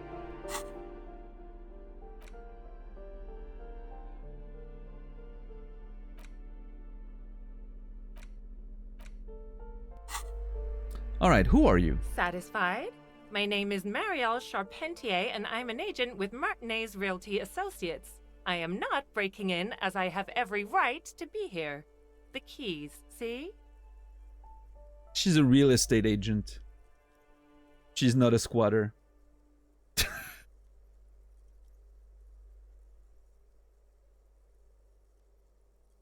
Or at least she pretends. You know? She definitely is wearing the suit and all that. Marielle Charpentier. I'm an agent with Martinez Realty Associate. Her voice is really cheerful, despite her obviously hating you. You know what? Empathy, fair. Do you want to see my ID as well? You can't legally ask for it, but why not? Want to see my residence permit too? Fishing out... she fumbles through her purse, fishing out a light, paper-clad passport. Inspect the passport. It feels flimsy in hand, with the words Revachol Zone of Control written under a nondescript municipal logo. There's a picture of her with shorter hair inside, along with all her personal details. Is it a real passport? Be friendly. Nice haircut. Hand back the passport. I'm gonna follow suggestion on this one. Thank you. Do you have any questions? I need to be back in Midtown in an hour. What are you doing here?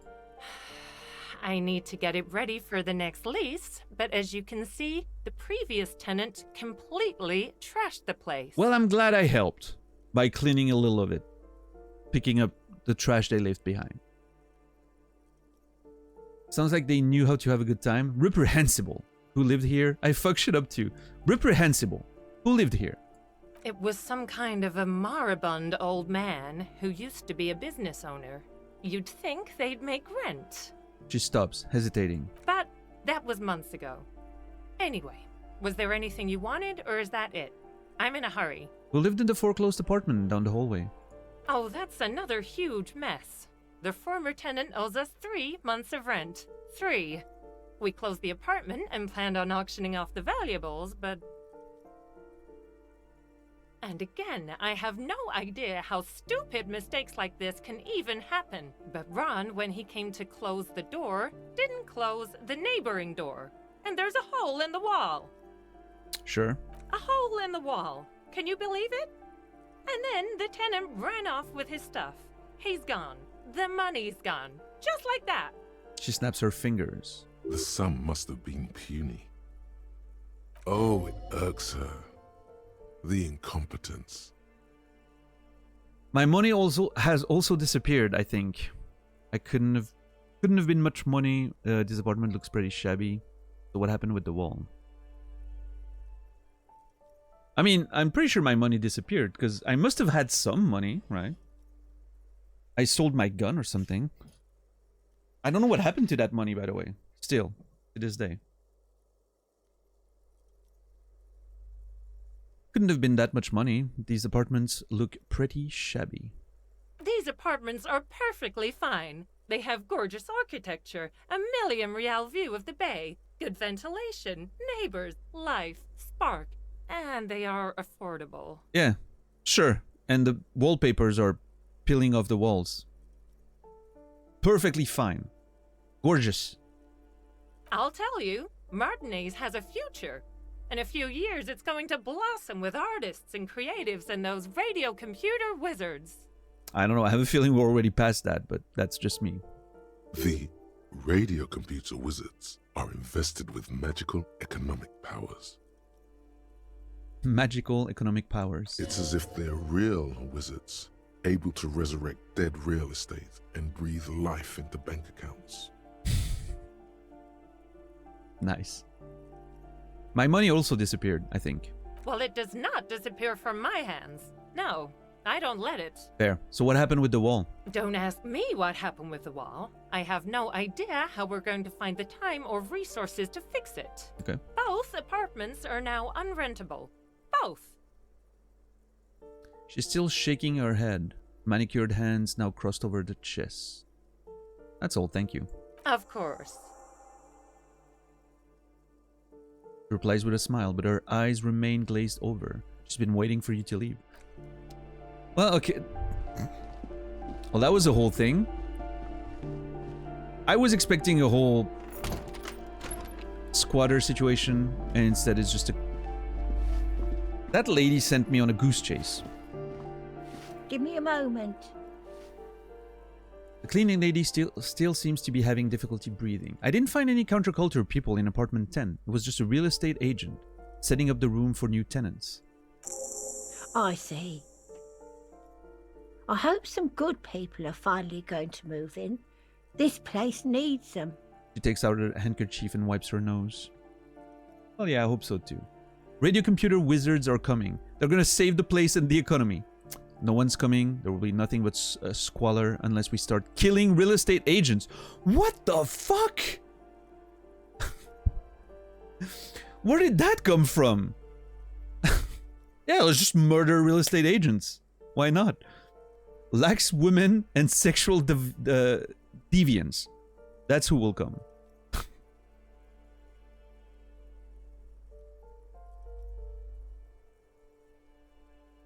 I'm sure everything will be fine. This apartment building needs slow change. Imperceptibly slow. Maoist thought, yeah. You know what? She's an old lady. She needs a break. Yes, radio computer wizards are coming. They're going to save the place and the economy. Sure. I mean, that sounds like a lie, though.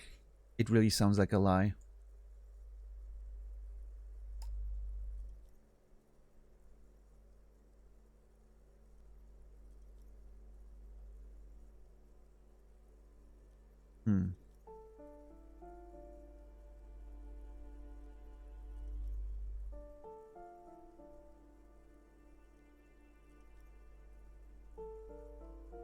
Comrade, this is a Wendy's.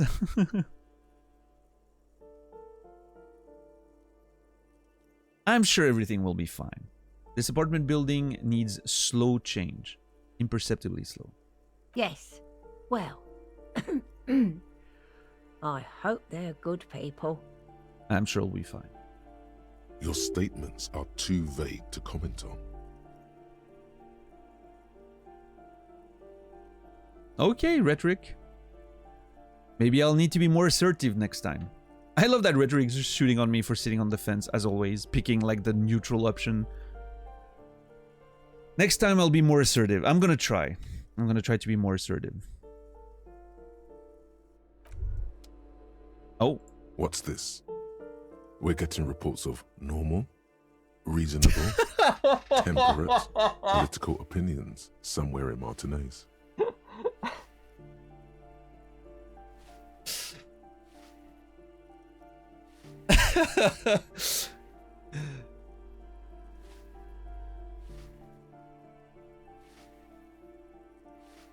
That's me.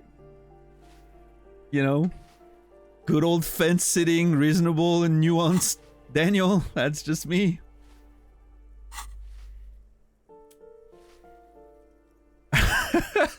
This is so good. You must be mistaken. I'm a real radical.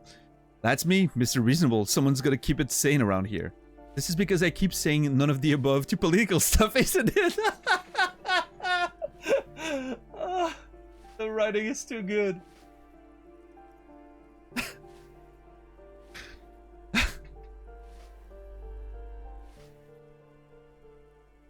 Oh man, this is so fucking well written. I love it.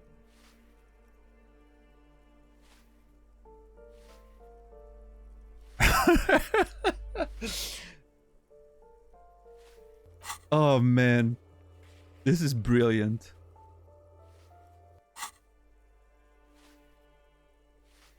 This game is a personal psychoanalyst. Yeah, I mean it's definitely got me pinned out, like pinned down. Let me tell you, like Jesus, I've never felt so called out by a game. How many points in boring? Wait, can't you see? Only 2. Yeah. We're good. I'm not the boring cop. Sorry, my key was bugging out.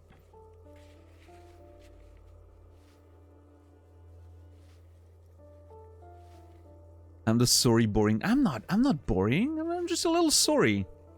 It's okay to be sorry once in a while. I've done a lot of bad shit. It makes sense that I'm sorry about all of this. I'm literally getting put in the game and the only thing I'm hearing is how bad I behaved for 4 days. I was gonna apologize a whole lot. Makes sense. I'm taking responsibility for my actions there.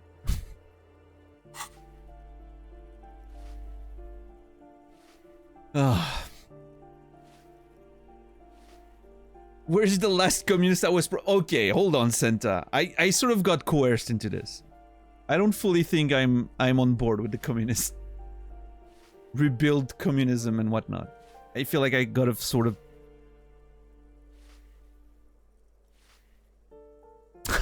Knocker, what the fuck?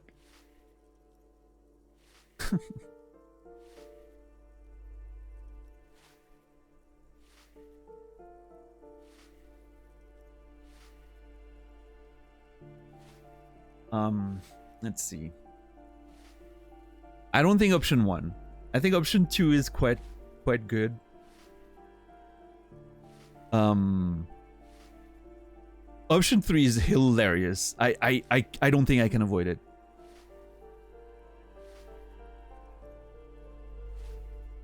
This is because I keep saying none of the above to political stuff, isn't it? It's also about that, but it's also more. Perhaps it's the hangover. Perhaps it's a temporary surge of serotonin. But something tells you it's time to become a citizen of the Kingdom of Conscience. I'm sorry. The Kingdom of Conscience?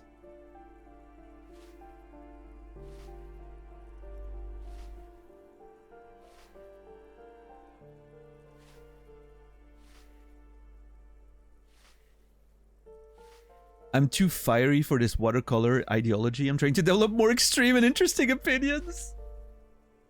So funny, dude. Oh my god. Okay, first, where's this kingdom of conscience? It is not a place. It is a moment in time that can only arise in the right circumstances. In all of human history, it's only been achieved a handful of times. That is a honorable goal. That is a stupid goal. How do you bring about those circumstances? Incrementally. Oh. I like that. History's greatest catastrophes have been brought about by people trying to make the world a better place. Too quickly. Sure. That's the genius of Dolores Day. She recognized that progress is meaningless if its gains are lost because of instability. Real, lasting change can only come about gradually. Increment by increment. But what about all the things that are wrong now? Okay, but what's the kingdom of conscience actually like? Okay, but what's the kingdom of conscience actually like? But what about all the things that are boring now? That are wrong now?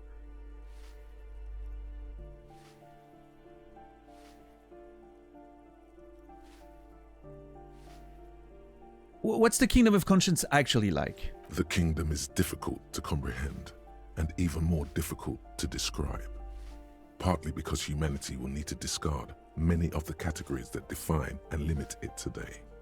The kingdom of conscience is post-capitalist, post-national. Oh, I love that. A lot of posts, that's my jam. And also empathy is leading me on that train, which is great. F? Not this time, I don't think, goal. Everything looks good on my end. Oh, small F? Okay. Sorry about that. I was just saying I love the post stuff, you know, and the fact that empathy is leading that conversation really makes me interested. Is it post-hardcore too? I don't know. Yeah. It's also post-industrial. Oh. Post-ideological, and even post-sexual. Sounds incredible. Allons-y. Let's go in there right now. That seems fine. I still want to live for the present though. Man, that sounds kind of terrible. I don't think I want to be a moralist anymore.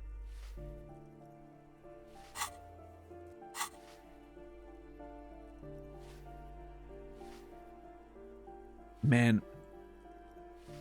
This game is insane.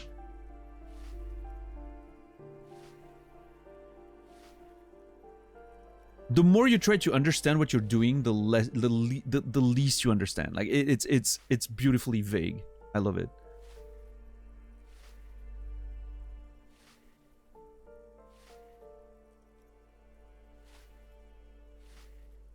You know what? That sounds actually incredible. Allons-y. Let's go there right now. Slow down, Mr. Reasonable. Did you miss the part about compromising and taking things slow? All right, then let's get there eventually. That's right. Remember, real democracy is just around the corner for Revachol. When that real democracy kicks in, a long time from now, we are all going to be so much happier. Incredible.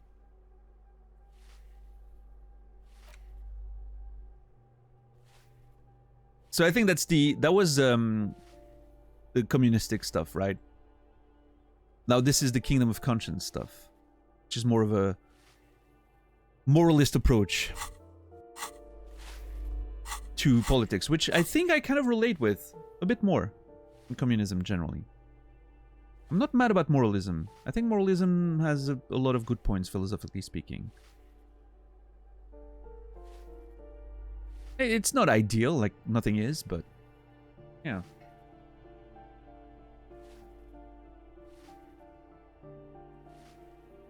As an American, the whole moralist sequence was just chef's kiss, yeah. The great fence builder. Just exactly that gets me. I build the giant fence. The great fence of Revachol. So we can all sit on it. And absolutely have no opinions about anything.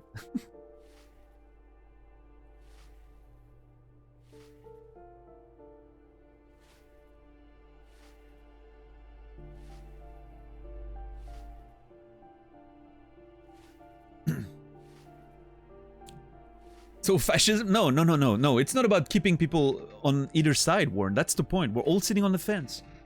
All together as one. No, but I mean, you know, obviously, I don't think there's any, like, perfect philosophy out there. But I do think moralism, like, aligns with a lot of my values. From what I remember from philosophy lessons when I was younger, right? It seems like a more nuanced approach to things, which, you know, it's not ideal when you need to get shit done, but I don't know.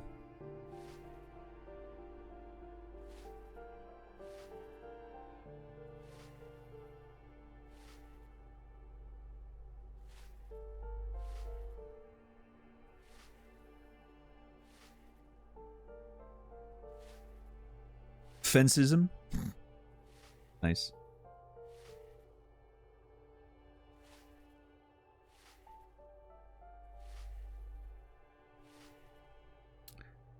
Oh, we discovered the Kingdom of Conscience, sir. Apparently we're on the moralist journey now.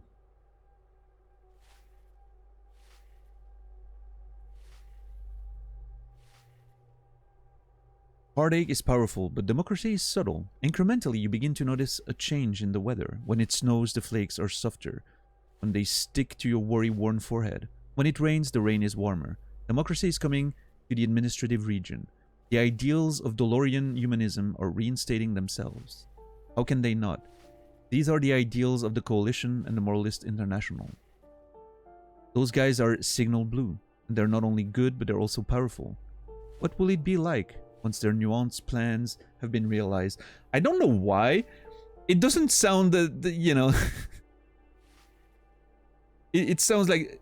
what will it be like when once their nuanced plans have been realized? It's almost like as if it's a facade, right? The moralist intern doesn't seem to be that aligned with their own philosophy. It seems like it's just a manipulation technique, but what do I know? But yeah.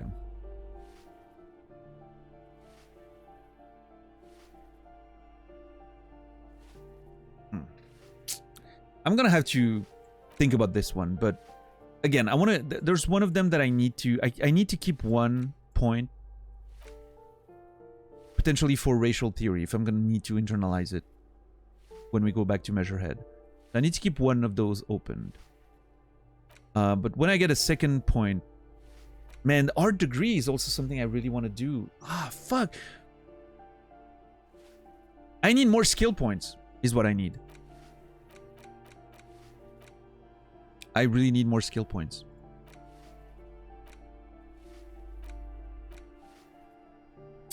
This one's gonna lower my half-light by 2. Which is fine. I don't care too much about half-light, but... Alright, well...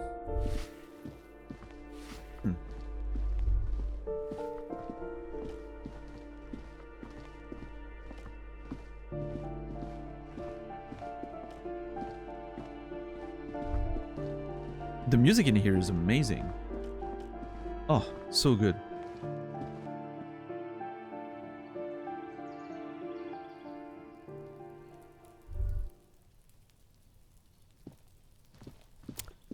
Is this closed? I don't remember trying that door. Okay. Alright, this is the door where the smoker is supposed to be. Let's see. This door is made of metal and appears to be reinforced.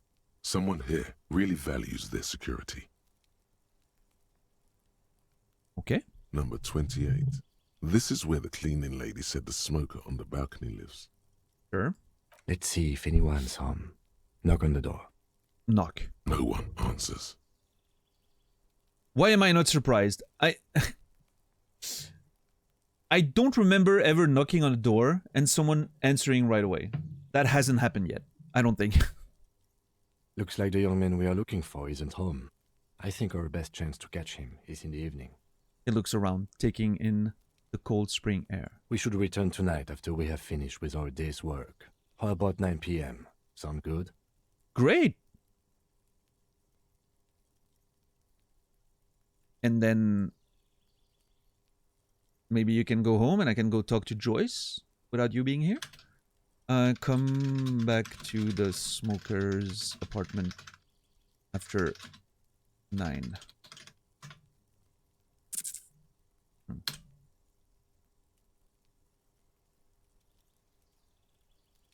Sounds good. Tonight at 9. Tonight at 9 p.m. Right here. Apartment number 28. Good. Let's go. Alright, well, that was quickly settled then. Alright, cool. I think it's time.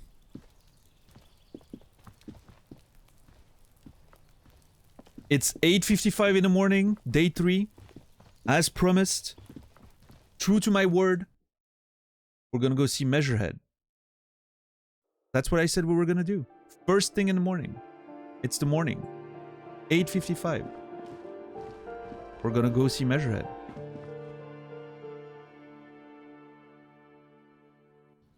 I'm very true to my words.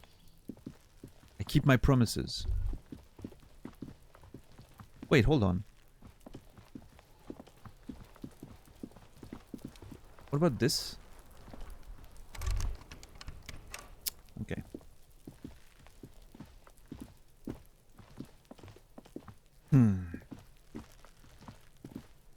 Oh, I wonder, does she say anything else now that we've... Trying to sneak up on me again? Trying to snuff me out? Get away, pig! I'm sorry. Jeez.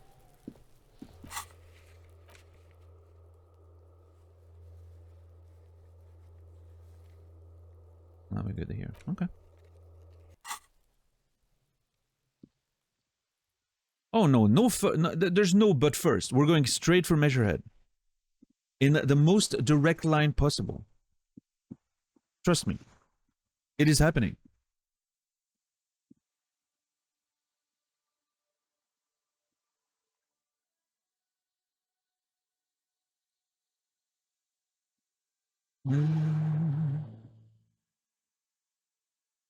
Da, da, da, da. Oh wait, shit. We have the waterlock situation that we just... I forgot about that when we were talking to Sealang.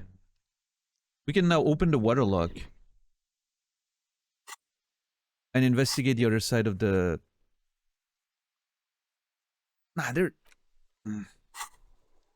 The problem is... Okay. The problem is I really would like to figure out another way to deal with fucking Measurehead, but... Nothing has helped so far. And I don't want to waste too many days. The watercock? Hold on. What are we talking about, Puka Bear?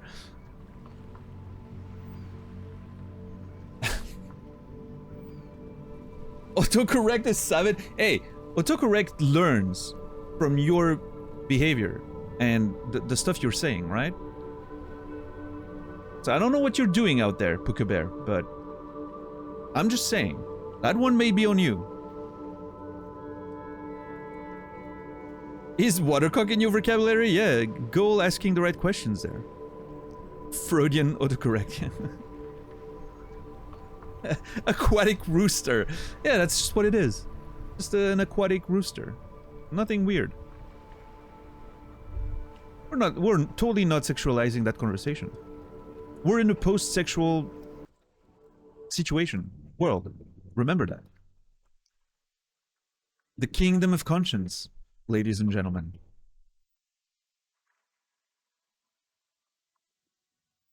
Inside, you see a set of steering levers, a radio microphone. This is Precinct 57. How may I assist you? Please tell me you found out more about the owner of the armored boots. No word, I'm afraid, sir. I know it must be frustrating. Was there anything else you wanted to ask? It is frustrating. You're fine, Alice. It's not your fault. 57. In the cabin. Slamming the phone down.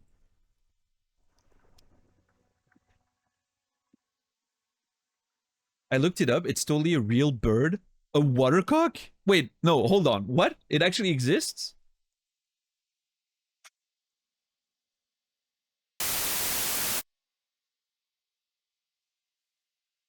Oh my god. It actually looks pretty cool. That is a beautiful cock. I regret saying that.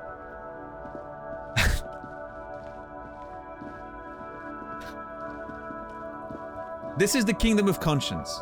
Post-sexual kingdom of conscience. I meant the bird, obviously.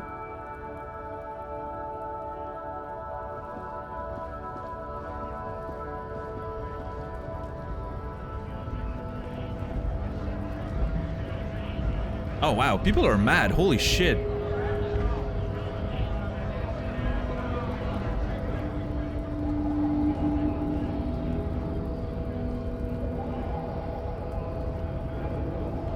Hola, Wandering Man. How can I help you? Good talking. Gotta run, man. No more nothing additional to him. Let's see.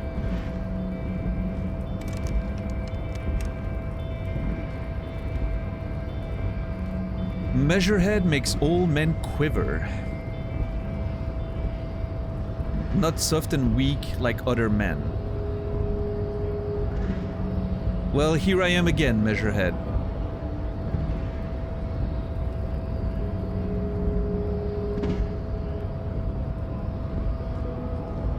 Your race descent has only worsened since I last saw you. You have really let yourself go. I'm sorry, Measurehead. I'm trying my best, I swear. Alright, I need conceptualization or physical instrument. Let's see.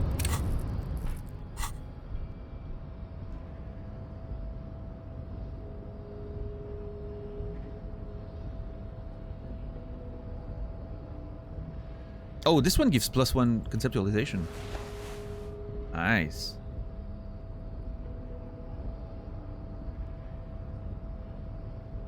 Yeah, because I mean, your race let's be honest. Has only worsened since I last saw you. You have really let yourself go. We could get a pretty decent check actually on physical instrument.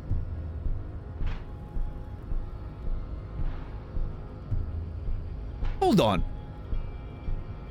It's a white check. Meaning, you know, I mean, it's okay. If I fail, he's probably gonna punch me back and I'm gonna hurt myself. But with another +1, I only need to get 13. Like right now I need I have 2 with the +1, right? So right now I need an 11. With the other clothes, I would need a 10. It's not that bad. Man, I forgot how amazing the music of Measurehead was. That track is so intense.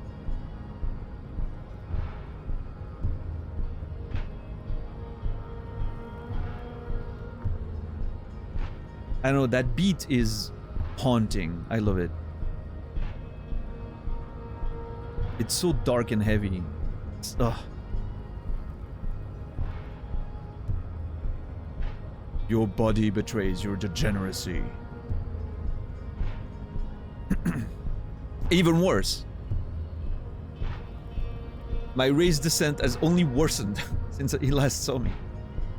I'm doing my best, Measurehead. I'm trying. It's actually the track title, Chipmunk. That's amazing. Primalness to it. Yeah. A dark, you know. A dark primalness to it. Some sort of... Yeah, I don't know. Reminds me of a Tergo Loopy a little bit, if you know the band. Sort of like dark folk sort of stuff, right?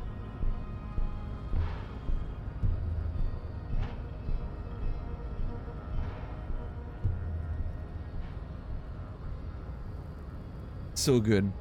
Am I gonna... Man, I mean, subscribe to his advanced... Oh, wow. Thanks. I have 90% chance of subscribing to Advanced Race Theory. Great. Fantastic. Love it.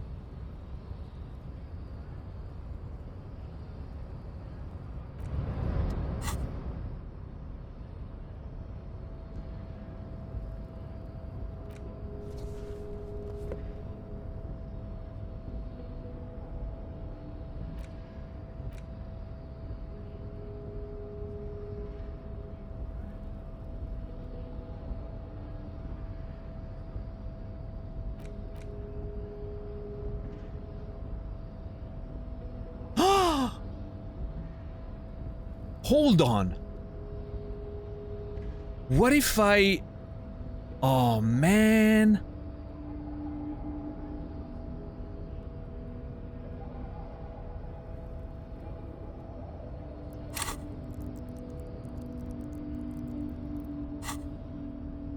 I could drink to add another point. What are my chances now? Hold on. Your race descent has only worsened 17. since I last saw you. You have really let yourself go. Drinking would give me another extra point, right? Which means I would be at like 25% or something. I would need a 9. Which is fair. It's not that, you know. Oh man. Al Ghul. Yeah, maybe we should resort to Al Ghul. I mean, I've been good at not drinking for 2 days though.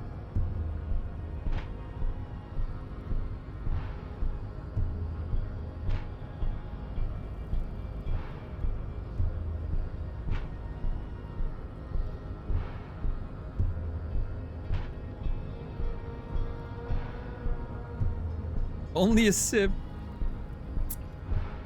I mean, I have a much higher chance than I thought to potentially knocking him out. I really thought it was gonna be like double 6 or nothing, but no, we actually got a shot.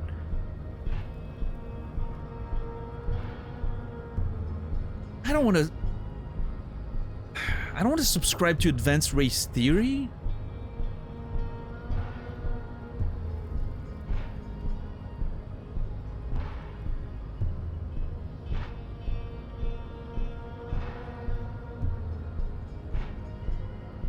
Because, like, I mean, the way I see it, I'm gonna need 1 point to unlock one of my thought cabinets. That's what I'm thinking is gonna happen. I'm gonna have to internalize it. So I'm gonna have to open 1 point. Put advanced racial theory in there. Get it to conclude somehow. And then I'm gonna have to use another point to remove it if I don't want to stick with being a racist, right? It's gonna be a lot of fucking points.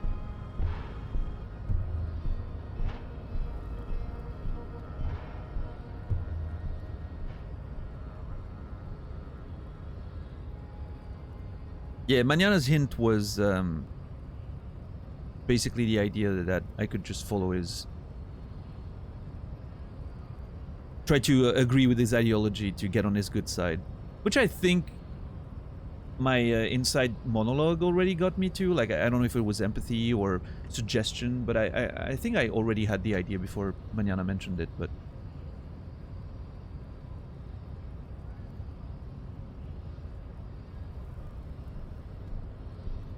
I'm gonna try knocking him out.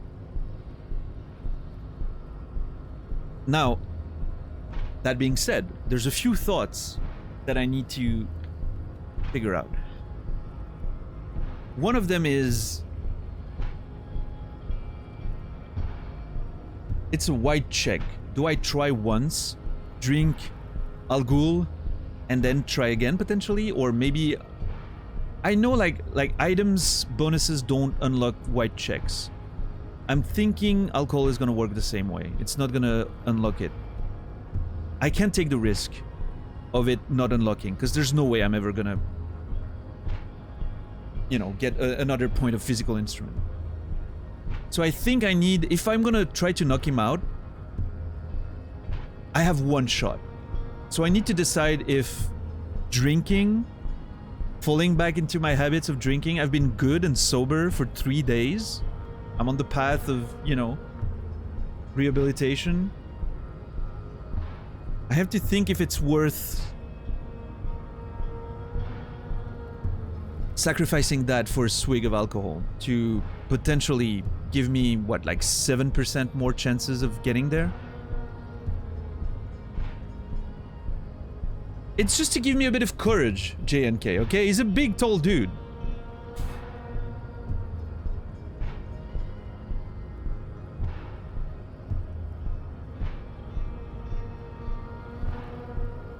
I need to think.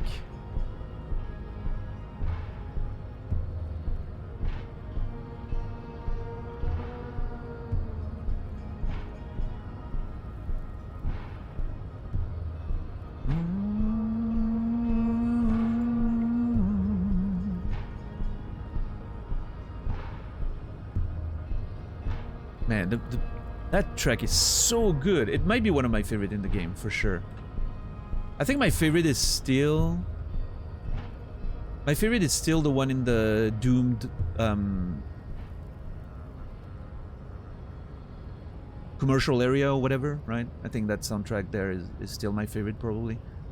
But this one is right up there. Like, it's so good.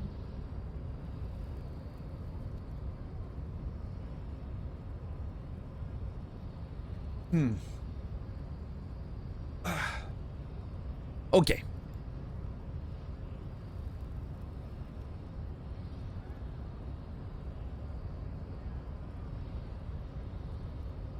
Here is my decision. I'm gonna punch the asshole. I'm gonna try punching that asshole. I'm for sure gonna try punching him. But I need to make a decision about whether or not I want to drink before that.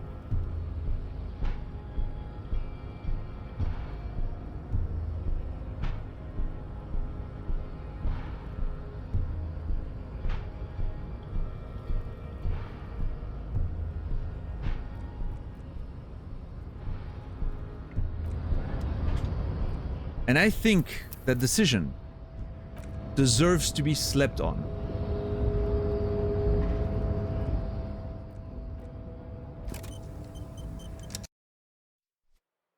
It is past midnight, which is the end of my stream. I'm sorry, everyone. I'm sorry. I don't do that on purpose. It just so happens that it's probably a decision that's going to take me a good, you know, a few good minutes. And we are at the end of the stream. So, you know, I have to get going. I have to eat. I have to, you know. But first things tomorrow. First thing tomorrow.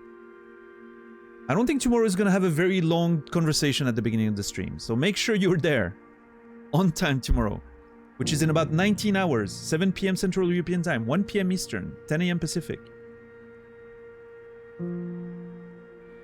For the conclusion of that Measurehead saga. It's gonna end tomorrow. One way or another, we're finishing this. We're getting past Measurehead tomorrow. One way or another. We'll try punching him first, but I need to figure out if I want to drink or not. I've been very happy with my sobriety in the game. And I feel like drinking or not could have potential big impact on the overall arcing, you know, saga of my characters. So I have to make this, like, thoughts and decisions. But anyway, I'm gonna raid out in a couple minutes. If you don't mind waiting, I would appreciate it. What I want to say before that, thank you everyone for the support during this Disco Elysium playthrough so far. And at the beginning of this year, the end of last year and the beginning of this year so far has been amazing. Thank you very much. I truly appreciate it. Thank you for the enormous amount of gift subs, resubs. Thank you for the raids. Thank you for the follows. Thank you for the lurks and the conversations. It truly means the world to me. And I'm having such a good time with this game and with the stream lately, and that is all thanks to you guys. If I was by myself, it wouldn't mean anything to me, so thank you. If you haven't followed the channel yet, make sure to do so you can, you know, be there tomorrow when we start hot with the Measurehead confrontation. I'm gonna be raiding out to my good friend Nasrallah tonight again. And yeah.